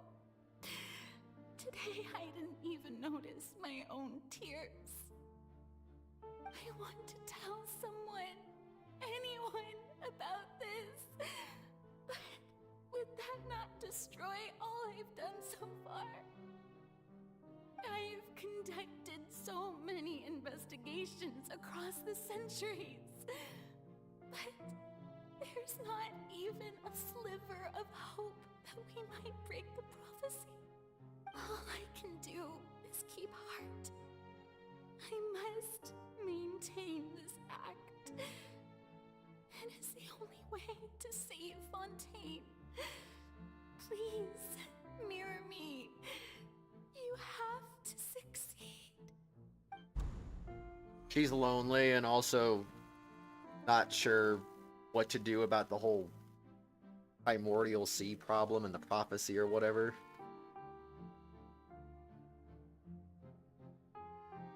Totally get it. Furina, you don't have to shoulder this burden alone. Although I don't know what you might be keeping from everyone. Your people are more than willing to share your burden with you. My voice in the scene from when was in the Great Magic Box. Great ending of the scene would replay in her inner world. Surely I'll find out what she wanted to. My burden. That's impossible. It was fated right from the start that this would be my duty alone. But even if your burden doesn't need to be shared, you can still choose to confide in someone. Just share it with me. I'm what you'd call a witness. A witness? Yes. I've heard that you came to Tevat from beyond the stars, yes. In other words, you never belonged here. And if Tevat is, in its entirety, a show on a stage, then you're just a spectator, aren't you? If that's the case... He's right. I could confide in him, couldn't I? But if things don't play out as expected, the people of Fontaine will be the ones to pay the price. No, Furina. You shouldn't be selfish. But what if it's really alright? Furina, you've worked so hard for so long. Surely it would be okay to put Are you yourself okay? first. I'm sorry. Holy Just frick. Is it such an outrageous This is not thing good. to do anyway? To find someone in whom you can confide your frustrations and sorrows? Surely it could not hurt. If you let this opportunity slip through your fingers, it might never come by again. Think about it long and hard.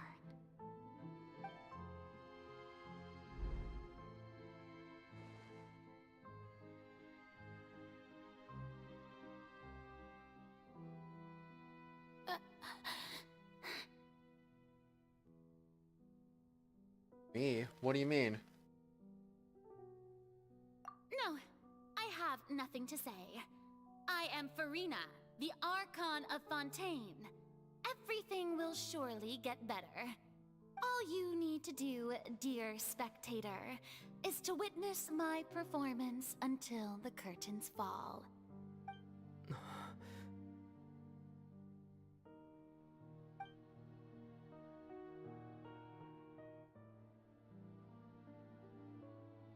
Fine.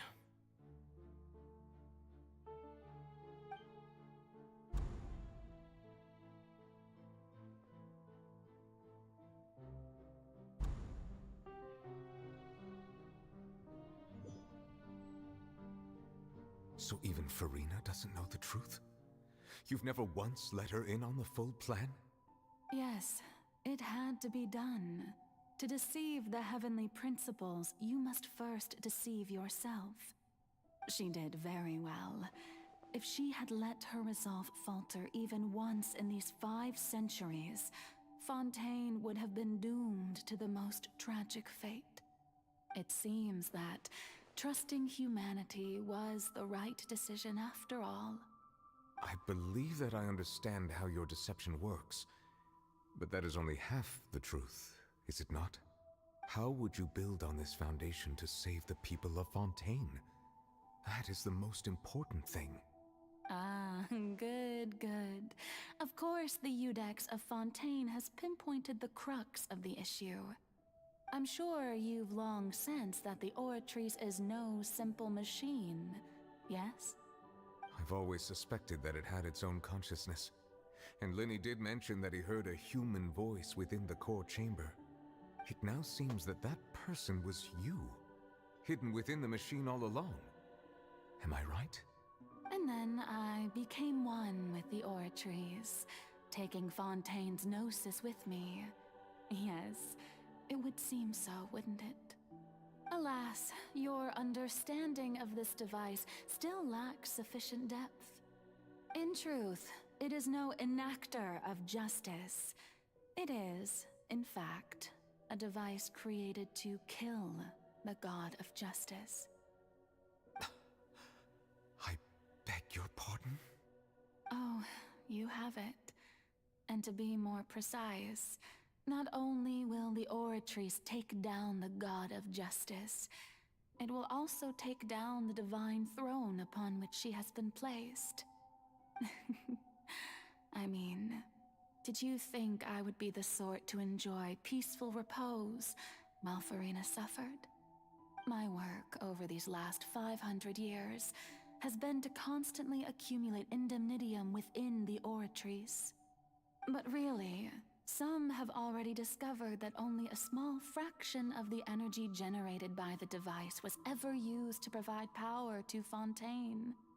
The vast majority had to be, accumulated to enact this death sentence.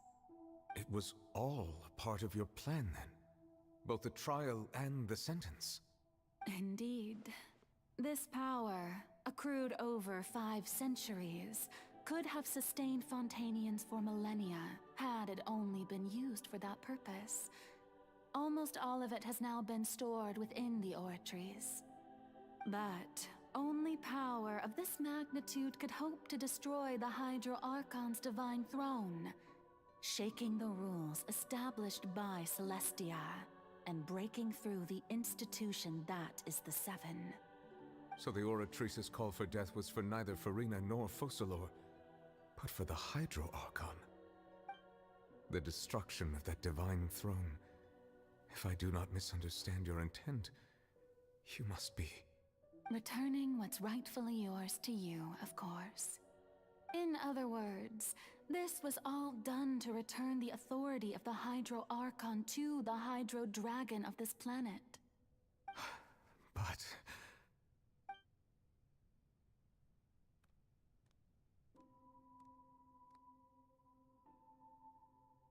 Oh, what? Getting sad again, are we?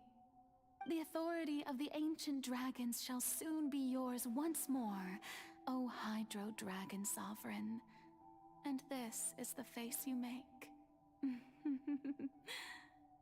All you've done throughout the years is just so you can sacrifice yourself at the very end. I've never quite seen it that way, you know. Even now, I'm quite pleased at how well my deception worked.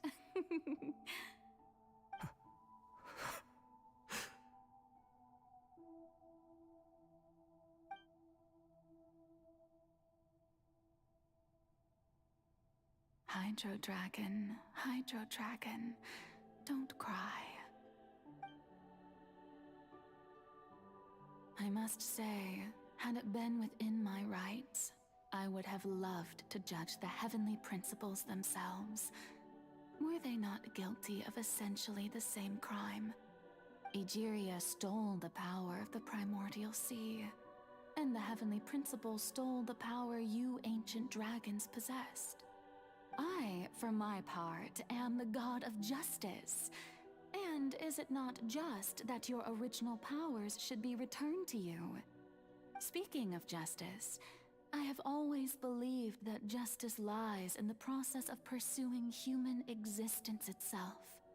So, if the theft of the primordial sea's might was Fontaine's original sin, then, leaving matters of procedural right and wrong aside, the descent of the Fontanians as humans and their right to exist in this world would be Fontaine's original justice.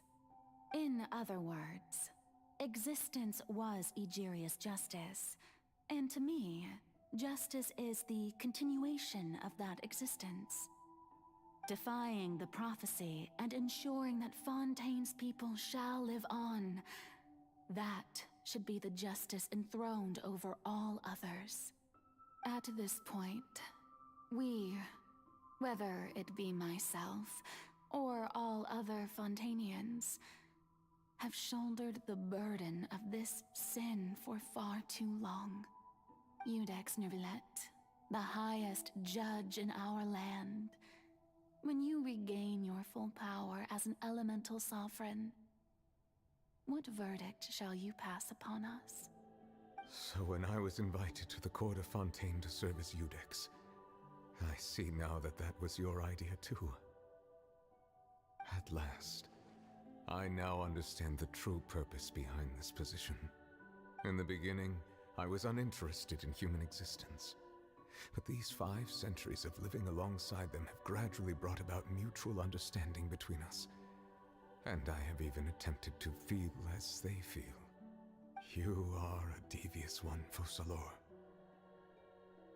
Things being as they are, surely you know that I could never declare them to be guilty.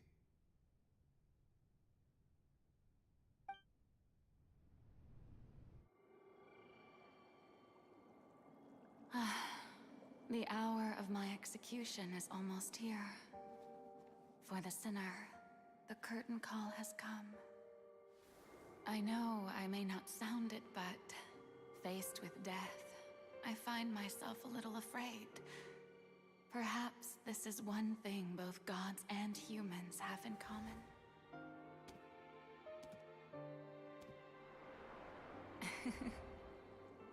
Farewell, Nervilette. I hope you've enjoyed the part you played these 500 years.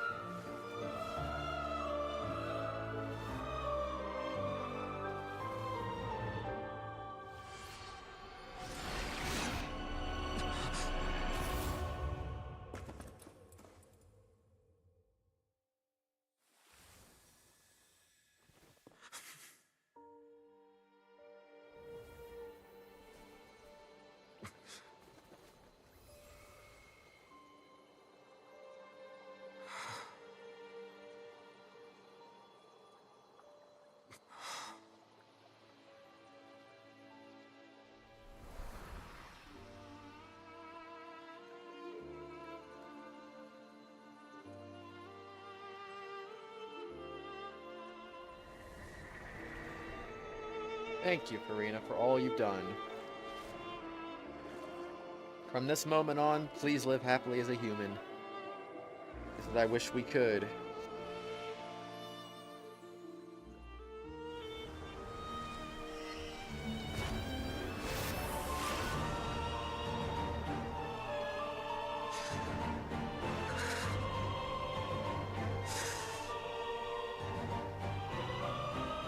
I, Eudex Nuverlet, hereby declare, people of Fontaine, your sins are forgiven.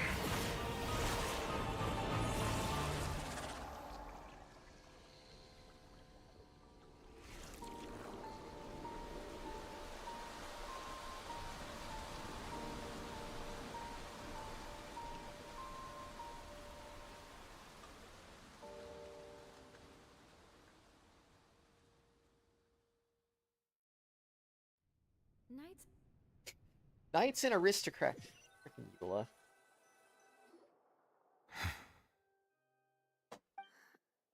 What just happened? Has the death sentence been carried out? Was that bright light some sort of misdirection? I have a feeling that something huge just happened. But since we're all still alive and haven't been dissolved, I assume whatever happened was good for us. It's time to end this. We must mete out punishment to that beast. Didn't you say just a moment ago that it can't be defeated? I have gained the strength sufficient to deal with it. Through certain means, I now have the ability to separate the power of the Primordial Sea from that creature.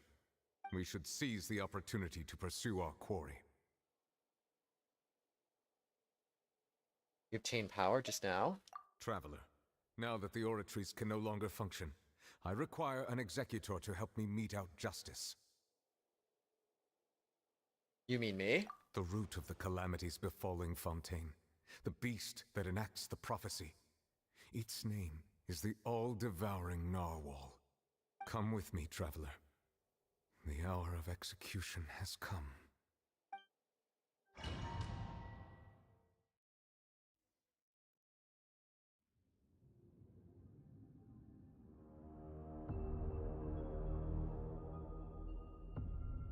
But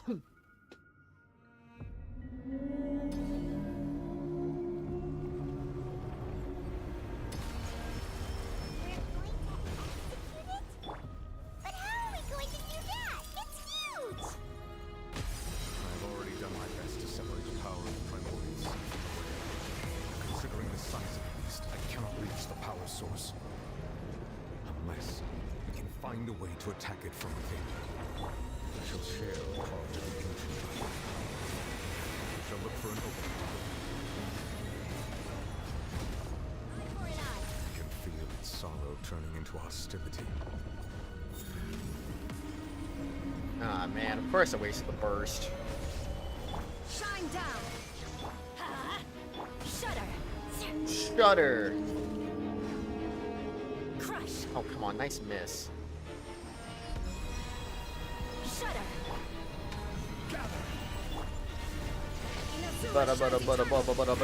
Oh. The all-devouring Narwhal cannot resist its instinct to devour. Continue to trigger its hostility. Chance will present itself. What does this do?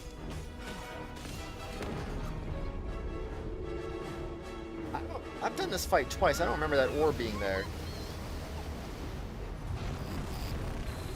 So breaking that orb what triggers this phase? I didn't know that.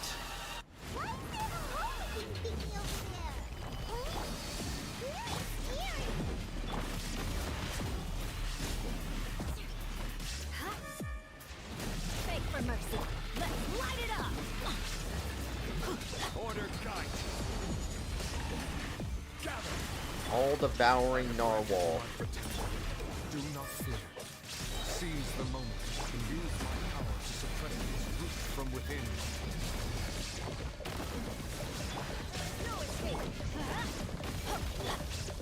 Alright, I need a shield. Shield regeneration. Let's light it up! Come on, give me the thing. power Numa or Orsia to destroy the interact with shadow attacks. Going in! Illusion shattered! Now you shall perish!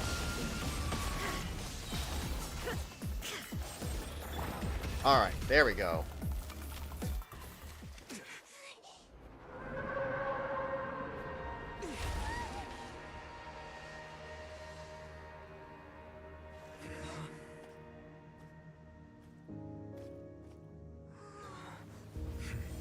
Hello, Zyro. How are you?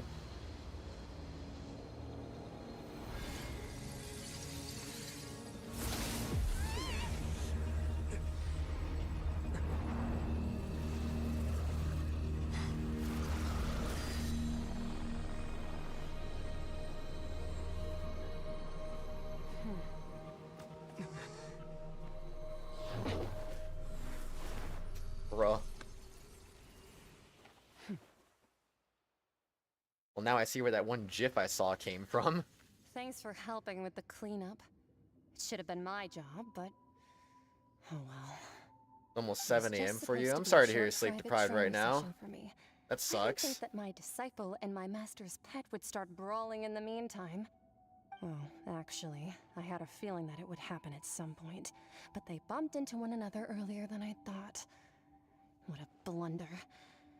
I suppose I'll have to swing my sword 3 million times as penance. Skirk. Disciple, your master's pet. That power. Who are you exactly? Paimon has an idea. From what she said earlier, she must be Child's master. Skirk, right? It's just that he gave us the impression that she was the less talkative person. I simply did not have anything to say to the weak. But you, on the other hand, managed to defeat the all-devouring narwhal without using power from beyond this world. So you may speak to me as equals. What sort of person would take the all-devouring narwhal as a pet? No, poor Paimon. I have to agree. It's a strange use of a planet's primordial waters just to raise an all-devouring narwhal. That kind of power is wasted on it. It's not cooperative. It eats too much. And I have more important things to do with my time than pet sitting. The only thing that creature has going for it is its looks. All in all, it fails as a pet. Miss Skirk? I think you might have missed the point. The point being? Well, being that this pet almost destroyed an entire nation. So what sort of person is your master? Well, Child's master's master. Wait, is that right? Oh, right. So you don't know Oh, him. she definitely does. Sorry, I assumed you did. His name is Sir Thelxie. Who? I am unfamiliar with that name. Almost 7 p.m. right so now. Master is insufficiently famous. Almost. 6:49. How should I describe him then? Have you heard of the name The Fowl? The Fowl? Still nothing? Well, how about the Visionary? Vetterfulnir then? Or Gold Rhindaughter? Ooh, that one we've heard. Rhindaughter's part of the Hexen Circle. She's Albedo's mom, right? Oh, so you do know that name. To be honest, I also heard all of those names and titles from my master. I don't actually know them either. But I suppose you understand now, yes? My master is likely a similar sort to Rhindaughter. They are both pursuing some form of perfection. Wait, didn't you also mention a visionary person? Paimon didn't quite catch their name. Actually, never mind that. I believe it expedient to inform you. Mountain time zone. The all-devouring narwhal used up nearly all its strength fighting you. Such roiling hydro energies will prove difficult for the planet's deep seas to digest. As such, the fontaine back on the surface has most likely been thrown into chaos. In other words, the prophecy that you've been fretting over should now be in full swing. What? No, there's little to be surprised about Paimon. It is natural, after all. The prophecy will surely come true. We knew this and accepted it. However... Not to worry. Focalor has already managed to deceive the heavenly principles.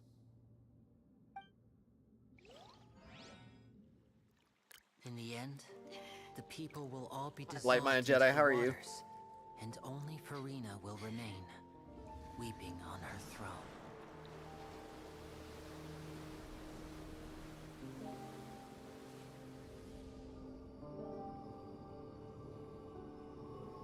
Only then will the sins of the people of Fontaine be washed away.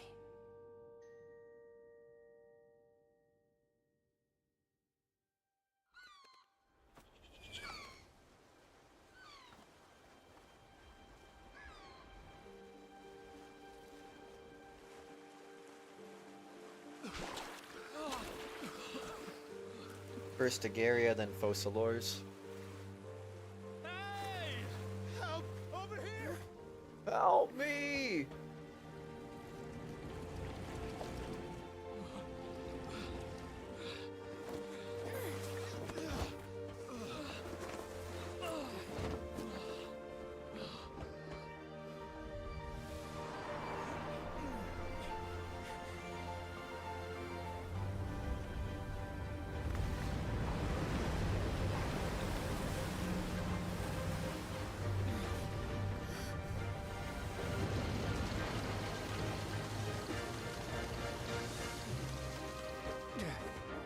All hands, initiate emergency rescue!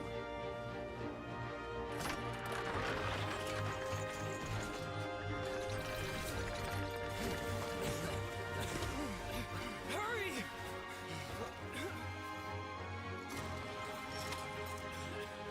Hey, lend a hand!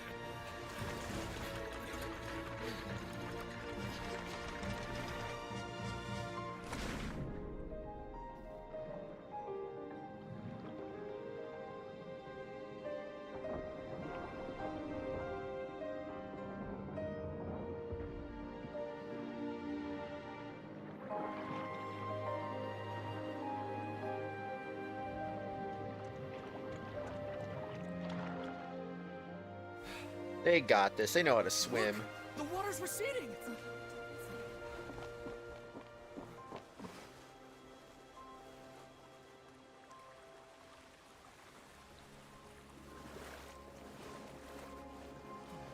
It's a miracle! We didn't dissolve. The prophecy was wrong. The prophecy was wrong.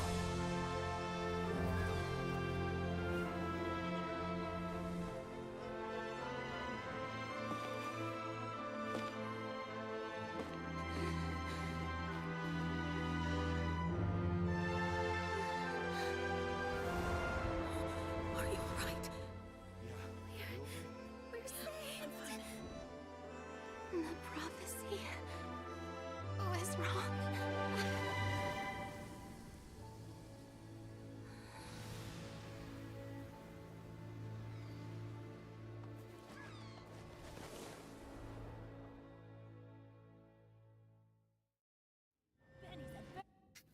Penny's Adventure Team, assemble!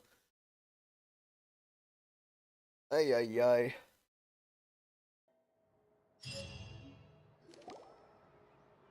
Vasula renewed. The Spina di Rasula talks post-disaster rebuilding.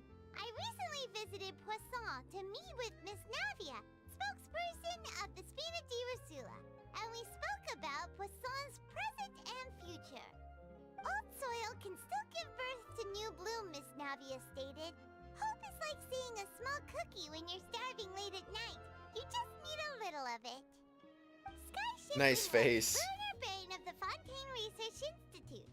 The various disputes that have arisen on account of Mr. Edwin have suddenly become a shield over the Institute, with Jurier turning out to be a once overlooked hidden gem.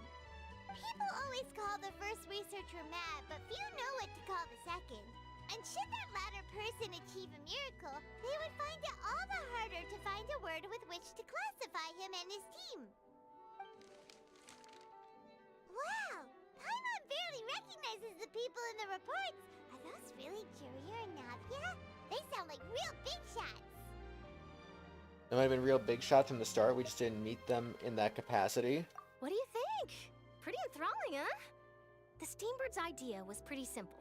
With the disaster just having passed, we would print a free edition packed to the margins with good news to calm people down. The value for these big scoops lies in their inevitable follow-ups. We'll publish further reports and go into the stories behind those people. Edwin's assistant, Jurier, created a true flying ship, while Navia is leading people in the reconstruction of their home. I'm sure that these stories could draw even your well-traveled eye. The articles do make me curious about how things will play out. I'm curious too! Wait a minute. Didn't we watch everything happen from start to finish? What's there to be curious about? And that's exactly why I'd like you to come conduct interviews with me. You're the best incubators of news, if you haven't noticed. And also, with you around, I'm sure I'll get to see that Duke. Are you sure? Hasn't he turned you down several times already? Oh, this time will be different. Come on! Let's head to Poisson first, and then make a trip to the fortress. There are some things you'll only know when you get there. Okay. Alright, I can finally access my gosh dang menu again.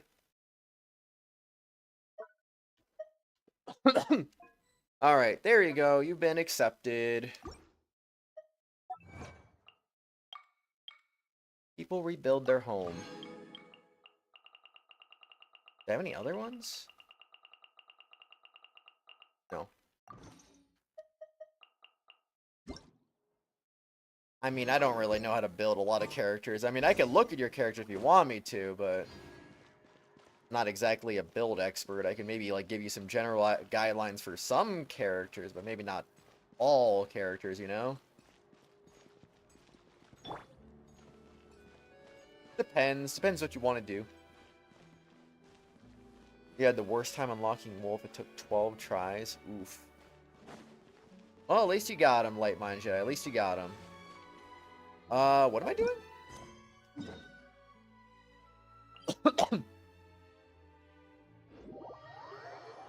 YouTube really likes blocking those.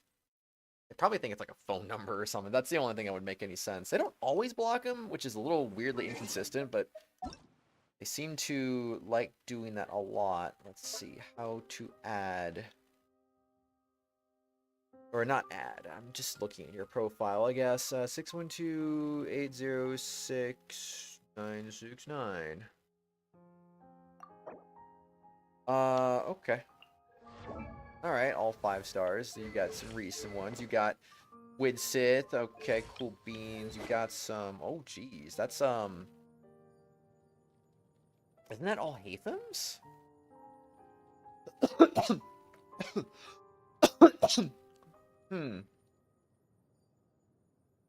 Normal attacks and elemental skills by 120%. Effective spirit 28 damage in 12 seconds. Interesting. Engulfing lightning, okay.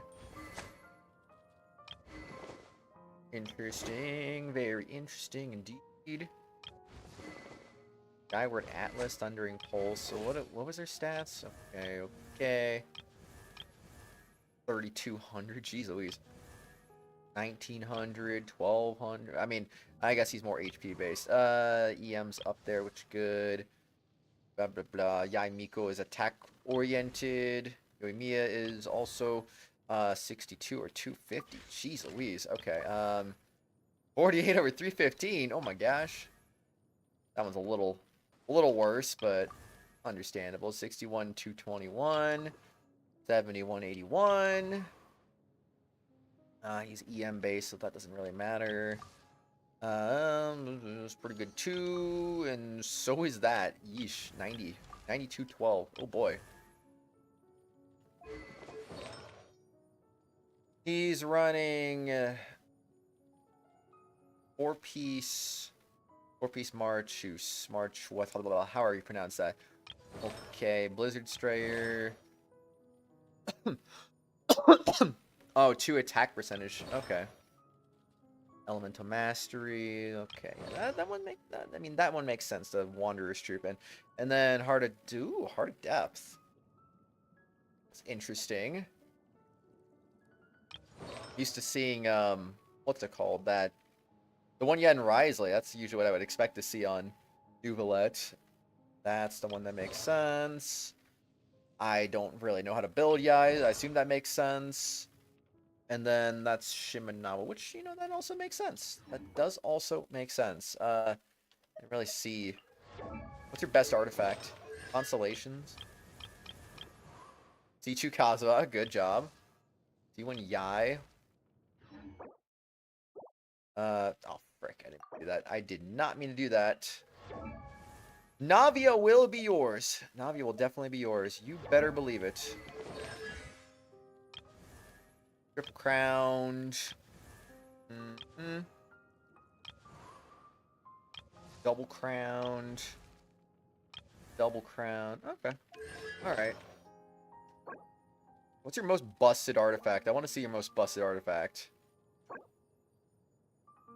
That's pretty good. That's also pretty dang good. That's also pretty dang good. And that is also pretty darn good.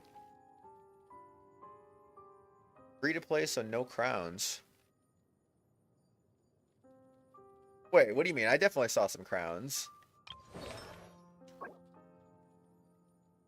Ryo. What, the 16% crit rate? Hello, man. Hello.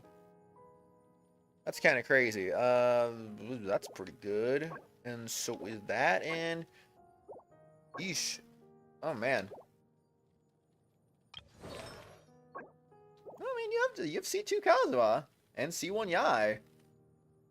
Free to play does not stop you from having constellations. It just means you probably will have less than not free to play players. I don't even know how you build her, honestly. I'm gonna assume that's correct. Okay, but attack sands on Ganyu. Oh my. 15% crit rate and 21% and almost 22% crit damage. That's yeah, not bad. It's not bad at all. Uses HP Goblet? Good crit stats though, for sure. Also very good crit stats there, my goodness. Use attack scaling. Yeah, I don't know how her kit works, honestly. I just assumed that's probably why her signature weapon also has a lot of attack, too. Would make sense. EM set. I'm not going to look at that too closely. Actually, I am curious about your flower, though. 63 and 44. I assume these are all elemental mastery. Yep. Yep. That's a good feather. Decent sands. Solid goblet. Not too bad. That's a good goblet again. Off piece. With a very good circlet. Very good. And very good and very good. Yeah, not bad. Looks like some good builds you got there. Oh. Oh, right. I'm already here. I don't need to... I just need to walk down the hill, and then we'll be good to go. Wait.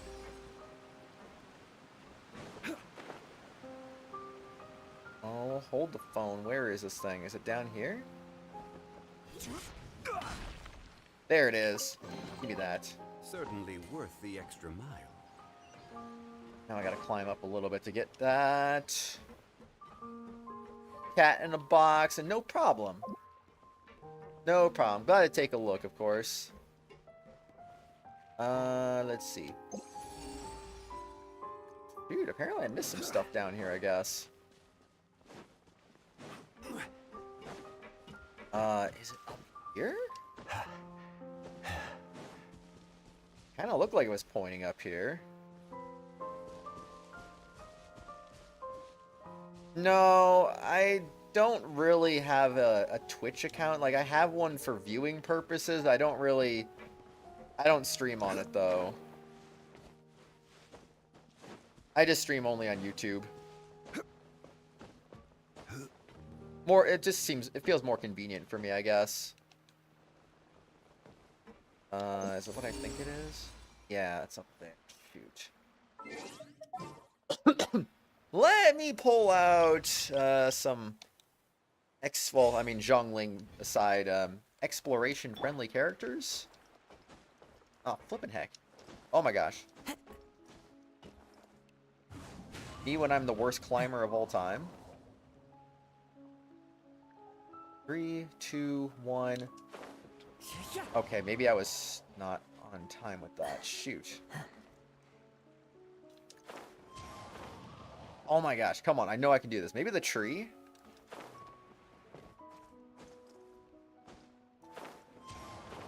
Oh my gosh, I know I can do that.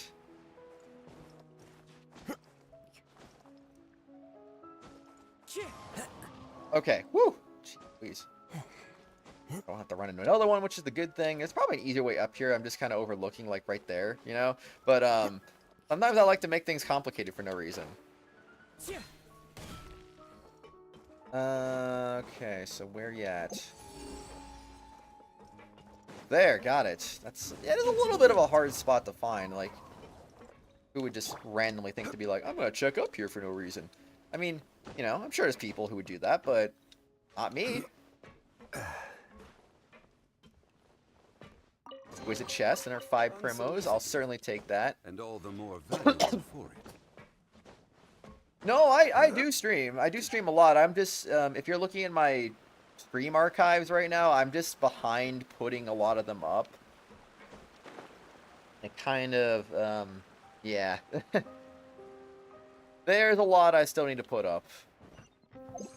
Oh. What the flip? Up there? Over here?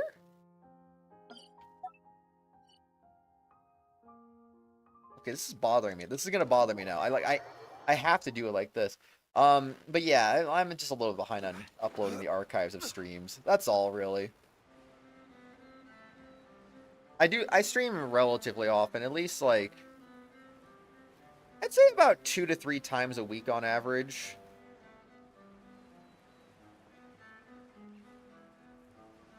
I know, but it's more just for my convenience, honestly. It's like, I don't really understand Twitch. And managing one stream feels hard enough as it is. I can't really imagine trying to manage 2 streams at once, you know? Straight ahead, right over here. Oh my gosh, seriously?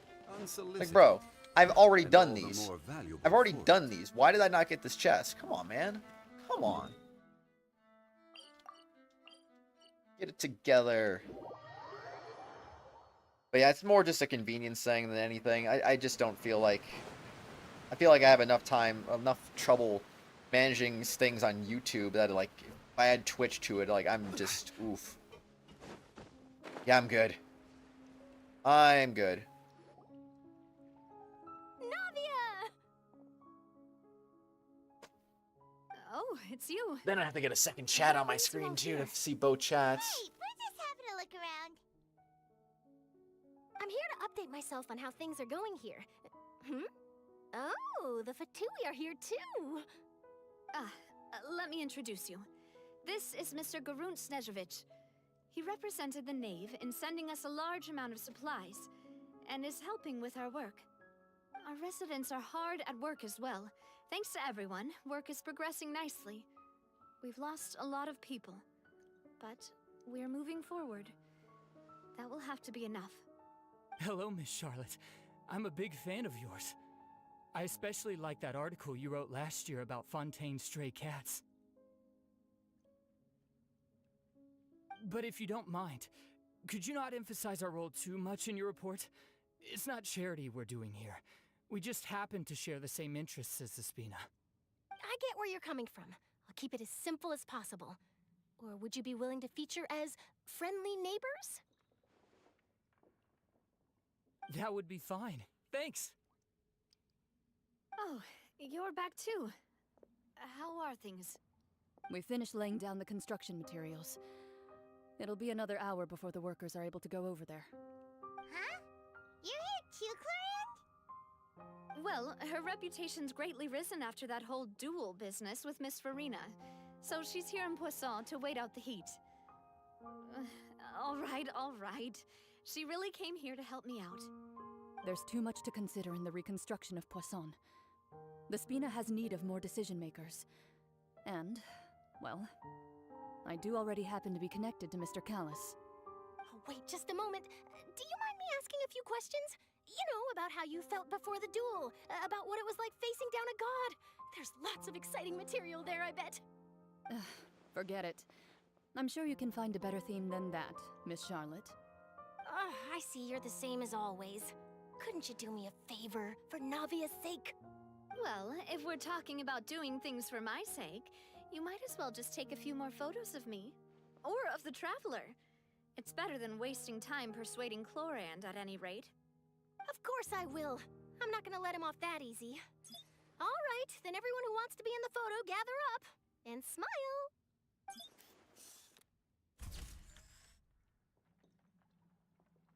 I like how Paimon's still sparkling in the slow-mo.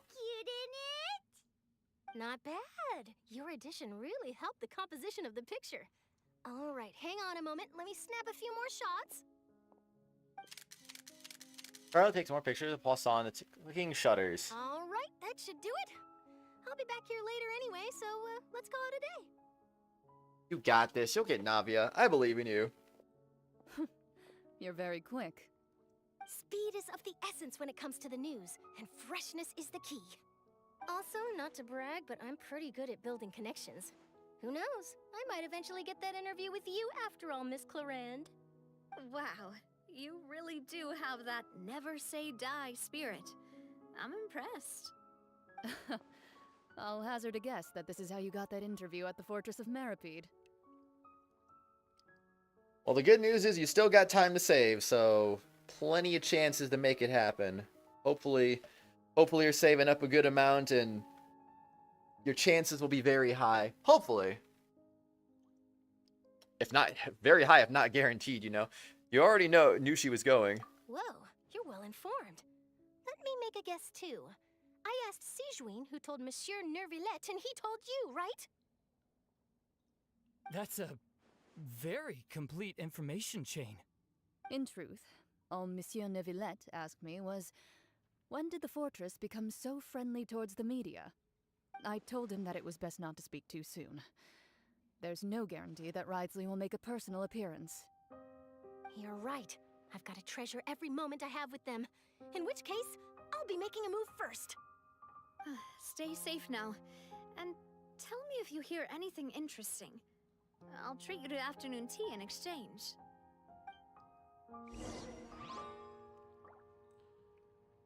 Okay, go to the Fortress of Meropide. Wait, let me try the compass. Nothing. Well, if the Raiden rumors are true, I'm probably going to be wishing for her... Try to go for C6. Just like I went for Eula's C6. I'm going to try to do the same thing with Raiden. Hope for the best, you know? Just hope for the best. We'll see what happens. I do have C1 Kazuha, by the way, too. That's the only other character I've gotten. And that was just me getting lucky with a double. Really. That was all that was. Eula was like the first character I legit tried to like go for constellations on. And boy, I had some wild luck in that one. That was just... It was something. It was certainly something.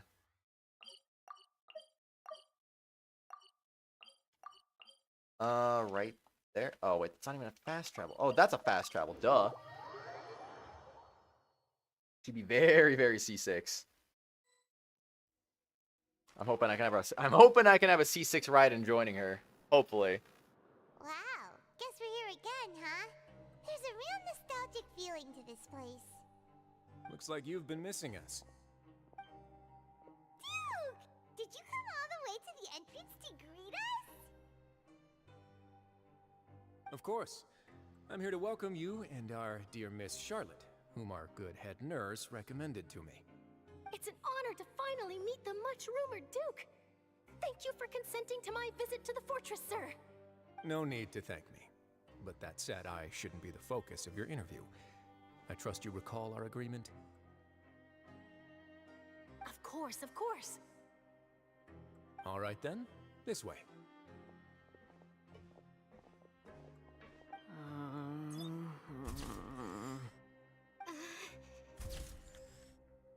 Hey, no need to be so nervous. I've already taken all the photos we need. Miss Charlotte, do these pictures really need to be published on the cover of the Steambird? It would seem that Miss Lorvine doesn't want her face to appear beside that of Mr. Jurier, hmm? Sir, please don't say things like that. But it looks like dear Mr. Jurier denies it. Might this interview be very important to you then? No, I just... This is my first time being interviewed, and I'm very thankful to the Steambird for... Now, I might not look it, but I actually did meet Mr. Edwin once. And I'll be honest, I enjoyed chatting with you more. You've definitely got more of that genius vibe going on. The boat that brought about a miracle, the ark that saved the people. Why, you recreated a myth back there, like an emissary of legend. Still, if I might ask, where's that flying ship now? Huh! Looks like Charlotte's trying to get herself another exclusive scoop. I have to apologize, but that ship is presently in the bowels of our factory. I'm afraid it won't be easy for you to get a shot of it. Really?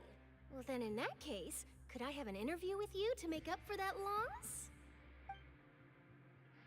Because I know to squeeze opportunities for all they're worth. You already know my answer, I'm afraid. Best you interview our head nurse instead. Or perhaps you'd like to take another photo of this couple of researchers? Did you really have to use the word couple? Well then, 2 solo photos will do. Is my hair messed up? Please, someone help me have a look. Things sure are getting pretty lively here. We've seen this kind of thing before. Oh, seems like everyone's here. Would any of you like to try this new drink I came up with? Ah, Sigewinne. Hey, Miss Charlotte. Why don't you, take some pretty photos of our head nurse? Sure. Come on, Miss Sigewinne. Over this way. Let's find a brighter spot. Huh? Oh, sure. Do I have to smile? So, how have things been at the fortress?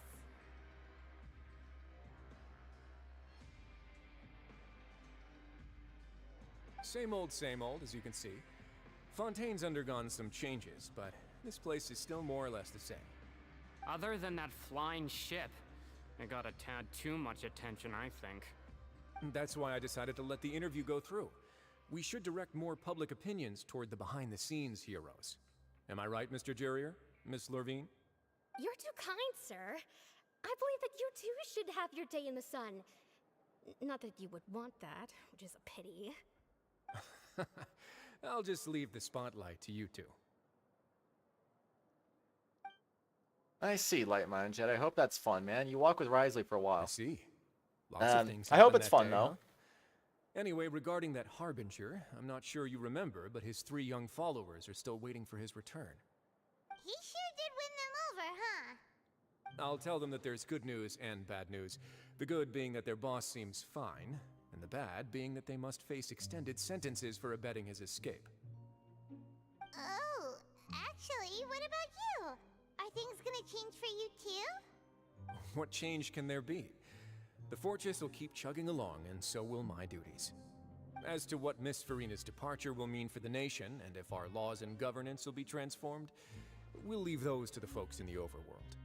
Hey everyone, the photo shoot's done. Good. In that case, let's call it a day here. Thanks for your cooperation. Come on, Traveler, let's go. Till next time, everyone. There'll be a next time? Maybe. Who knows? I might write a story about the underwater factory next time. Until then. All right. Last stop, the docks. Found a way to make a larger diameter propellers work good enough. The only issue will be trying to take off that assistance. I see. What just happened? I forgot that's my stupid controller drifting going on again. When in doubt. When in doubt.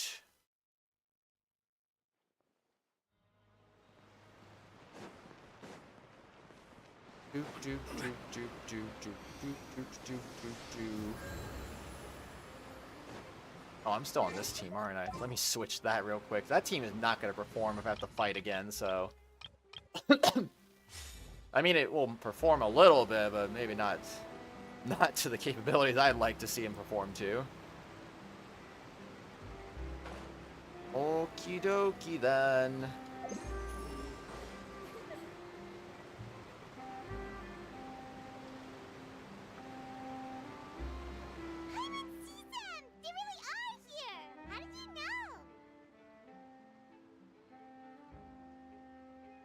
Navia mentioned that she stayed in touch with Linny and the others after working together. Apparently, they've been at the docks distributing these strange pockets the whole time since.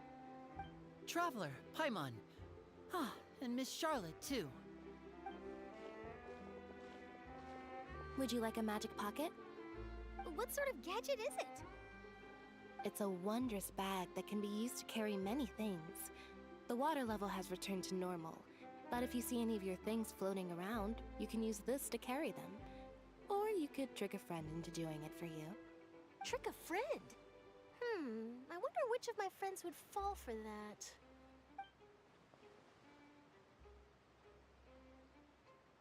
You could just make a friend like Fremine here. Isn't that right, Fremine? Is this what you meant by, I'll help you make some more friends? To be honest, that sounds pretty sweet. Could I have your contact, please? Sure. Please, write down my address. You sure are working hard to help Fremine socialize.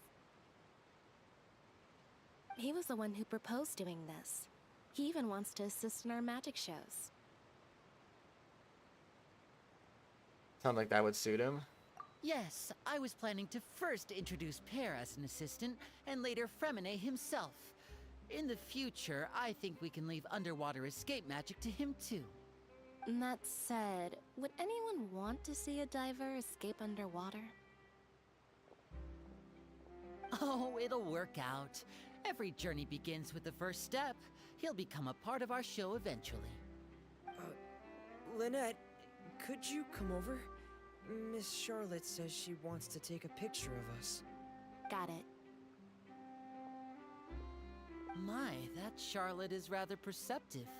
She got rid of everyone the moment she realized I had something to say to you. So, how have things been, Traveler? I'm doing alright. Father says that you did a great deal during the latest events. She's very grateful for your contributions to Fontaine. That's alright. We were more than happy to help. So, what's she doing now? Oh, I guess you haven't heard. Well, after Lady Furina left, Father and Monsieur Neuvillette opened negotiations, during which he gave Fontaine's gnosis to her as a diplomatic gift. A diplomatic gift? A gnosis? Bruh. Yes, I was quite surprised at first myself. But when I thought it over, there were actually a number of things going for it.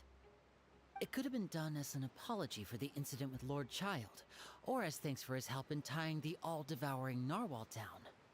Furthermore, Father did also lend significant aid to Fontaine and Poisson. Well, that's true, but this is a gnosis we're talking about. Doesn't this seem a bit irresponsible? I would agree, but I've also heard that it seems that Monsieur Neuvillette has had a significant change of heart regarding the matter.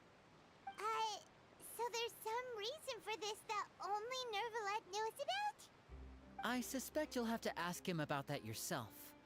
Ah, yes, speaking of which, I did see him strolling around the entrance to the Fortress of Meripede a while back. Isn't he real busy and stuff? Paimon didn't think he'd have the time for that. But back to the topic. The gnosis was given to the knave, right? What about Child? They say that he's returned to Snezhnaya to recover from his wounds. I hear that the recent disaster really did a number on his health. I guess I can now call him one of my war buddies. Gonna shower and start on your laundry because this week you've been getting mustard in your clothes by accident, apparently. Ow. Well, Either way, have a good shower, and yeah. That's true. When you think about it, we've had loads of run-ins with the Fatui. To think we'd be allied with them this time. So shocked by such a simple switching of sides?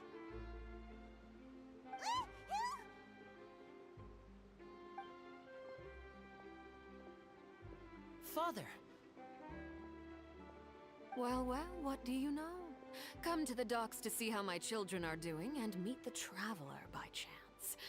Please do not pay my accomplishments in Fontaine too much mind. I would have done them regardless. Are you going to take the Gnosis back to Snezhnaya? That is our duty as harbingers, yes. Don't be too preoccupied with sides. The goal of the Fatui concerns not a single place or person, but the entire world. With such a grand goal in mind, it is inevitable that we must wear many masks. Switching my masks is something I've always done. Will you keep to your position? Well, that depends on many things. No one truly knows what the future holds. What good is honesty if you can't rely on it forever? As for you, I very much look forward to our next collaboration. Good things cannot be achieved alone, and you've proved yourselves to be great partners. Actually, I just remembered something. Please help us deliver this. A vision? All right. I'll remember to return it. Thank you for keeping it safe for him this entire time. And that's a wrap for me. Huh? You're... Greetings, Miss Journalist.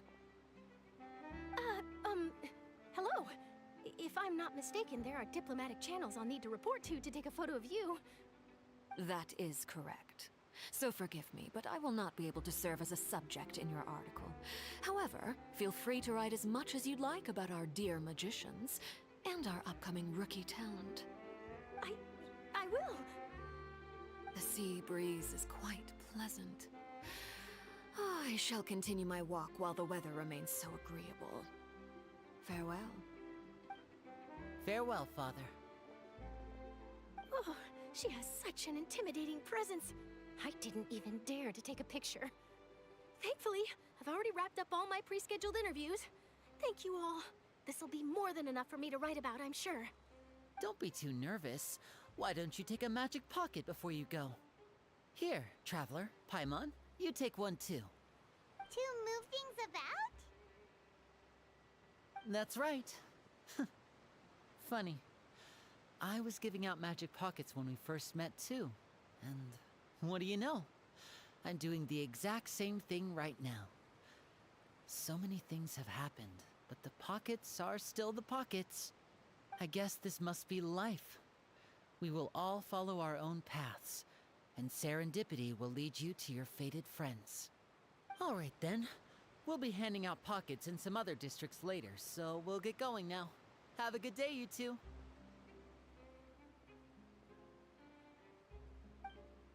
Well, guess we sent Charlotte off. Shall we go see what Neverlette's doing? As long as he's not so busy that he doesn't have time to chat anyway. And they really just want me to go visiting everybody at this point, don't they? Can I at the Opera House? Okay. You run for this one.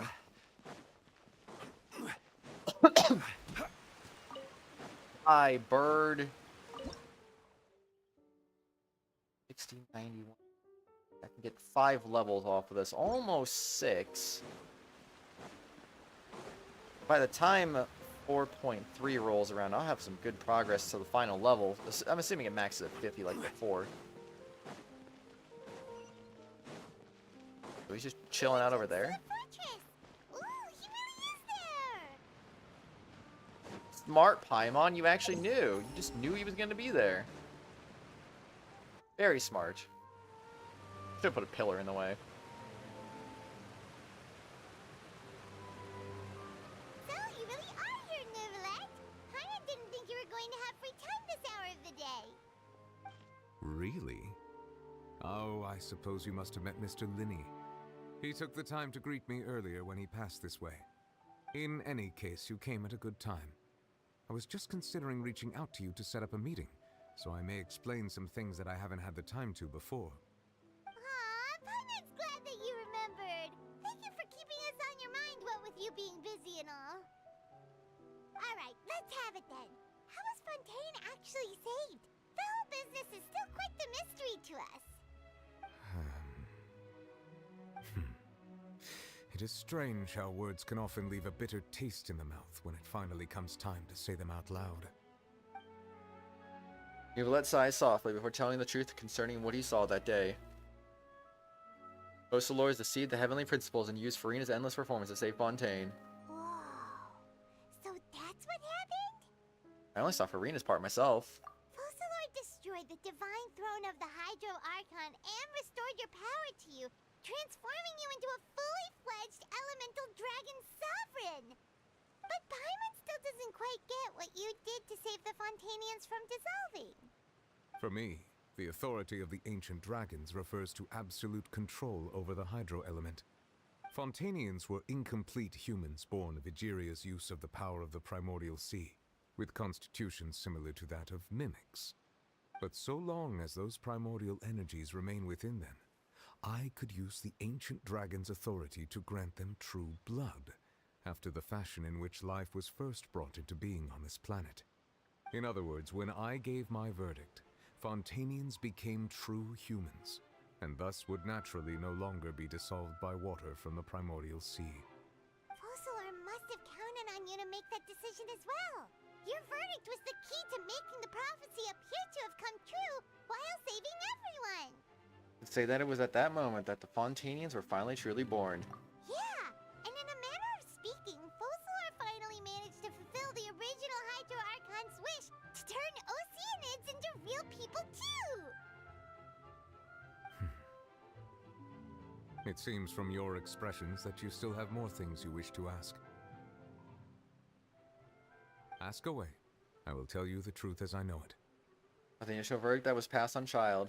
I have investigated his case along many avenues, and I have learned that he once fell into an unknown chasm when he was young.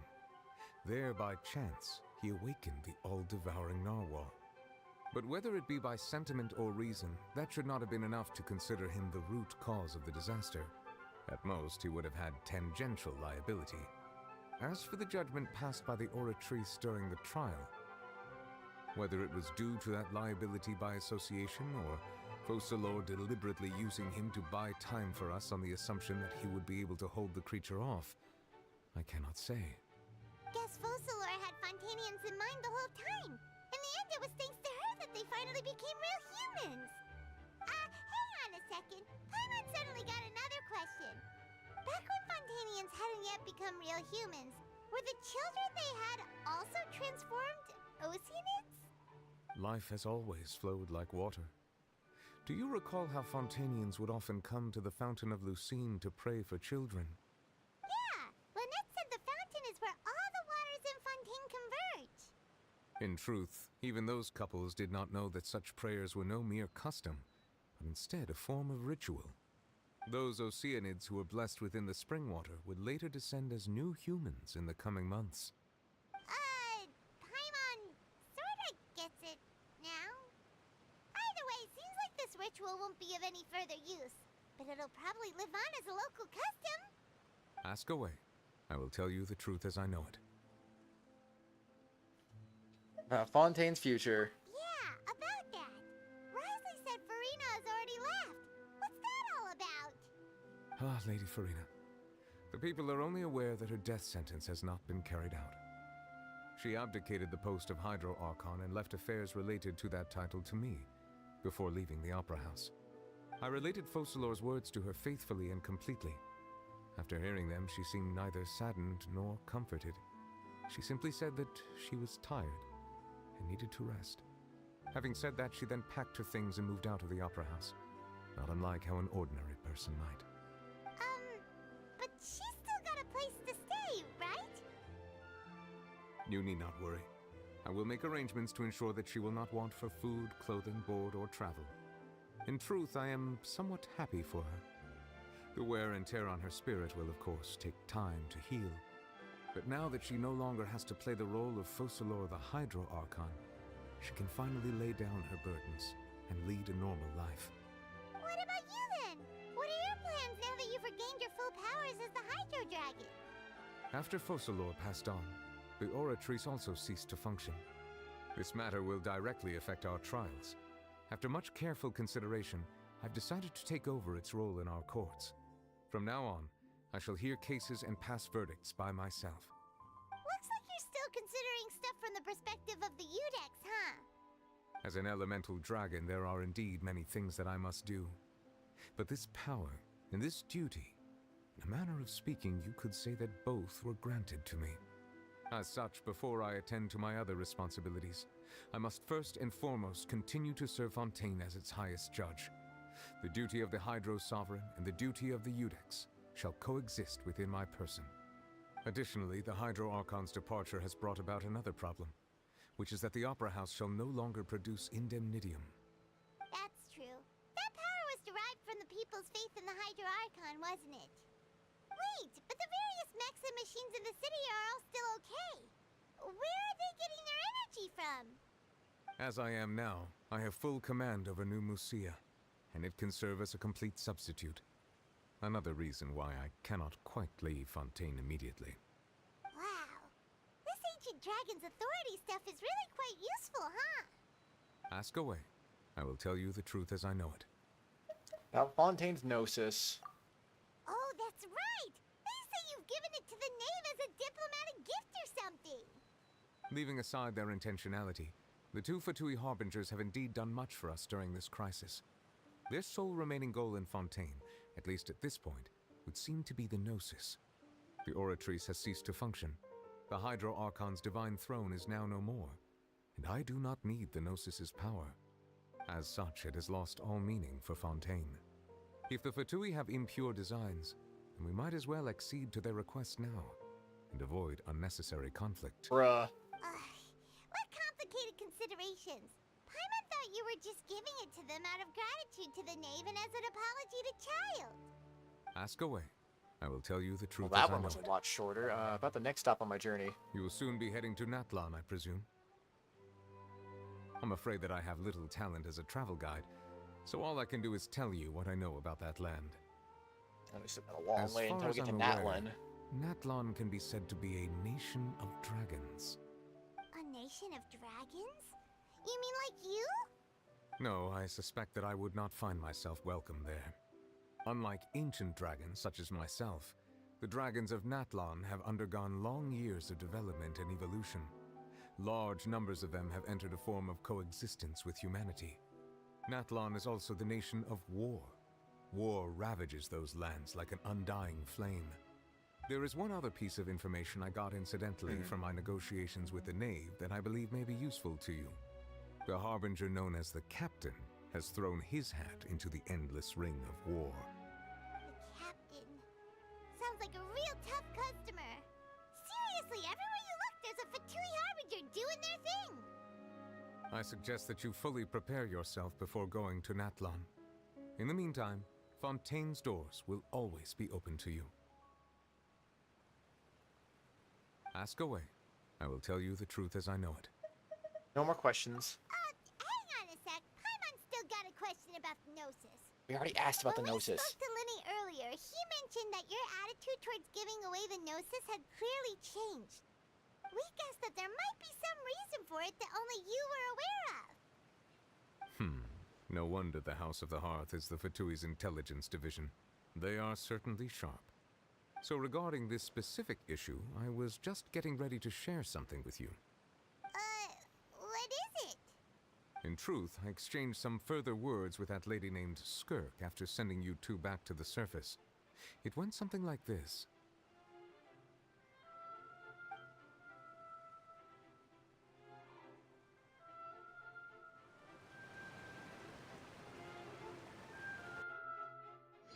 It went just like a black screen. Well, we're going to head topside to see what's going on. You hurry over soon as well, all right, Nervalet? What next? The all-devouring We narwhal never did isn't finish here, that fight. We so just I'm no kind of longer like got getting cut any off halfway. interference. I can finally catch the scent of your power, what it's made of. It is the authority of the planet's primordial dragons, but with something very similar to a god's curse mixed in. It's quite a novel blend. I'm sure I've encountered something like this before. What was it again? I do not know what you speak of. Ah, of course. How could I forget? You should have the remains of the third descender on your person, yes? Remains? I've never heard of any such thing. Huh. According to your parlance, I believe it may be called a gnosis. Well, that much is true. After Focalor's divinity faded, she handed her gnosis to me. But I fear I have never heard of it described in the manner that you just did. I've been training with my master, the Foul, ever since I was young, and I have never returned to the surface since. So most of the information I possess, I got from him. It is only natural for those who are greater than humanity to possess a different sort of common sense, which is why there are so many problems in our attempts to communicate with humans. Regardless, you should probably get rid of objects of misfortune to prevent any disasters from befalling you. To live in itself is a blessing. But once a person dies, the bonds he once had with this world shall all turn to curses. What do you mean by that? No need to fret. These are just my personal thoughts, and my reason for no longer wishing to return to the surface. This third descender you refer to, who are they? And when did they die? Master never mentioned them to me. Perhaps it just wasn't that important for me to know. If you're interested, though, I could ask him. I'll be sure to pass the answer on to you next time. Next time? You believe we will meet again? I do. Wait. I have a disciple of my own, don't I? He can be the messenger then. What, child? Yeah, let him just do some messaging. That's what she told me. Whether it would prove useful or not, I wanted to pass that information on to you. The remains of the third descender? So that's what the Gnosis actually are. Paimon just thought they looked like chess pieces. How could they be a person's remains? All the same, assuming that there was no misunderstanding or special metaphor at play, that is what she meant to say. And she said that it would bring misfortune and that you should check it, which is why you gave it to the Fatui. If she speaks the truth, then I would simply be putting Fontaine at unnecessary risk by keeping it here. Descender, she mentioned one of them. I am the fourth descender. For me, this information means two things. One of the gnosis are related to descenders, and two, that the one who came before me has already died. I had guessed that you might already be familiar with this concept, but I did not expect you to be one of them. That means that the Gnosis, which are exceedingly element compatible and can even enhance elemental abilities, do indeed come from the third descender. I wonder, does your body also possess similar properties? Like being able to use elemental powers without a vision. That does sort of count as special compatibility, right? No, let's not think about this stuff right now. It just feels creepy. Comparing the Traveler to the dead third descender and all. Don't worry, I won't die so easily. That's what you say, but this topic still feels like bad luck. Once Child recovers, let's get some more answers out of him. Or go look for his master and get the answers that way. Nice, I too Silverwolf. believe it unwise to make too many blind guesses when information is lacking. The same is true of being at court. Alright. Whatever the case, it seems like the crisis here in Fontaine's over for now. Yes. All of Focalor's efforts were for this moment as well. But she sacrificed herself in the end as a god, and she suffered through all those years as a human. Was that really what she wanted? I suppose that would be the mystery of a god's will. Can you understand the will of the gods? I suspect not. But once in a while, I too would guess that if wishes were like the clouds in the sky, they will one day return to the earth as raindrops. Life flows like water, and rain is the final answer. The water levels may sometimes tilt one way or another, but the rain falls fairly upon all. And what, ultimately, is the difference between the rains that fall upon all of us? Complete. Oh, it's a constellation for the well, kind of pulling back out now. Because I gotta use that. This world is full of unsolved mysteries. I gotta get him upgraded real quick. Also do this.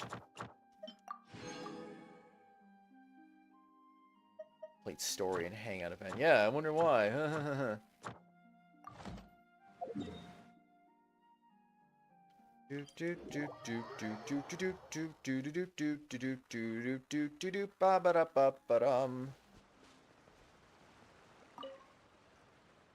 Alright, first of all, make me Hydro. Well, don't even have any Hydroculus anyway. Resonate with Hydro!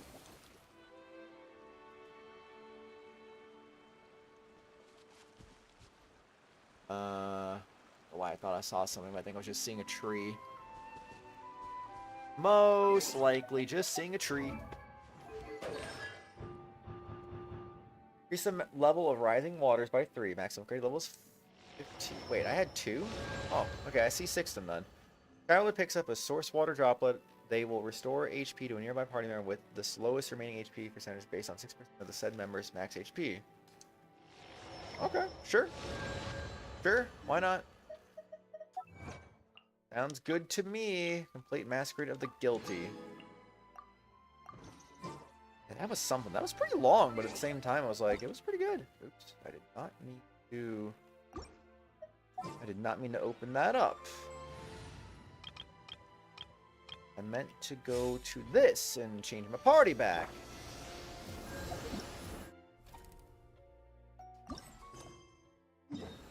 Alright, I'm gonna go over... Oh, it's right near the fishing thing. That's kind of funny. I'll go over there. I need to use the bathroom, though. Probably get myself some more food, too. I'm hungry. Oh, boy. Am I actually freaking hungry right now.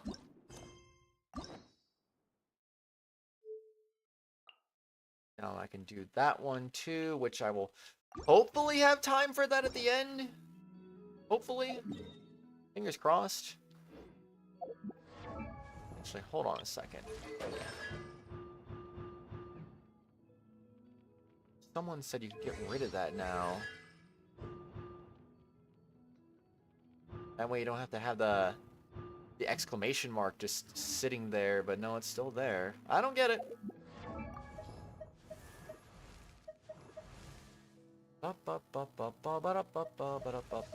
Yeah, still there. I don't get it. Anyway. I won't die, will I? I mean, I guess I'll have to just trust it. I want the water music to play. It'll be quieter if it's paused.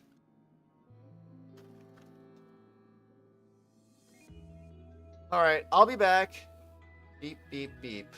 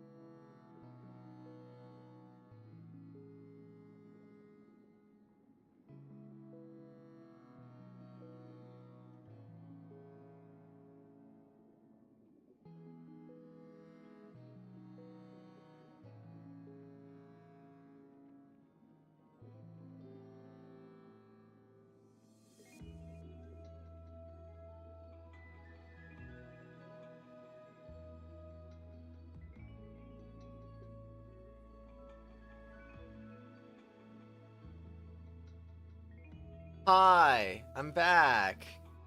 Kinda. Maybe. I don't know. Oh boy. Anyway, yeah, so, Genshin is a game that, honestly, I just wanna, like, go pass out for, like, a week now at this point. So, we're doing the event. Gonna try to do the event. We'll see how that goes. Can't be right. Oh, but OLED for real owner. after all. Hi. No, that can't be. Good to see you again. What How if are you? There's a chance.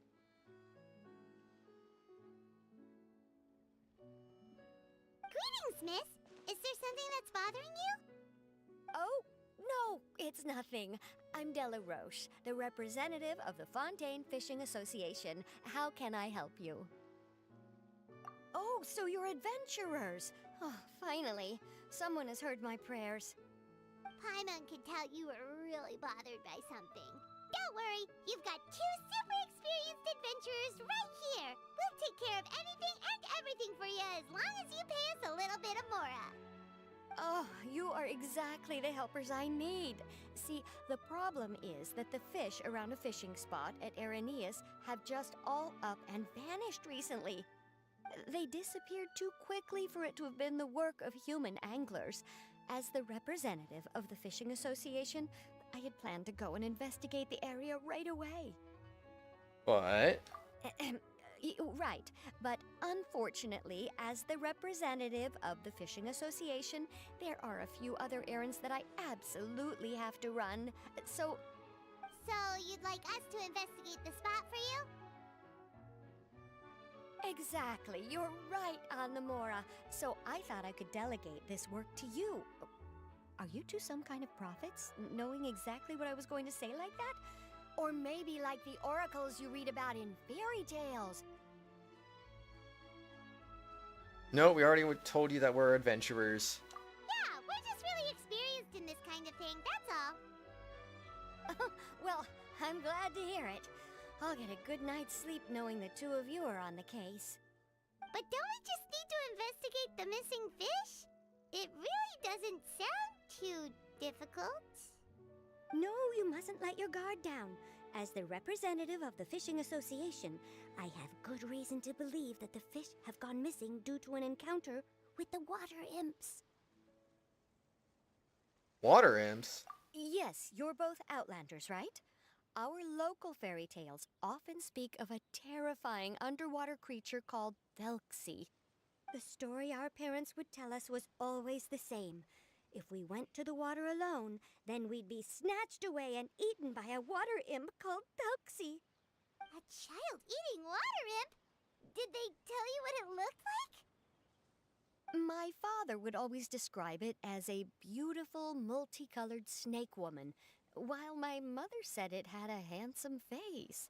It's really strange, though, because you'd also hear other people describe it as just a chubby penguin with a deceptive appearance. Even though the tales vary regarding its appearance, everyone agrees that it's really dangerous. It lives in an underwater cave surrounded by pallid bones and uses its sensitive nose to track down lonely children who've lost their way. And once it finds a child, it uses its alluring singing voice to lure them into the water before swallowing them whole. Pretty terrifying, isn't it? Oh. Sounds kind of I was like, that's random. Hi, Zim. Isn't that pretty normal for a fairy tale? How are you? After all, those kinds of stories are usually made up to help keep children away from danger. But what if the fairy tale was inspired by a real-life tale? Just like how a water vein always has a source. You have concrete evidence? Well, I Aw, wouldn't you're call good. it evidence per se, but I've heard some rumors lately. They You're say that good. someone recently saw a child walk into the water as if he was possessed by something. Doesn't that sound just like he was responding to the call of a water imp? So you mean someone really got eaten by a water imp? It's Oh, hearsay, join a friend so doing it's hard to weeklies. confirm, I but gotcha. still, they all say this happened on Araneus. That's no laughing matter if you ask me. Both the Opera House and the Fountain of Lucine were built there, and the sources of many water veins can be traced to the island as well. Combine that with the mysterious mist, the huge tree with expansive underground roots, and the rumor that the fish sheps on the island can understand human language. Is it really so shocking that an island so shrouded in mystery could harbor a terrifying water imp as well? Why does Paimon feel like you're pulling our leg? You're just piling on the rumors now. Still, if someone's really been hurt, then we can't just ignore the situation, right, Traveler? We'll go check it out. Oh, marvelous. Then I'll just mark the stretch of water on your map. Don't forget that no matter what, safety always comes first.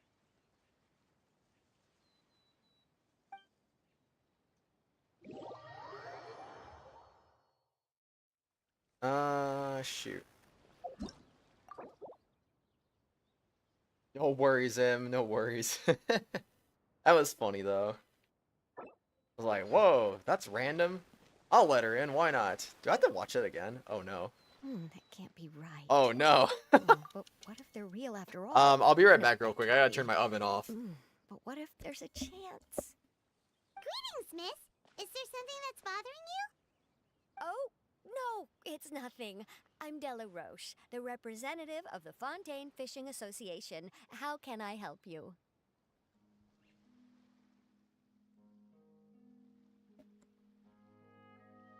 Oh, so you're adventurers. Oh, finally. Excuse Someone me. has heard All my right. prayers. Paimon can tell I had you. pizza in the oven. It's, They disappeared too quickly. do be a thing. So you'd like... Exactly. You're right. Yeah, Exactly. No, you mustn't let your guard down. Yes, you're both the story our parents... A child eating what? My father would even know the tale, and once it finds... But what if the fairy tale... What? Well, I wouldn't... So you mean... It's all hearsay. Both the art isn't really so... Marvelous. Then I'll just mark the stretch of... Water Imps Conjecture Part 1. Alright, first things first. Let's go over there. Sadly, I had to. It's all good. It's all good. I was just being a little silly anyway. I was wondering if maybe the event was like, maybe you could do it in co-op mode or something, and then it wouldn't interrupt it. But no. It's one of those things. Silly Genshin. As usual. Is this the stretch of water Delaroche was talking about? It looks really peaceful. Huh? Look, there's some footprints over there. Alright, investigation time. Footprints extend all the way into the water. These look pretty fresh. Did the water imp get someone again? Let's look around and see if we can find anything else.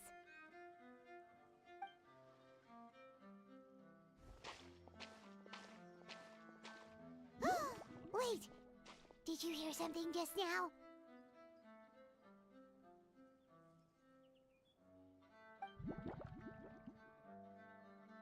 Gurgling noise can be heard coming from the water. Oh, I have to press A. From the water, the noise grows louder and louder until something emerges with a loud splash.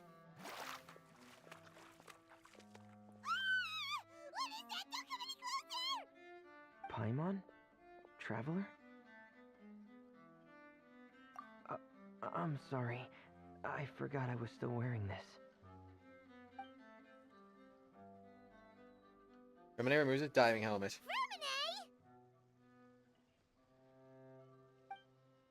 Paimon, are you okay? Paimon nearly mistook you for a water imp. Thank goodness it was just you wearing your helmet. Huh? A water imp? Hi, Goopy Gamer, how are you? You were literally hoping when you accidentally requested to join, you decline it, but you didn't, and you just went, oh, now I gotta explain it. Fremine Bean. He's cool. I like Fremine. Started playing Genshin again, you're so lost. Yeah, there's a lot of stuff now, so... I'm okay, I guess. I'm okay. It's good to hear you're doing good, though. Thelxie, you say? How surprising. Huh? You know that name too?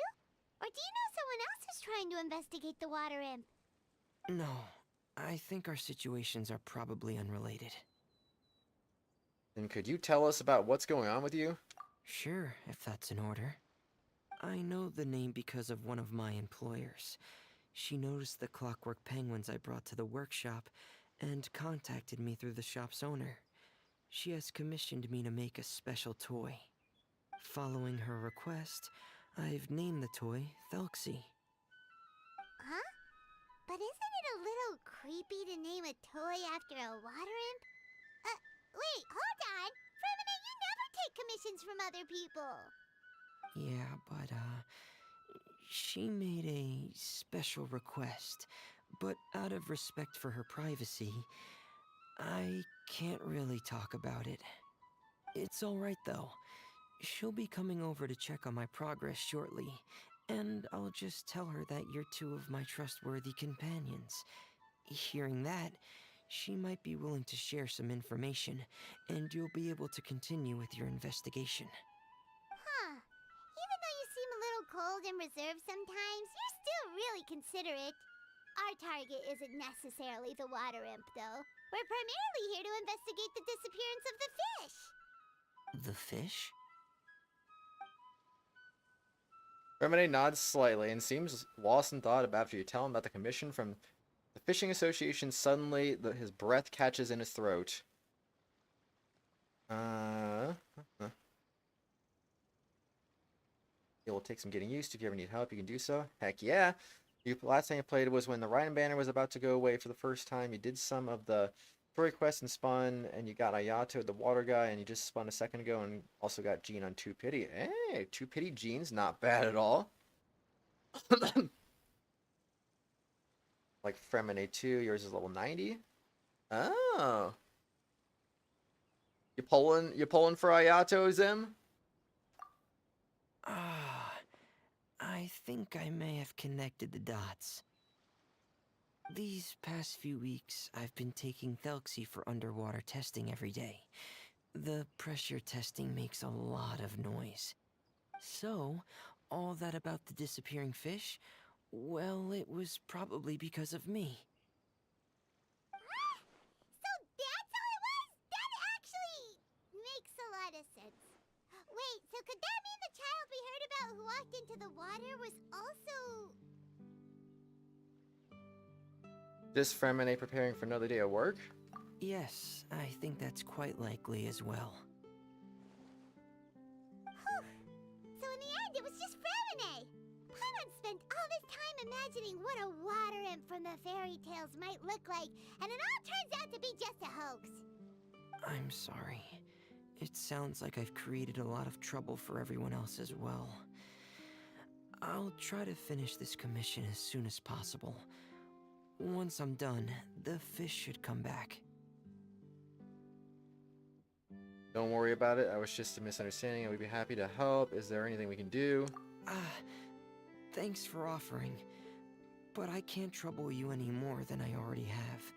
Hey, it's no trouble at all! Didn't you just call us your trustworthy companions? Companions are all about helping each other, you know?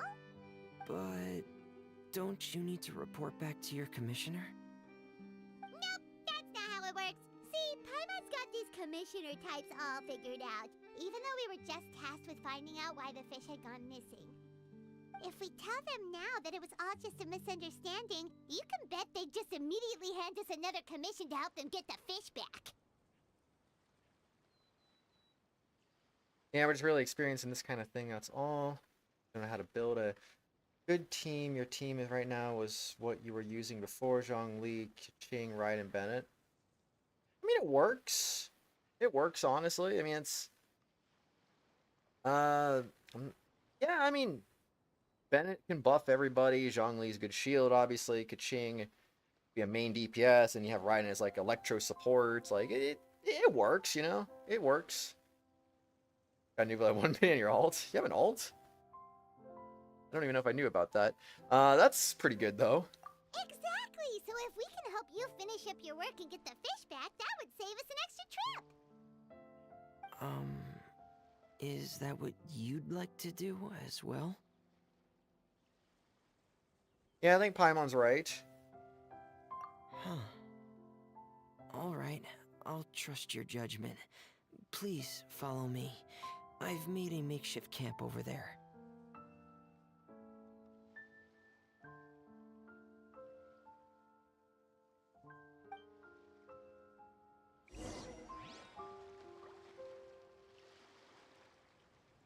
Go to Fremene's camp. On PS4, you only went on it to see it. See Jelly Pet. Oh. Oh, I thought your main account was on PS4. He can respond to some simple verbal commands. You can try calling his name and see if he'll come over. Whoa, sounds pretty advanced. Let Paimon give it a try. Hey, Thelxie! Are you there?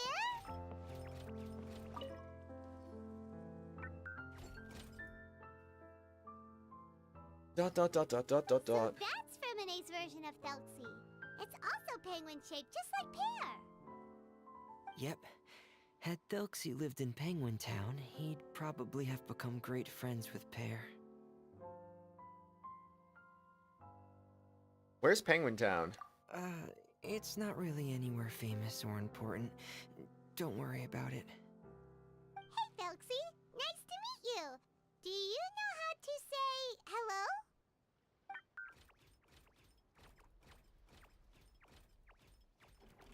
So can Thelxie talk?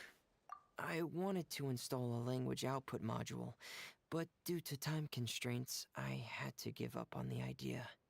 As it stands, Thelxie can only output messages that were pre-written into its motherboard. I haven't given him the ability to convert those messages into discernible words, so he can't really talk to us just yet. No need to get so technical. So basically, you want us to help you complete and install this language module, right? No, there's no need. That wasn't one of my employer's requests. It was just something I wanted to try. I have 2 other things I'd like your help with. The first is to do some integration testing on Thelxie's motherboard, to make sure he will be able to function properly in most situations. That doesn't sound too hard. And what's the other thing? The other shouldn't take too long either. You'll need to find Thelxie some colorful shells and coral, so I can craft a weapon for him. A weapon? Will Thelxie have to fight? Thelxie will need to be able to charge forward with a weapon in hand, like that brave prince of legend. It's a part of my employer's request. What an imaginative employer! Naming Thelxie after a water imp, but wanting him to look like a prince? Well, regardless of his role or species, Thelxie's purpose is the same. Just like Pear, he has come to this world to serve as somebody's companion.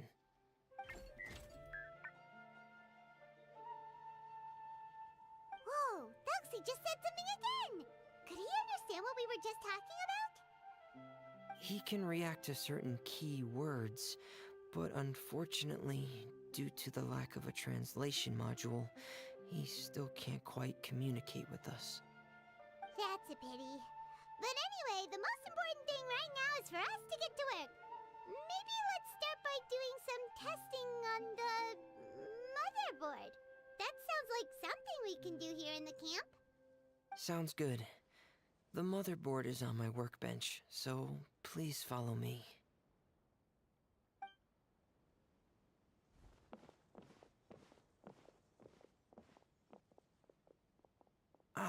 Here we go. I have this testing manual, so feel free to reference it if you get stuck. Want to give it a try? It's okay if you don't succeed immediately. I've got a lot of backup boards just in case. I'll give it a try. Okay. Knowing Last you, motherboard I'm thing is sure so you'll be able cancer. to figure it out. Got Sinnoh, so you obviously go for Ayato. Okay, okay.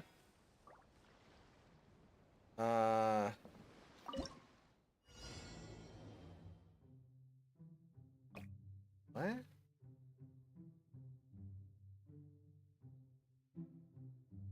After pressing, use the left joystick to delete the improper circuit. What?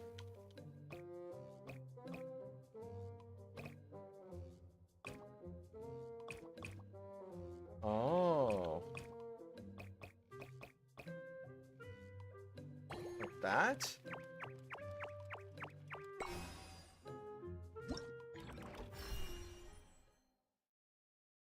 Debugging successful. Current length of assembled circuit 8.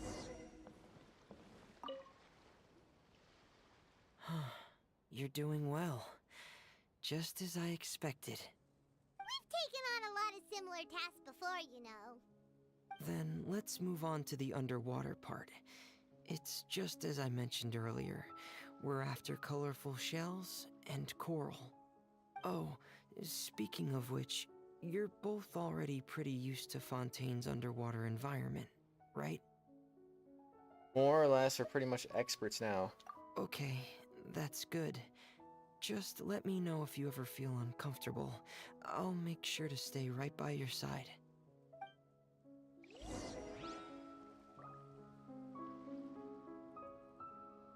Go to the body of water frame, and they mentioned where?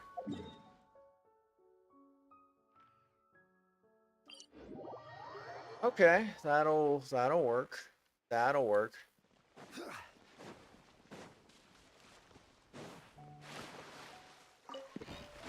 Do do do do do do do do do do do do do do do do. It should be right over there. We'll be able to find something that'll help us with our search. This is it. Oh. We call this thing an echoing conch. It can detect special reflection waves in the water to help us with all kinds of underwater exploration and excavation efforts. Here, try it.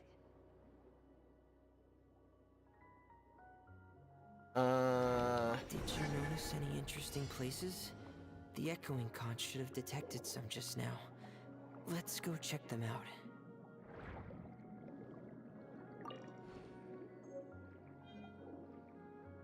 Voice sounds so soothing. He does have a nice voice, honestly. Oh, shoot. Okie dokie. Material for weapon. Alright, these should be enough. Let's head back to camp. Thank you for staying out here with me all this time. I was gonna say, can I teleport over there? That's cool. Looks like I can.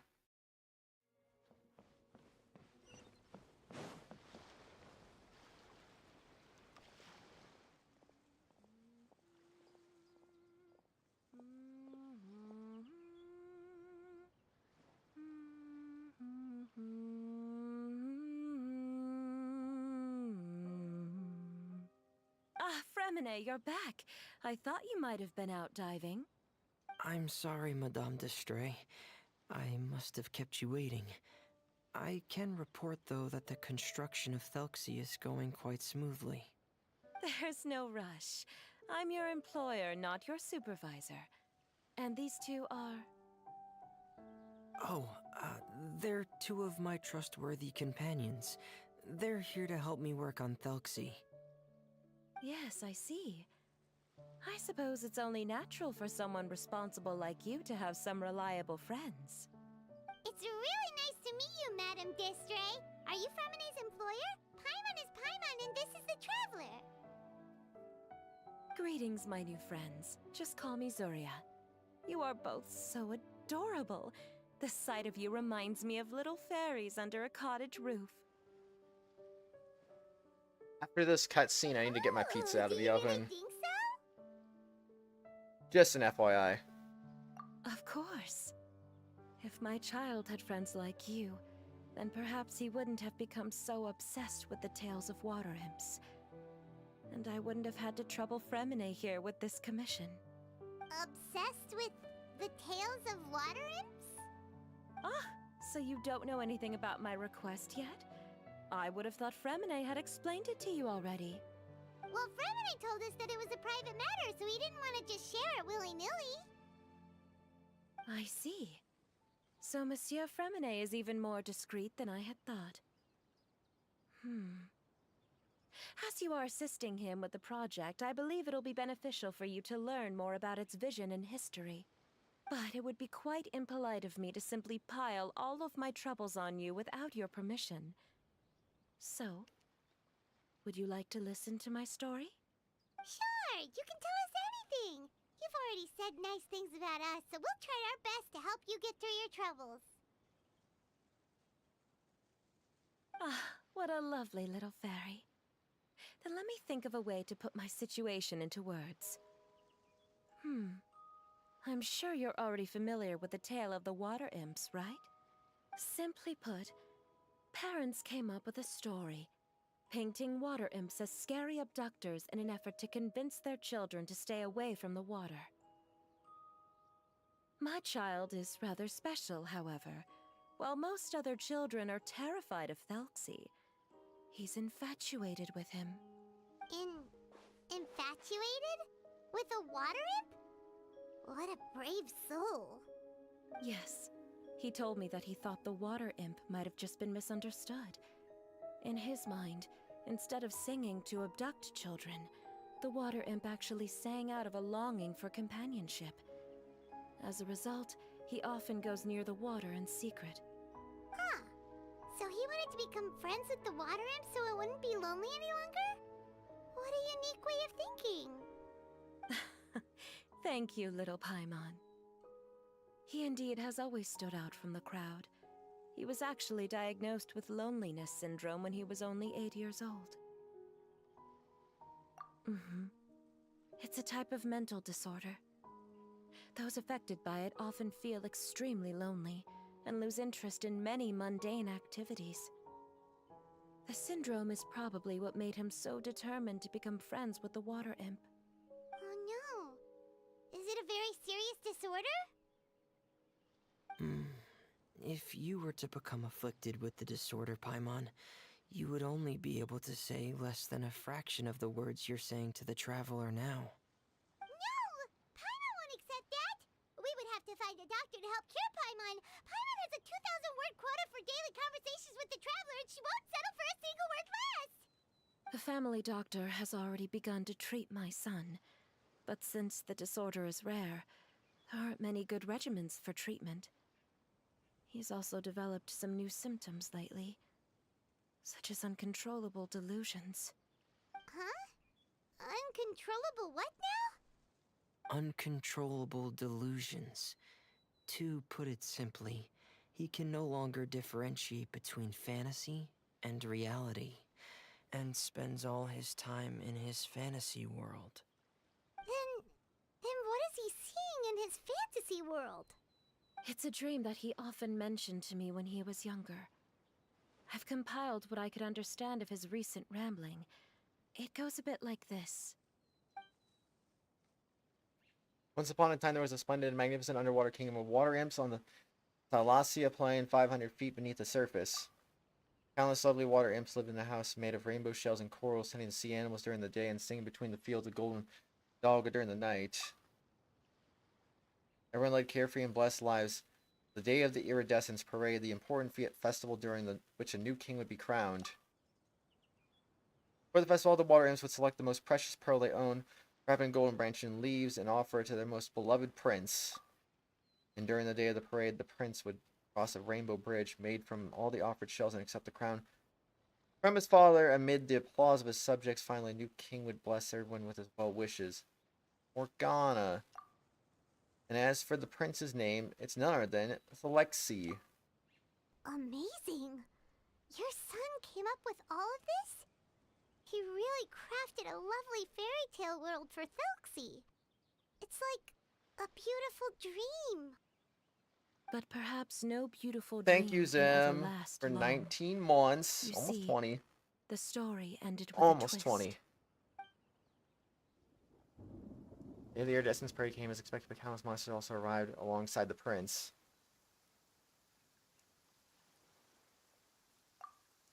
The monsters were evil and cruel, and they struck fear into all the water imps' hearts. The water imps, adept at singing as they were, could not defend themselves against the monsters, so the kingdom fell and the king was killed, and the water imps were locked behind bars. The rainbow bridge lost its color and crumbled away. The prince was all barely able to escape with the help of the mysterious masked individual But he had already lost everything and could only spend his days singing the mournful songs. And just as the prince sang out of loneliness, so could his song only be heard by the similarly lonely children. How could the story end like this? Is that kind of fantasizing what caused your son to develop his loneliness syndrome? Well, it'd be more accurate to say that it was the syndrome that caused such terrible delusions to manifest. But in any case, the biggest problem is the patient eventually loses themselves to the fantasy world of their own creation. What do you mean? My poor child can no longer differentiate between imagination and reality. He's begun to see himself as Thelxie. Perhaps in his mind, the loneliness he felt became the same as that of a prince who lost everything he ever loved or stood for. What? So that's what you meant by uncontrollable delusions. Then we have to help him snap out of it. Alas, most of the time he acts as if he can no longer sense or interact with the real world at all. I've had several discussions with the doctor, and we think it is best to try to guide his fantasy. He once wanted to make a picture book of his imaginary world, but since the disorder progressed too quickly, he never quite got past the first page of the book. If we could use this book as a breakthrough for his condition... Here, you can take a look. Ah, so Zuria's son also saw Thelxie as a penguin. Oh, he looks so sad. What we should do now is help him complete this picture book. However, we'll lead the story to a different ending. One where the Water Imp Prince is eventually able to restore his kingdom with the help of his friends. We'll need to chase away his loneliness and sorrow, and let him perceive a world full of hope again. That's what I mean by guiding his fantasy. But if we just need to finish the picture book, why does Furina need to make a Thelxie as well? Because we need to treat the book's story seriously, as if it's a history of things that have really happened. We'll need to go on a journey like Thelxie, and help him regain his crown and country. But my child can no longer go on a journey of his own. This is why I commissioned Furina here to craft a Thelxie, and then I'll paint the journey with this Thelxie into the picture book. Ah, like a stand-in for your son! Paimon's starting to get it now. Oh, you really put a lot of thought into this, Zuria. Paimon still has one question, though. Where will we be able to find a Water Imp Kingdom? There are some ruins on the seabed of the Celacia Plains. I've already asked Furina to research them for me. We'll be able to use one of the ruins as the kingdom. Oh, so we'll just need to act out a performance of, a brave journey through the Kingdom of Water Imps. As long as we chase away the monsters in the ruins, it'll count as chasing away the monsters in the Water Imp Kingdom, right? Sadly, no. We won't just be putting on a performance. It's just as Zuria said. We need to take this seriously, and the only way we can take this seriously is if we choose to believe everything that's happening is real.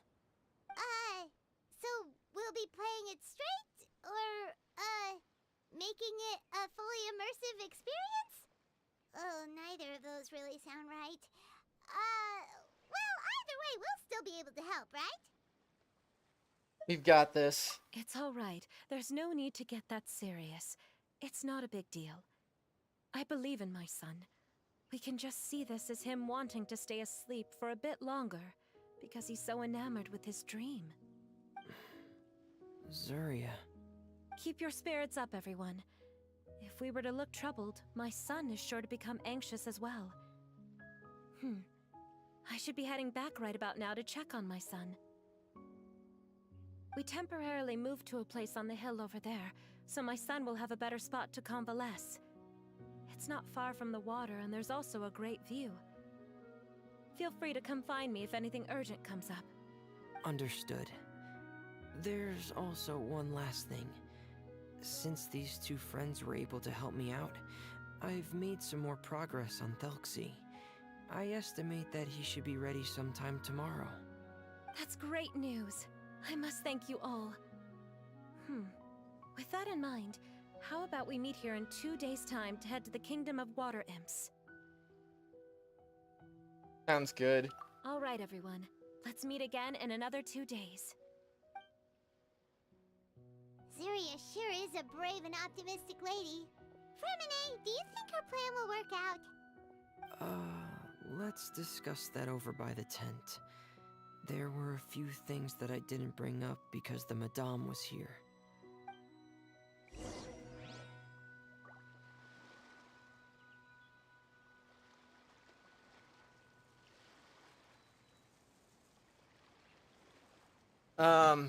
I'll be right back. I'll be back.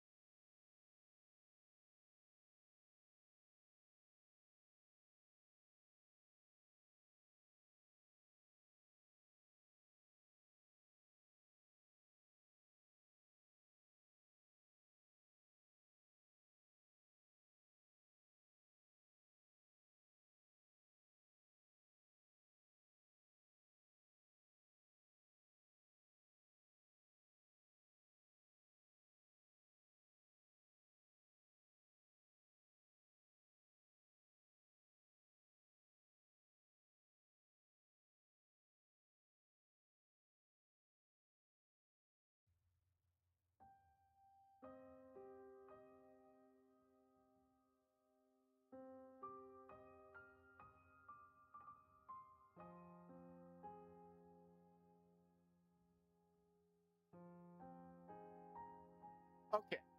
This is what I'm gonna do. I am not, it's bad. It's kind of bad right now. So, excuse me. I'm going to try to finish this event, and then I'm probably just gonna stop for the day, and yeah, we'll see what happens after that, I guess. I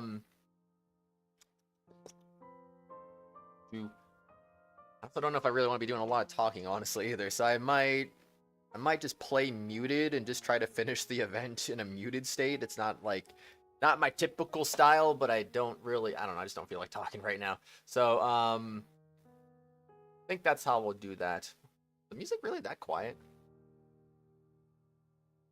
I don't even know when I actually left, because I didn't even put a be right back message when I did that.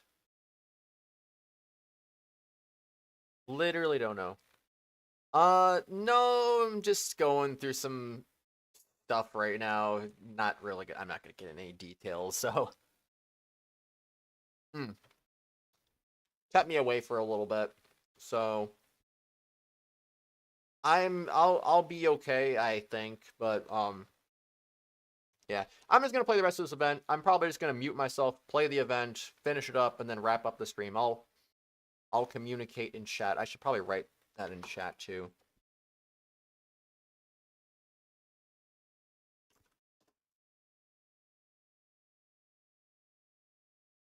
I still need to do that YOLO 10 pull on weapon banner. I do want to do that still. Gotta remember that. Playing the rest of the stream I'm muted will be what? What was I gonna say?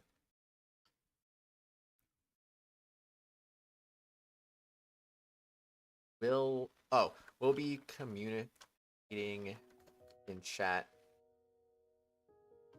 the rest of today.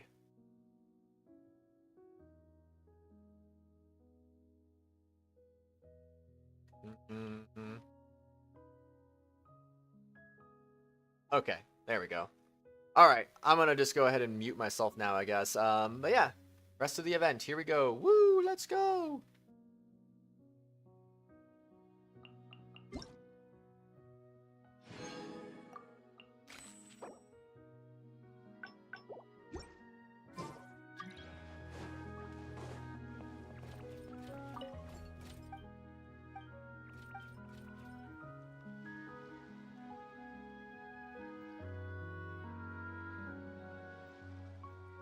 I'm also I'll turn the volume up too, just because it is, if I'm not gonna be talking, it might just be better to have louder game sounds. So I'll do that too. Don't rush.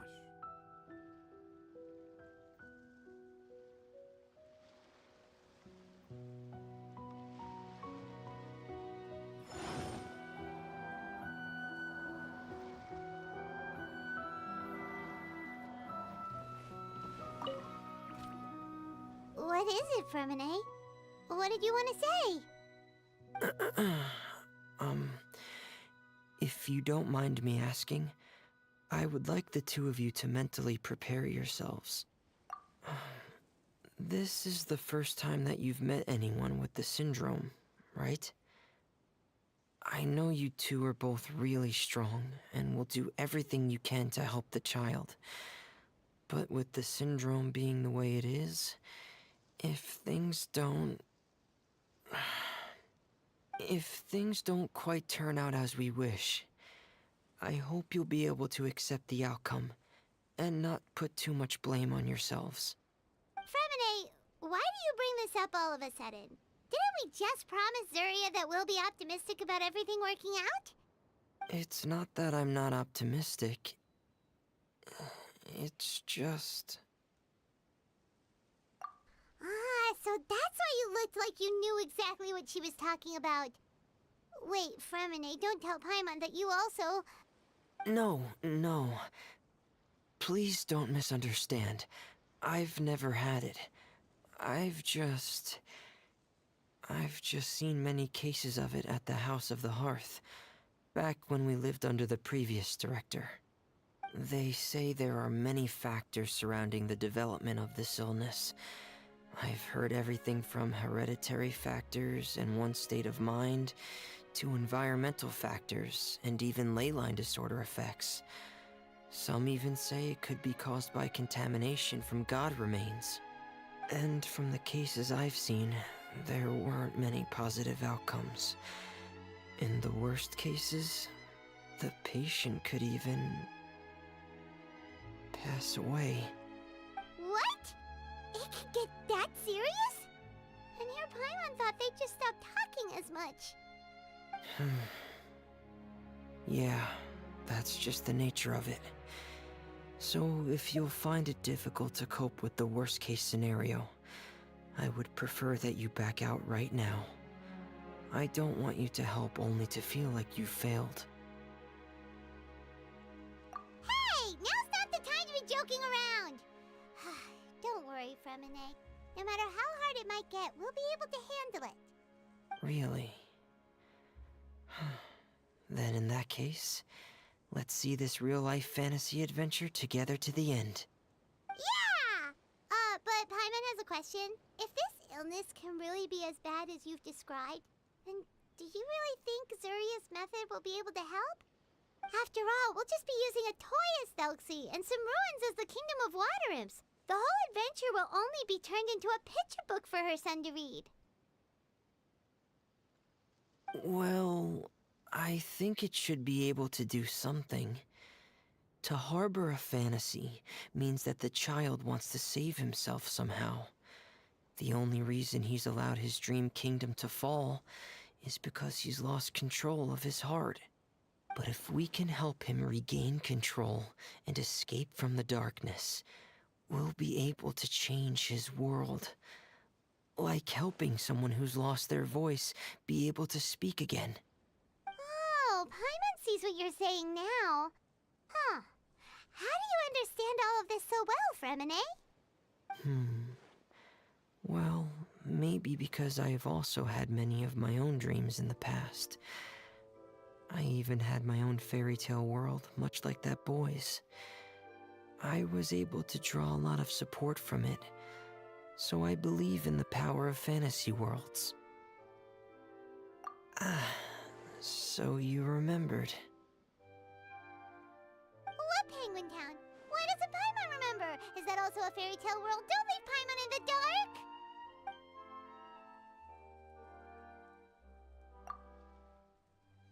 Hey, why did you put that on? It's just one of my personal quirks.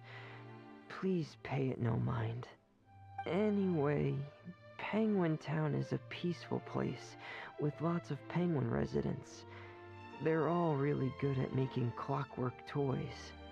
And Pear is the town's triumphant hero, as well as the one who quietly protects the whole place. Pear? But didn't you make Pear yourself?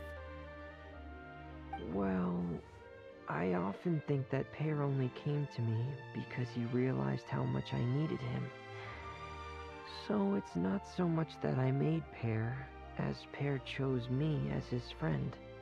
Fremine, are you sure you're not losing control of your fantasies as well? No, I don't think so.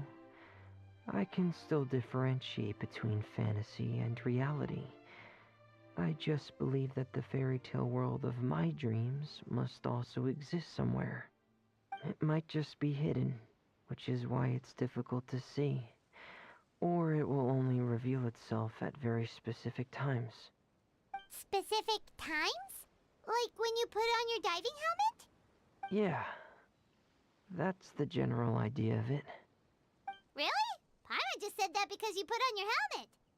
Have you ever observed the surface world from underwater? It's as if you're viewing a whole different world from the outside. It's a very surreal feeling. Both alienating, but also as if you're being protected by something. I have a similar feeling when I put on my diving helmet. In those moments, it's possible to see some truly wondrous things, as if a fairy tale has become reality. It's almost like a sort of miracle. Really? Like a miracle? Well, if that's in order. Hey, now's not the time! Fremine still has Thelxie's weapon to make. We don't want to bother him now. Right. I still have to collect some tools I'll need to craft the weapon. I've got to finish everything before tomorrow. Thank you for reminding me, Paimon.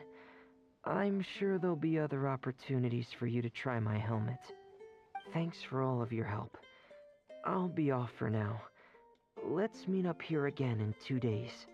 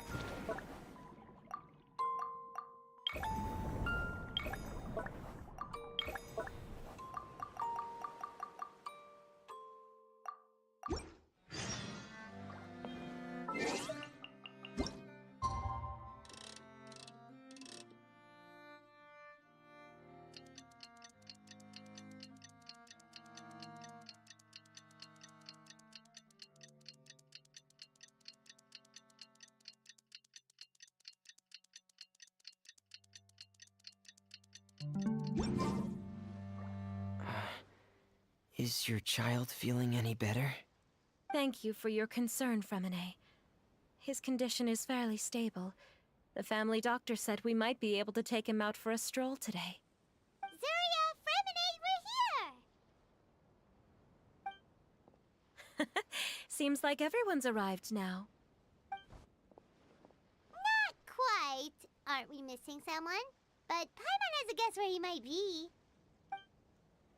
Hey, Thelxie!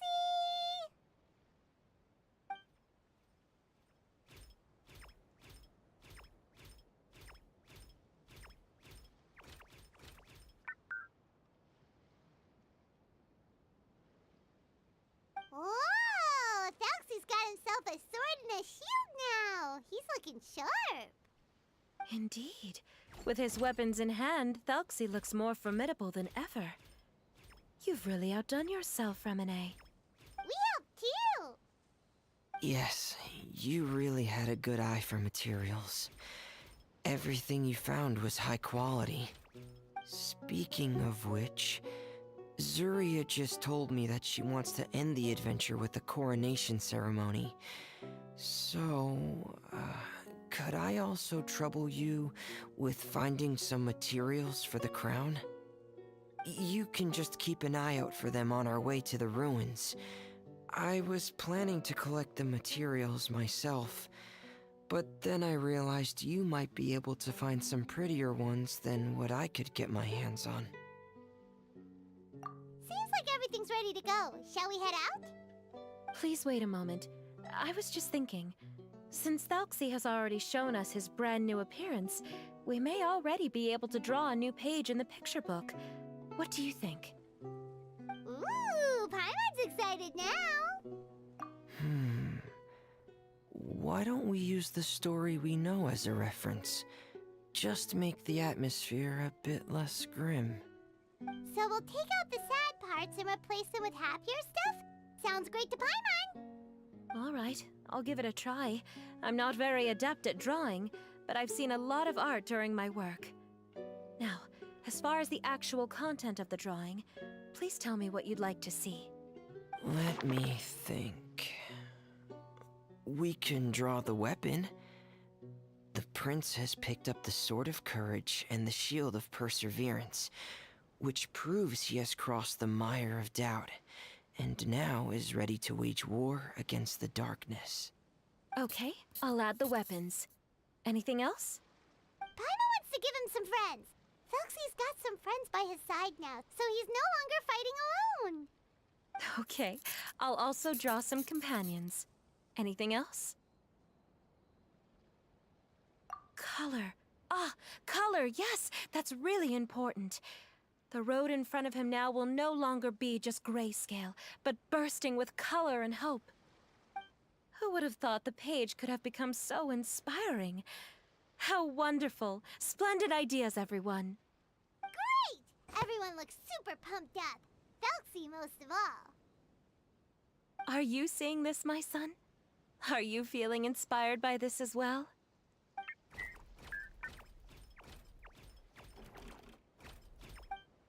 I'm sure he is, Zarya. And this is still just the first page. That's right! Paimon can't wait to see the picture book when it's all finished. We should finish it as soon as possible and keep up the belief and hope in our hearts.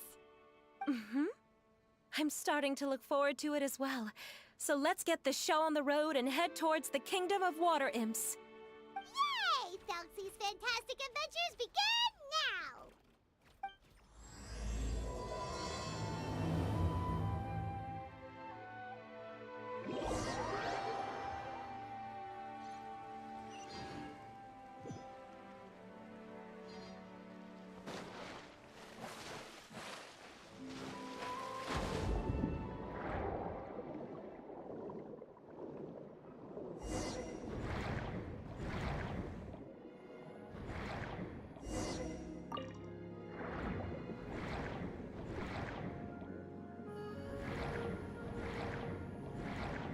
Look! Those are materials that we can use for the crown, right? Let's get some for Fremine.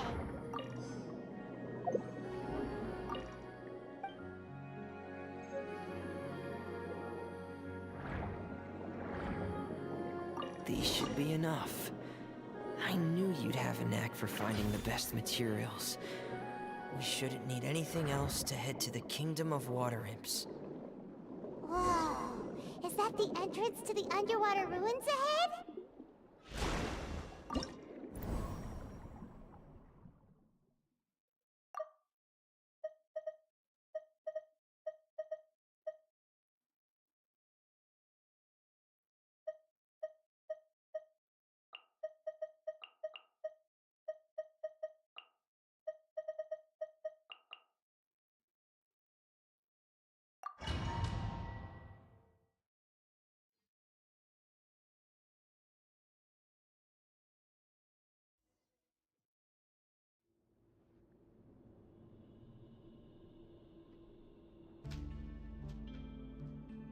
So these are the underwater ruins that Fremine found.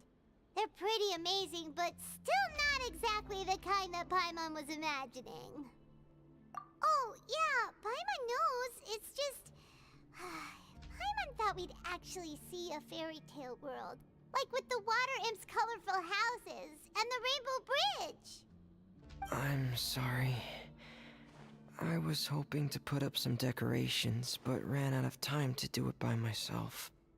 Whoa, someone's already switched into fantasy mode. Seems like the travelers already got the gist of things. You should do your best too, Paimon. Don't underestimate Paimon. Paimon can flip the switch too. Now entering Paimon Fantasy Mode! Ahem. Young adventurers, 'tis Paimon, guardian goddess of this land. State your goals and intentions for visiting this nation. We are the companions of Prince Thelxie, your Divine Highness.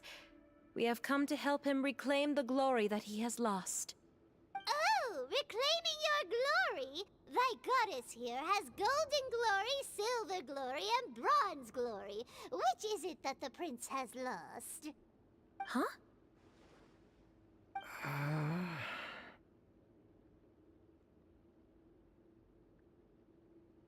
Not at all! This is the goddess's test! From your responses, the goddess has concluded that you're all brave adventurers without the taint of greed in your hearts. As such, you are worthy of everyone's respect. So please accept the goddess's reward. The goddess will now bestow all 3 types of glory upon you. And as for this prince, the goddess will also bestow upon you the rainbow glory, so your future will always be filled with light.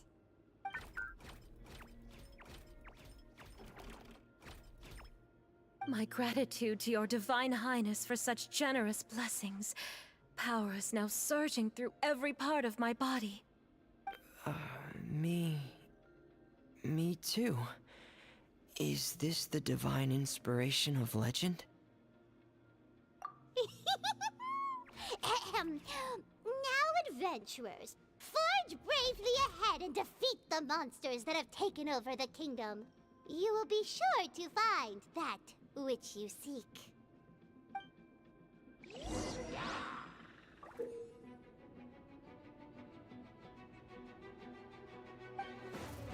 Please be careful, brave adventurers. Just ahead are some evil enemies that have invaded the kingdom of water imps. They are called... Those accursed enemies are back again. Your Highness, please show them what you're made of. We're under attack again. It's a Lawitcher of the deep. There's no need to fear, my friends. His Highness is so strong now that even a diviniture of the deep would pose no threat to him.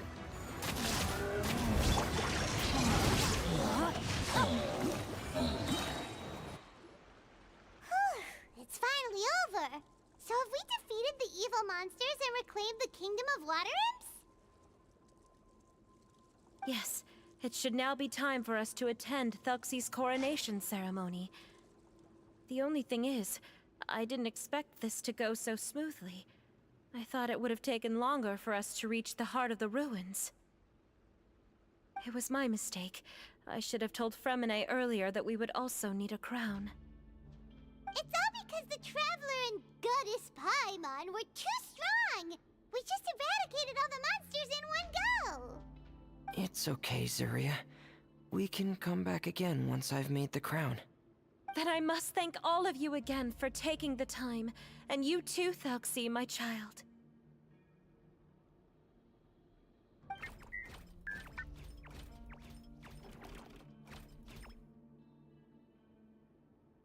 Thelxie's turning out to be a real expert at fighting! I don't think there's anything that will be able to stop him. He's like a true prince now. Yes, I agree as well. Let's head back to camp for now. I asked the Traveler to search for some materials on the way because I want to make the crown as soon as possible. We can add an update to Thelxie's fantastic adventures as well! Now that we've reclaimed the kingdom of water imps, it's time for us to draw some new scenes in the picture book!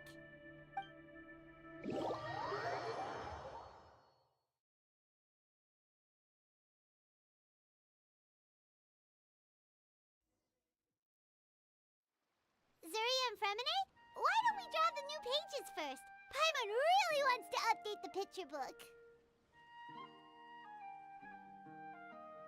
Hey, you didn't have to say it out loud! No problem. I'm happy to oblige. Then in that case, the story today should go something like this. After overcoming many obstacles, Prince Thelxie and his brave companions finally arrived at the entrance to the Kingdom of Water Imps. At this time, the little fairy in the group, Paimon, revealed her true goddess form to her companions. Woohoo! The goddess has arrived! She praised the companions for their purity, and to reward them, she bestowed upon them many blessings, and even prayed that the prince would be able to fulfill his goal. Bathed under the goddess's glory, the prince and his companions charged into the bastion of evil, chased away the monsters, and rescued the pretty water imps from their imprisonment. The prince finally managed to reclaim his kingdom. But as for the crown... Oh no! The crown isn't ready yet! No. The crown was within the prince's reach, but the monsters took it with them as they fled. They haven't given up and are sure to return, but the prince is certain to reclaim the crown the next time they fight. The brilliant rainbow shall descend onto the kingdom once more. Oh, and Paimon can almost see it all happening now! Whoa! The pages are beautiful! Zuria is really talented at drawing. Thank you, everyone. We've also completed the second page of the picture book now. Thelxie's journey is one step closer to its end, and the promised coronation. My child, you'll also be able to brighten up when that time comes, right?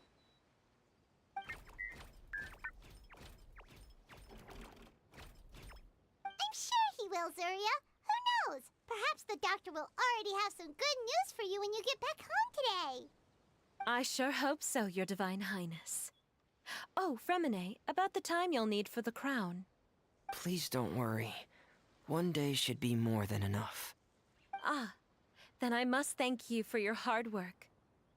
All right, let's rendezvous here in another 2 days' time for our final adventure, okay?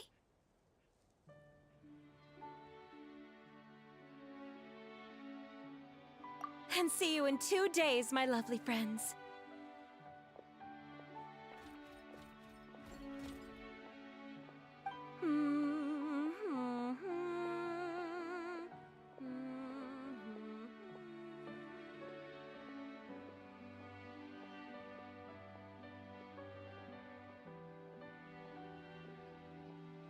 Alright, it's about time we start heading off too. You've still got some work to do, right, Fremine? Yeah, I'll need to go to the city shortly to get some parts for the base of the crown.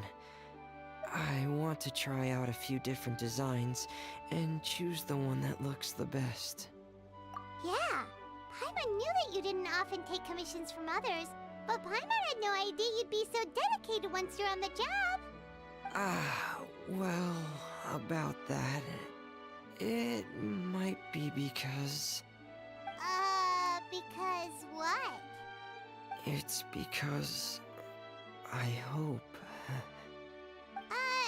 What's the matter? And what's with that look on your face? You're turning red, and it looks like you're about to run away and put your helmet on again. Am I turning red? All right.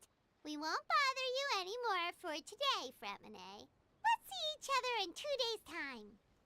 Okay, thank you. See you in 2 days.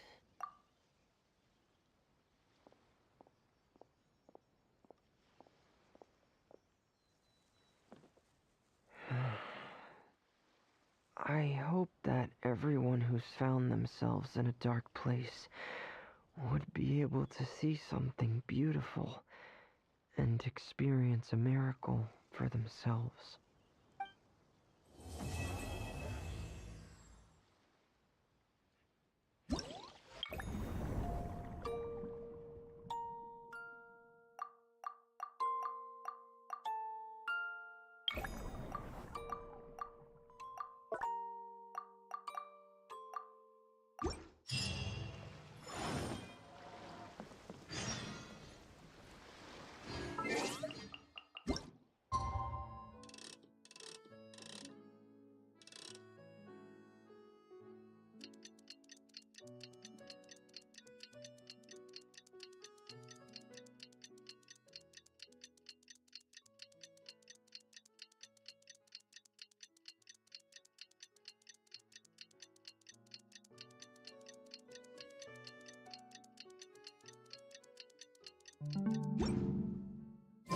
Man.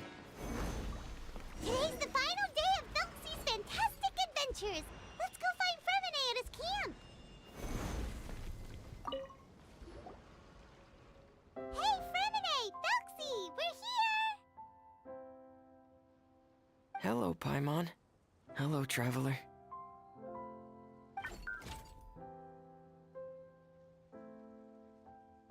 Is the crown ready? Yes. We're just waiting for Zuria now. She hasn't arrived yet. Then let's wait for her a little while. Or actually, maybe we can go find her. It's not too far from here anyway. Didn't she say she just lives on the hill over there? Hey, traveler, Paimon. Oh, and speaking of... Found you two at long last. I'm so glad that you both are all right. Huh? Why are you here, Miss Delaroche? And what could have happened to us? What could have happened? That water imp Thelxie, of course. After I gave you that commission the other day, I began to get worried and went asking about the boy that went missing. Oh, that? We've got it all figured out now. The boy you heard about was just Fremine. Even the missing fish was his fault. Don't worry, we'll help you get the fish back as soon as we're done with this job. Oh, sorry about that. I've been diving in the area recently. Huh? Fremine diving? No, that's not what happened at all. I've heard a completely different account. What I was told is that about a month ago, a child tied a bunch of heavy seashells onto his body and walked into this open stretch of water. He never came back. What could that be if not that water imp's work? Are you sure? 100% sure. I've confirmed the account with several veteran fishermen I know. The child was only 8 years old. His name was Lescaut. Lescaut d'Estray. Wait, Lescaut d'Estray? Yeah, that's the name. They say the family took on the name after moving to the city from a place called Stray. Anyway, his mother is a pretty famous art dealer, while his father passed away from an accident many years ago. Well, naturally, his mother was devastated by the incident and fell terribly ill. It's said that she left the court of Fontaine, and no one knows where she's gone. It can't be, right? Lescaut d'Estray? Zuria d'Estray? It must be some sort of a coincidence? I'm sorry, miss. We've got to go check on something right now. Oh, I see. Well, you go on ahead. I just came to make sure that you're both all right. I'll head back then. Please remember to take care.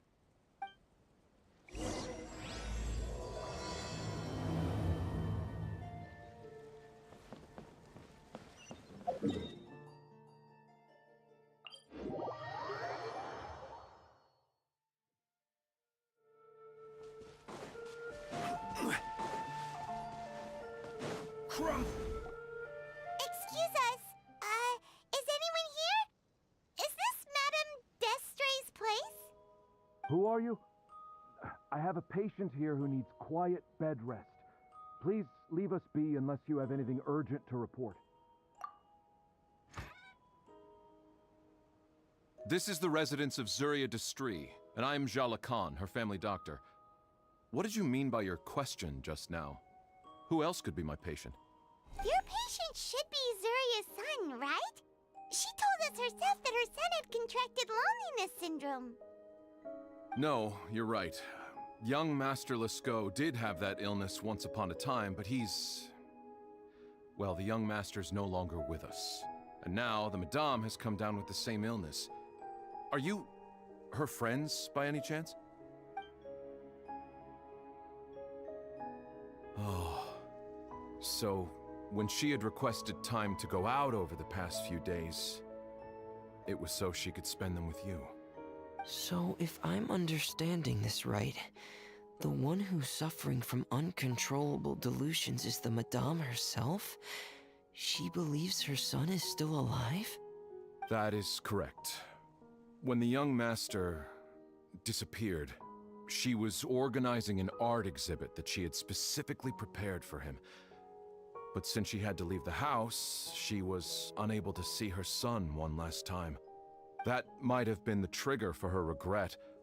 Or perhaps the family's fall into loneliness and grief was inevitable as soon as the old master passed away. First the son, and then the mother. But how could that be? She really looked like she had a handle on everything. Her smile was so lovely, and she even told us to stay optimistic. But you're saying she... Those actions are proof that she can no longer differentiate between fantasy and reality. Then, all the other things that she told us about her son, were those fake too? No, those were all real. Although, they were all things that happened before the young master left us for good. Madame's time has just never moved forward since his passing. I see. So after her son left, she created a fantasy world where her son was still with her. She was looking for a way to cure his illness when she ran into us.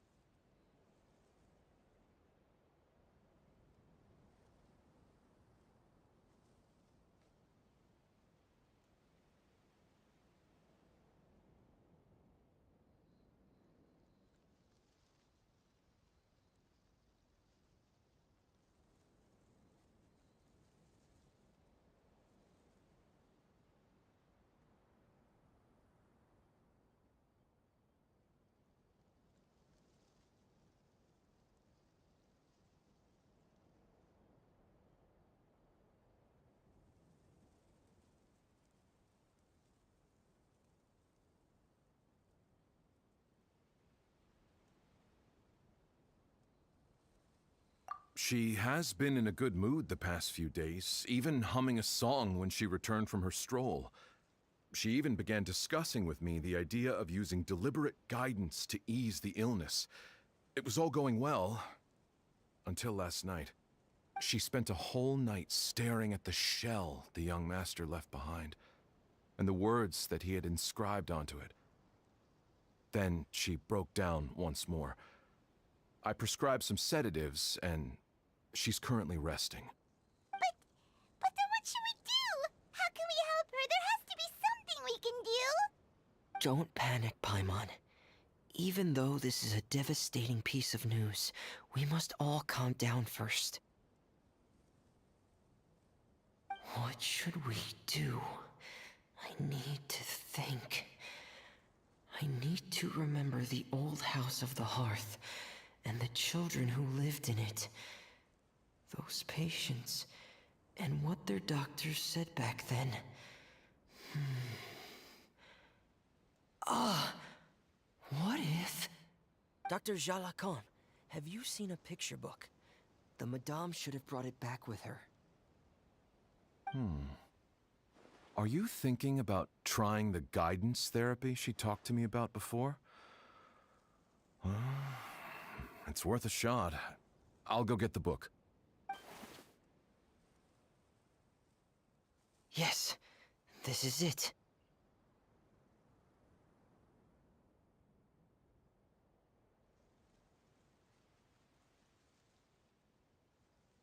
That's right.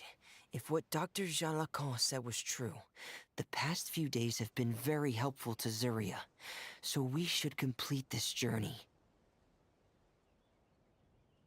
We need to show her that her child has found a happy ending in the world of her dreams.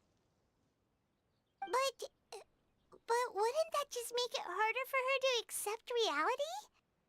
One must first face reality before accepting it. The Madame has been crushed by her feelings of grief and can no longer bring herself to face reality. Our first priority would be to get her out of this state. Right.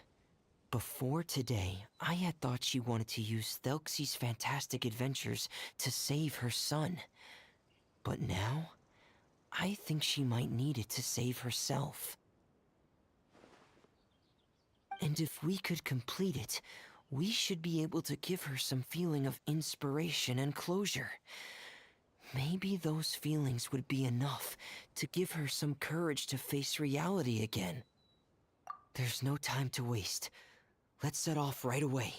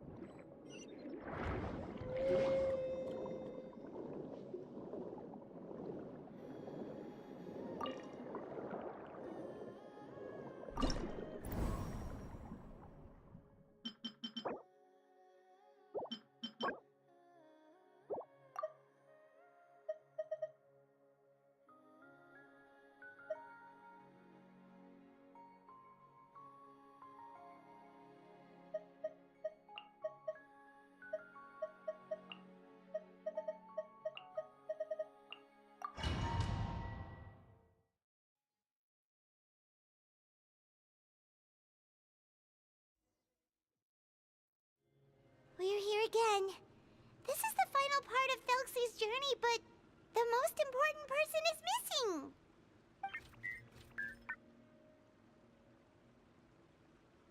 Everyone, please don't be so down and gloomy. Remember what she told us? If we were to feel troubled, the patient would become anxious as well. You're right. Paimon needs to smile. If we have to give something to Zuria, it should be our smiles. We have to keep smiling as we finish this adventure. And then she'll be able to recover, right, everyone? Yeah, I'm sure she will. Oh! Be careful, brave adventurers. Here come the evil monsters that stole the crown. They're... the deep-sea Cyclops. Let's beat them up! Watch out, everyone! They're coming at us again! There's no need to fear. Prince Thelxie looks stronger than ever today. He must be going all out. Oh, you're not the final enemy, right? We'll reclaim the crown for you now, Your Highness. Witness the power of Gugwa. Rain outlines your fate. Know my sword.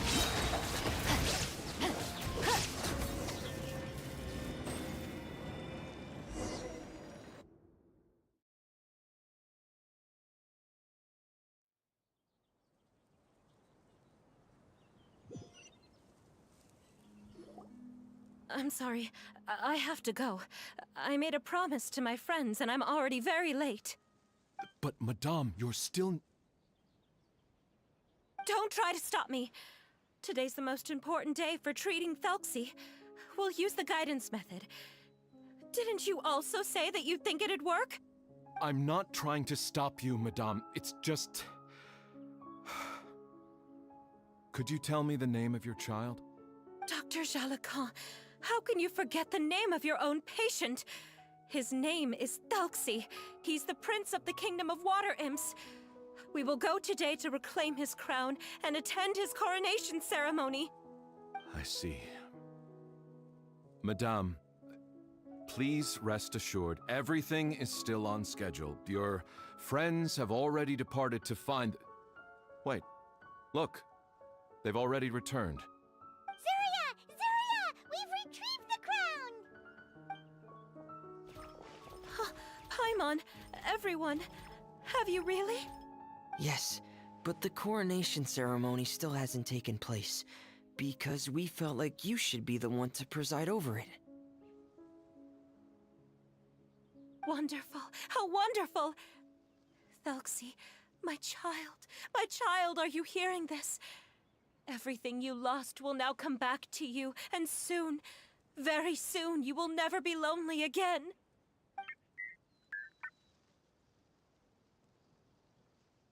And the last page of the picture book.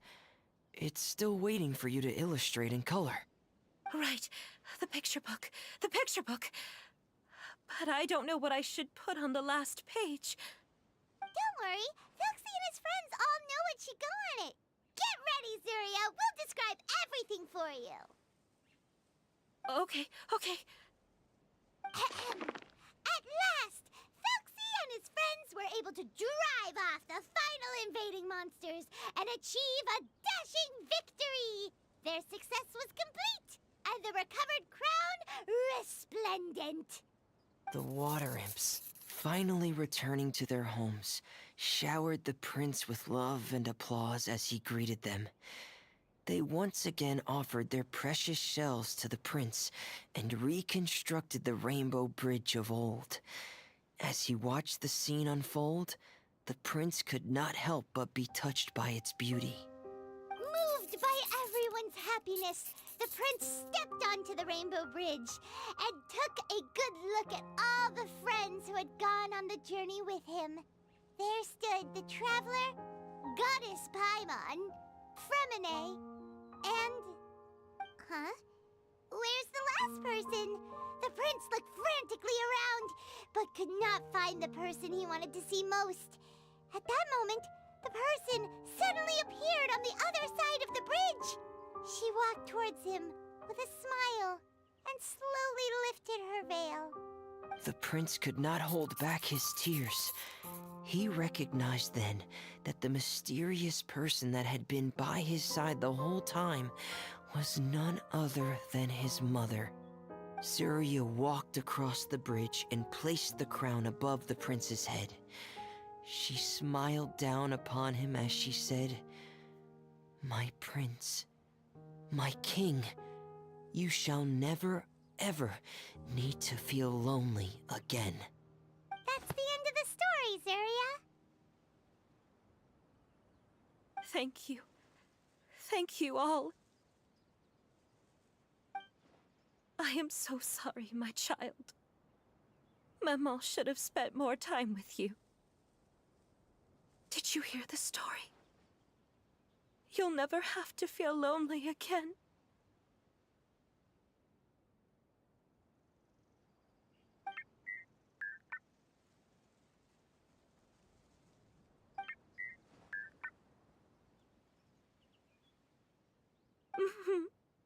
Maman loves you too.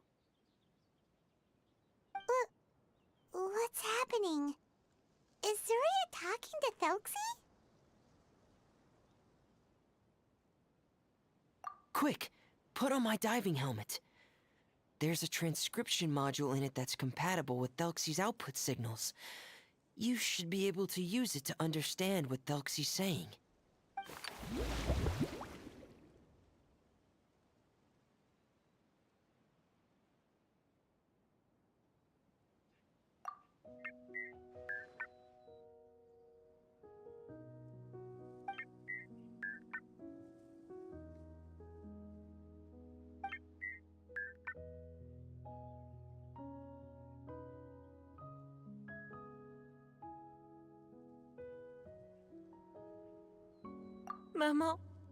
Maman loves you too.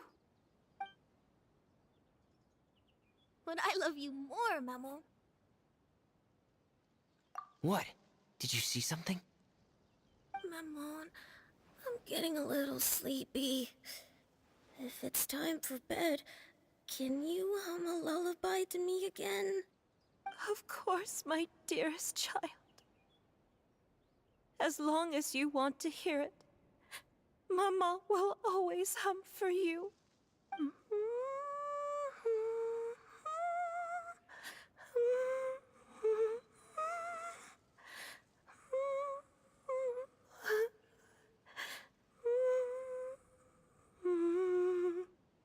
Thank you, Maman. Your lullaby has always been my favorite.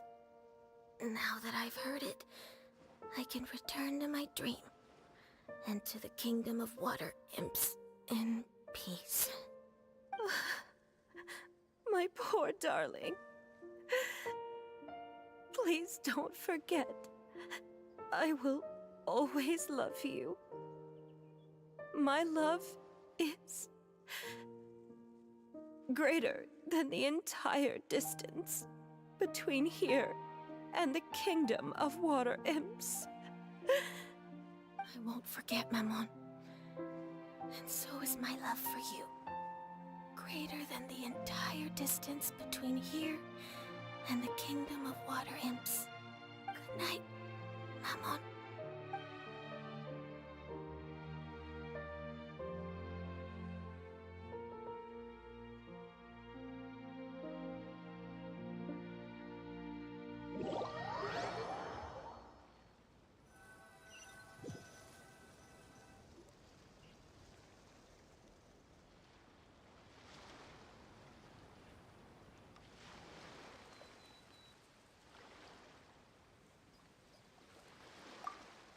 Traveler, Paimon, you're here. Furina, why did you call us in such a hurry? Did you hear something from Zuria? Oh, if it's not good news, Paimon doesn't want to hear it. Don't worry, it's definitely great news. The Madame came here for a visit just now with her doctor. Color has returned to her cheeks, and she sounded full of energy as well. She said she'd like to return to the court to continue hosting the art exhibit. But this time, she'll work with her doctor to exhibit some picture books related to the illness. Of course. Thelxie's fantastic adventures and the guidance therapy will be included in the exhibit as well.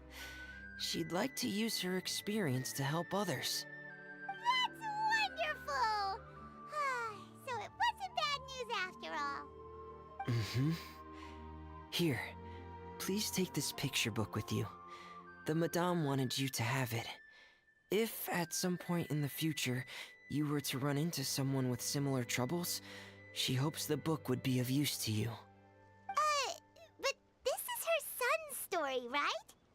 Is it really okay to give the book to us? Don't worry, it's just a copy. She still has the original. It's extremely important to her. Alright, then there's no problem. It feels good knowing we've contributed to something important. Paimon definitely didn't expect the fantasy adventure to be so useful. Paimon was a little worried about how everything would turn out. After all, fantasy is just fantasy. Paimon, do you know what the Madame said? She said that at the moment when she placed the crown on Thelxie's head, she felt like she really saw something beautiful. Her child had returned, and he told her that he loved her. She also said that was when she was finally able to bid farewell to her son. She felt like at that moment, she was healed by some mystical power, and she was filled with courage from head to toe. Oh, really? But could that just be another part of her fantasy? Perhaps.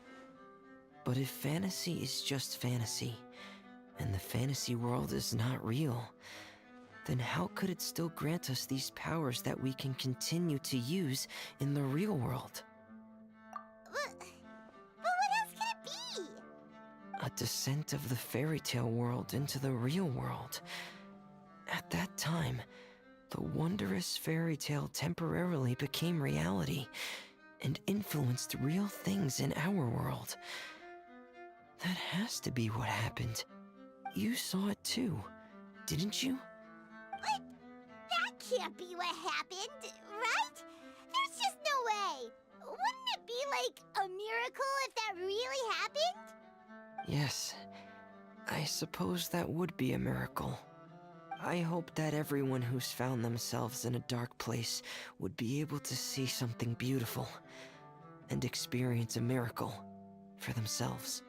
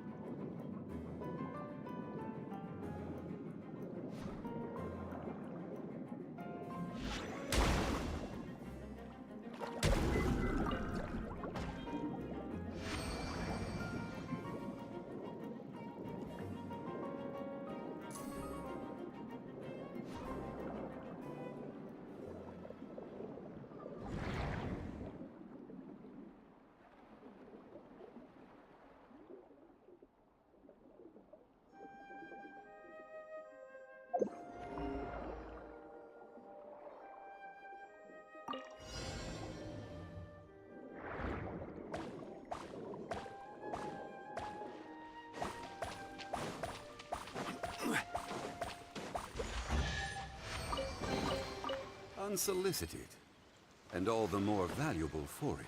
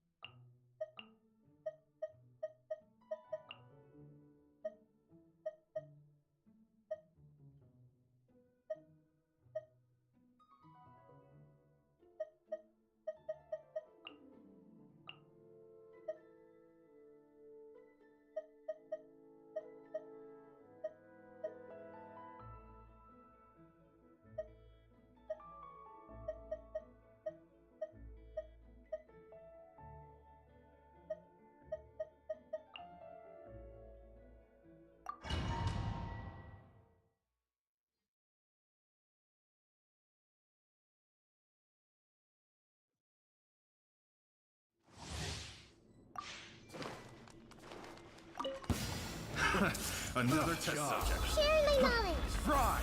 Illusion shattered. Teamwork is strength. Killjoy! Always just begun. All eyes on me. Yeah.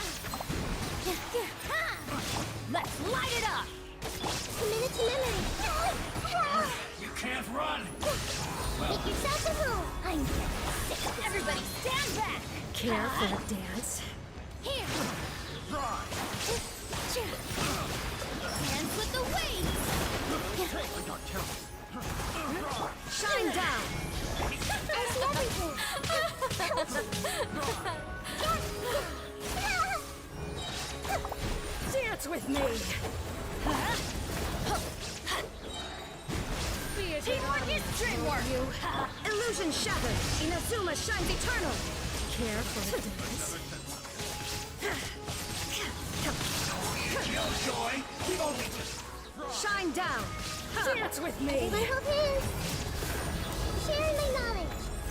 The show's only just begun. Positions. This. Torn to oblivion. Come at me!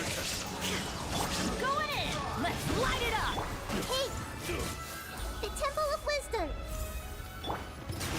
This dance is for you. There is no escape. Adventure time. You can't run! Everybody stand. Now you shall perish. Care for a dance? Illusion shattered. Make yourselves a home. Stop fighting. Dance with me. Here. Dance with the waves.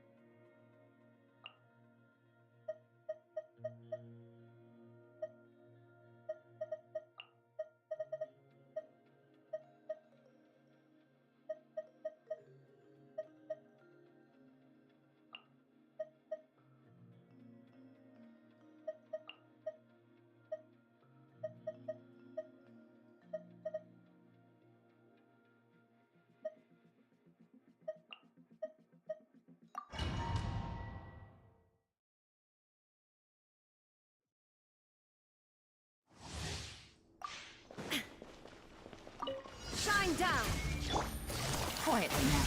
Game's up. Boba, get them! Eat this! This is order. Torn to oblivion! Illusion shattered!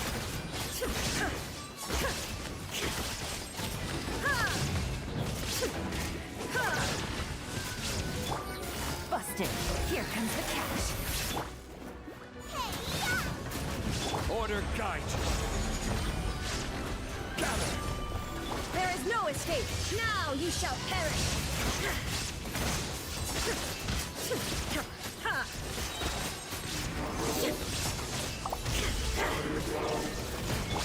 Quietly now. Game's up. Fun's over. Nice and spicy! You're toast! I will have order. Solidify. Torn to oblivion! Illusion shattered! Gotcha. Things are about to get dicey. Eat this! Stabilize. This is order. Inazuma shines eternal!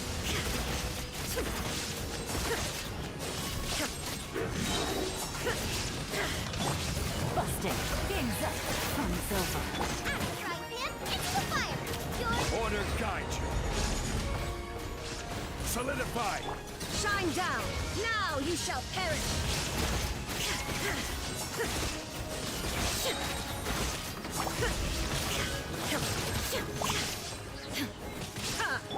Gotcha. Things are about to get dicey. eat this! Illusion shattered! Torn to oblivion!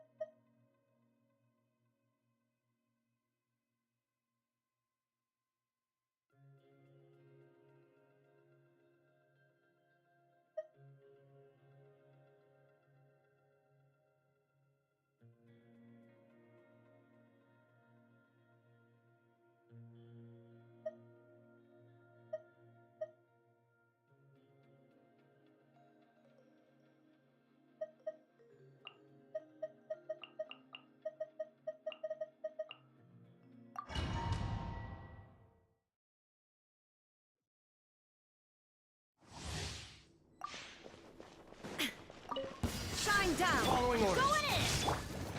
You're toast! Ring cutter. Love the jump. Huh? No, my sword. Ha! Inazuma shines eternal!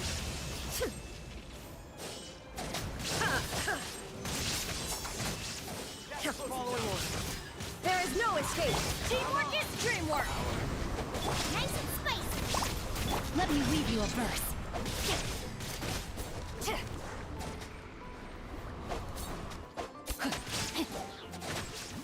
That's following orders. Lucky today. Where do you think Everybody stand back! Shine down! Boba, get them! Hey-ya! Huh? Rain outlines your fate. Torn to oblivion!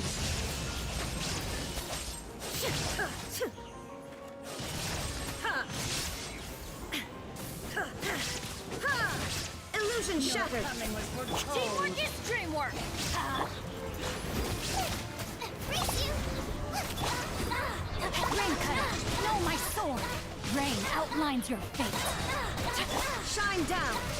Inazuma shines eternal! Target practice. There is no escape. I'm going in! Let's light it up! Frying pan into the fire! You're Let me weave you a verse. Pressure wing can raise a storm! No, my sword. Torn into oblivion! Where do you think you're going?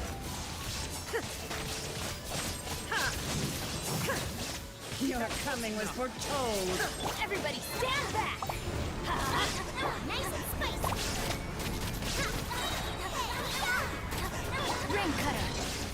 Body of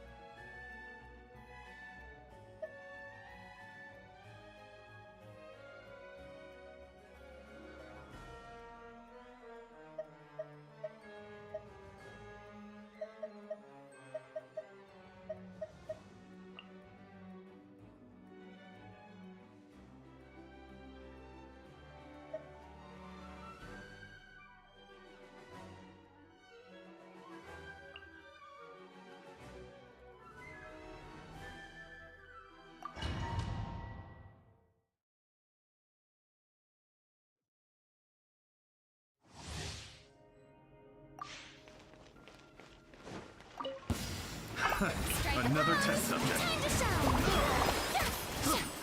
Silence! Be sanctified. Rest and rebuild! Wheel of life.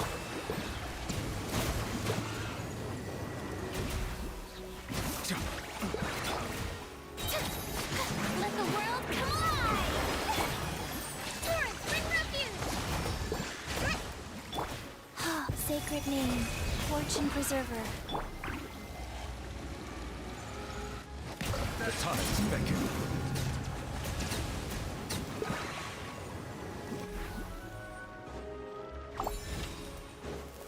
Hold the line!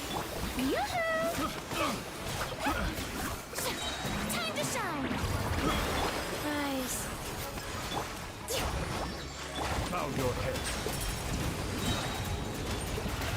Let the mighty be humble.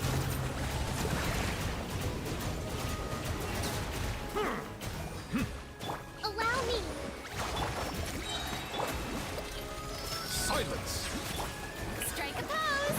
Let my name echo in song! Pay your dues. Orders given. Orders received.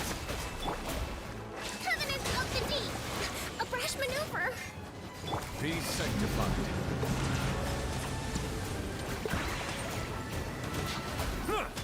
Bow your head. Hold the line! Time to shine!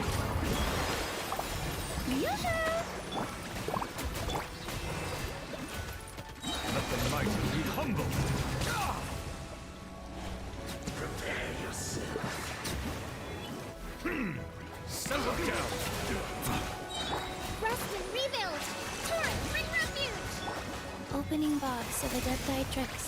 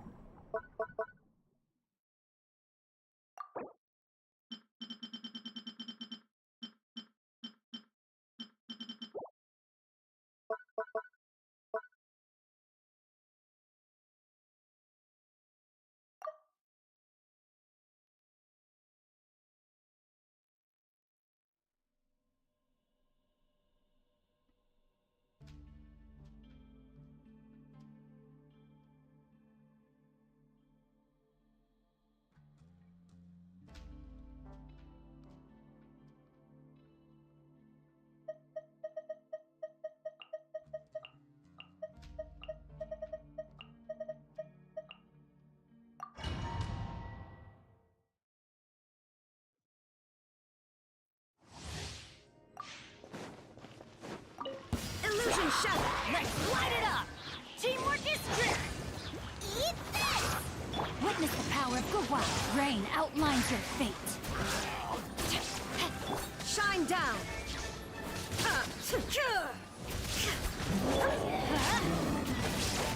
I'm going in! Booba, get them!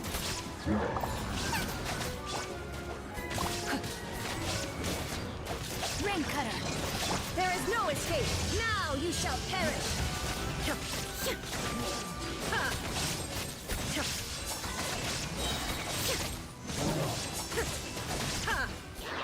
Illusion shattered! Teamwork is dreamwork! You're toast! Rain outlines your fate. Witness the power of good. Shine down! Inazuma shines eternal!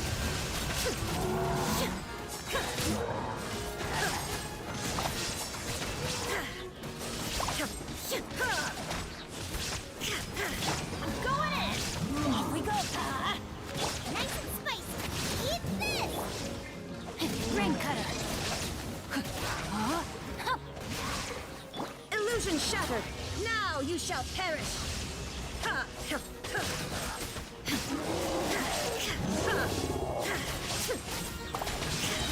Everybody stand back! Booba, get them! Witness the power of Gurwa! Know my sword! Rain outlines your fate! Shine down! Inazuma shines eternal!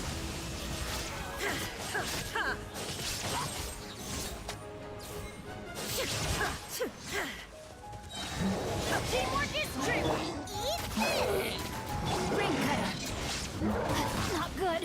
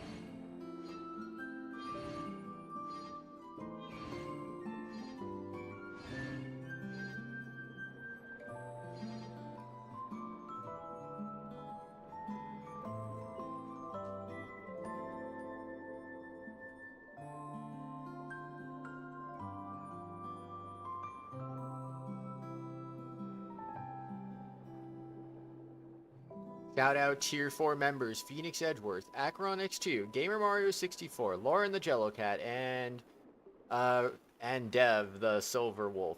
Anyway, bye everyone.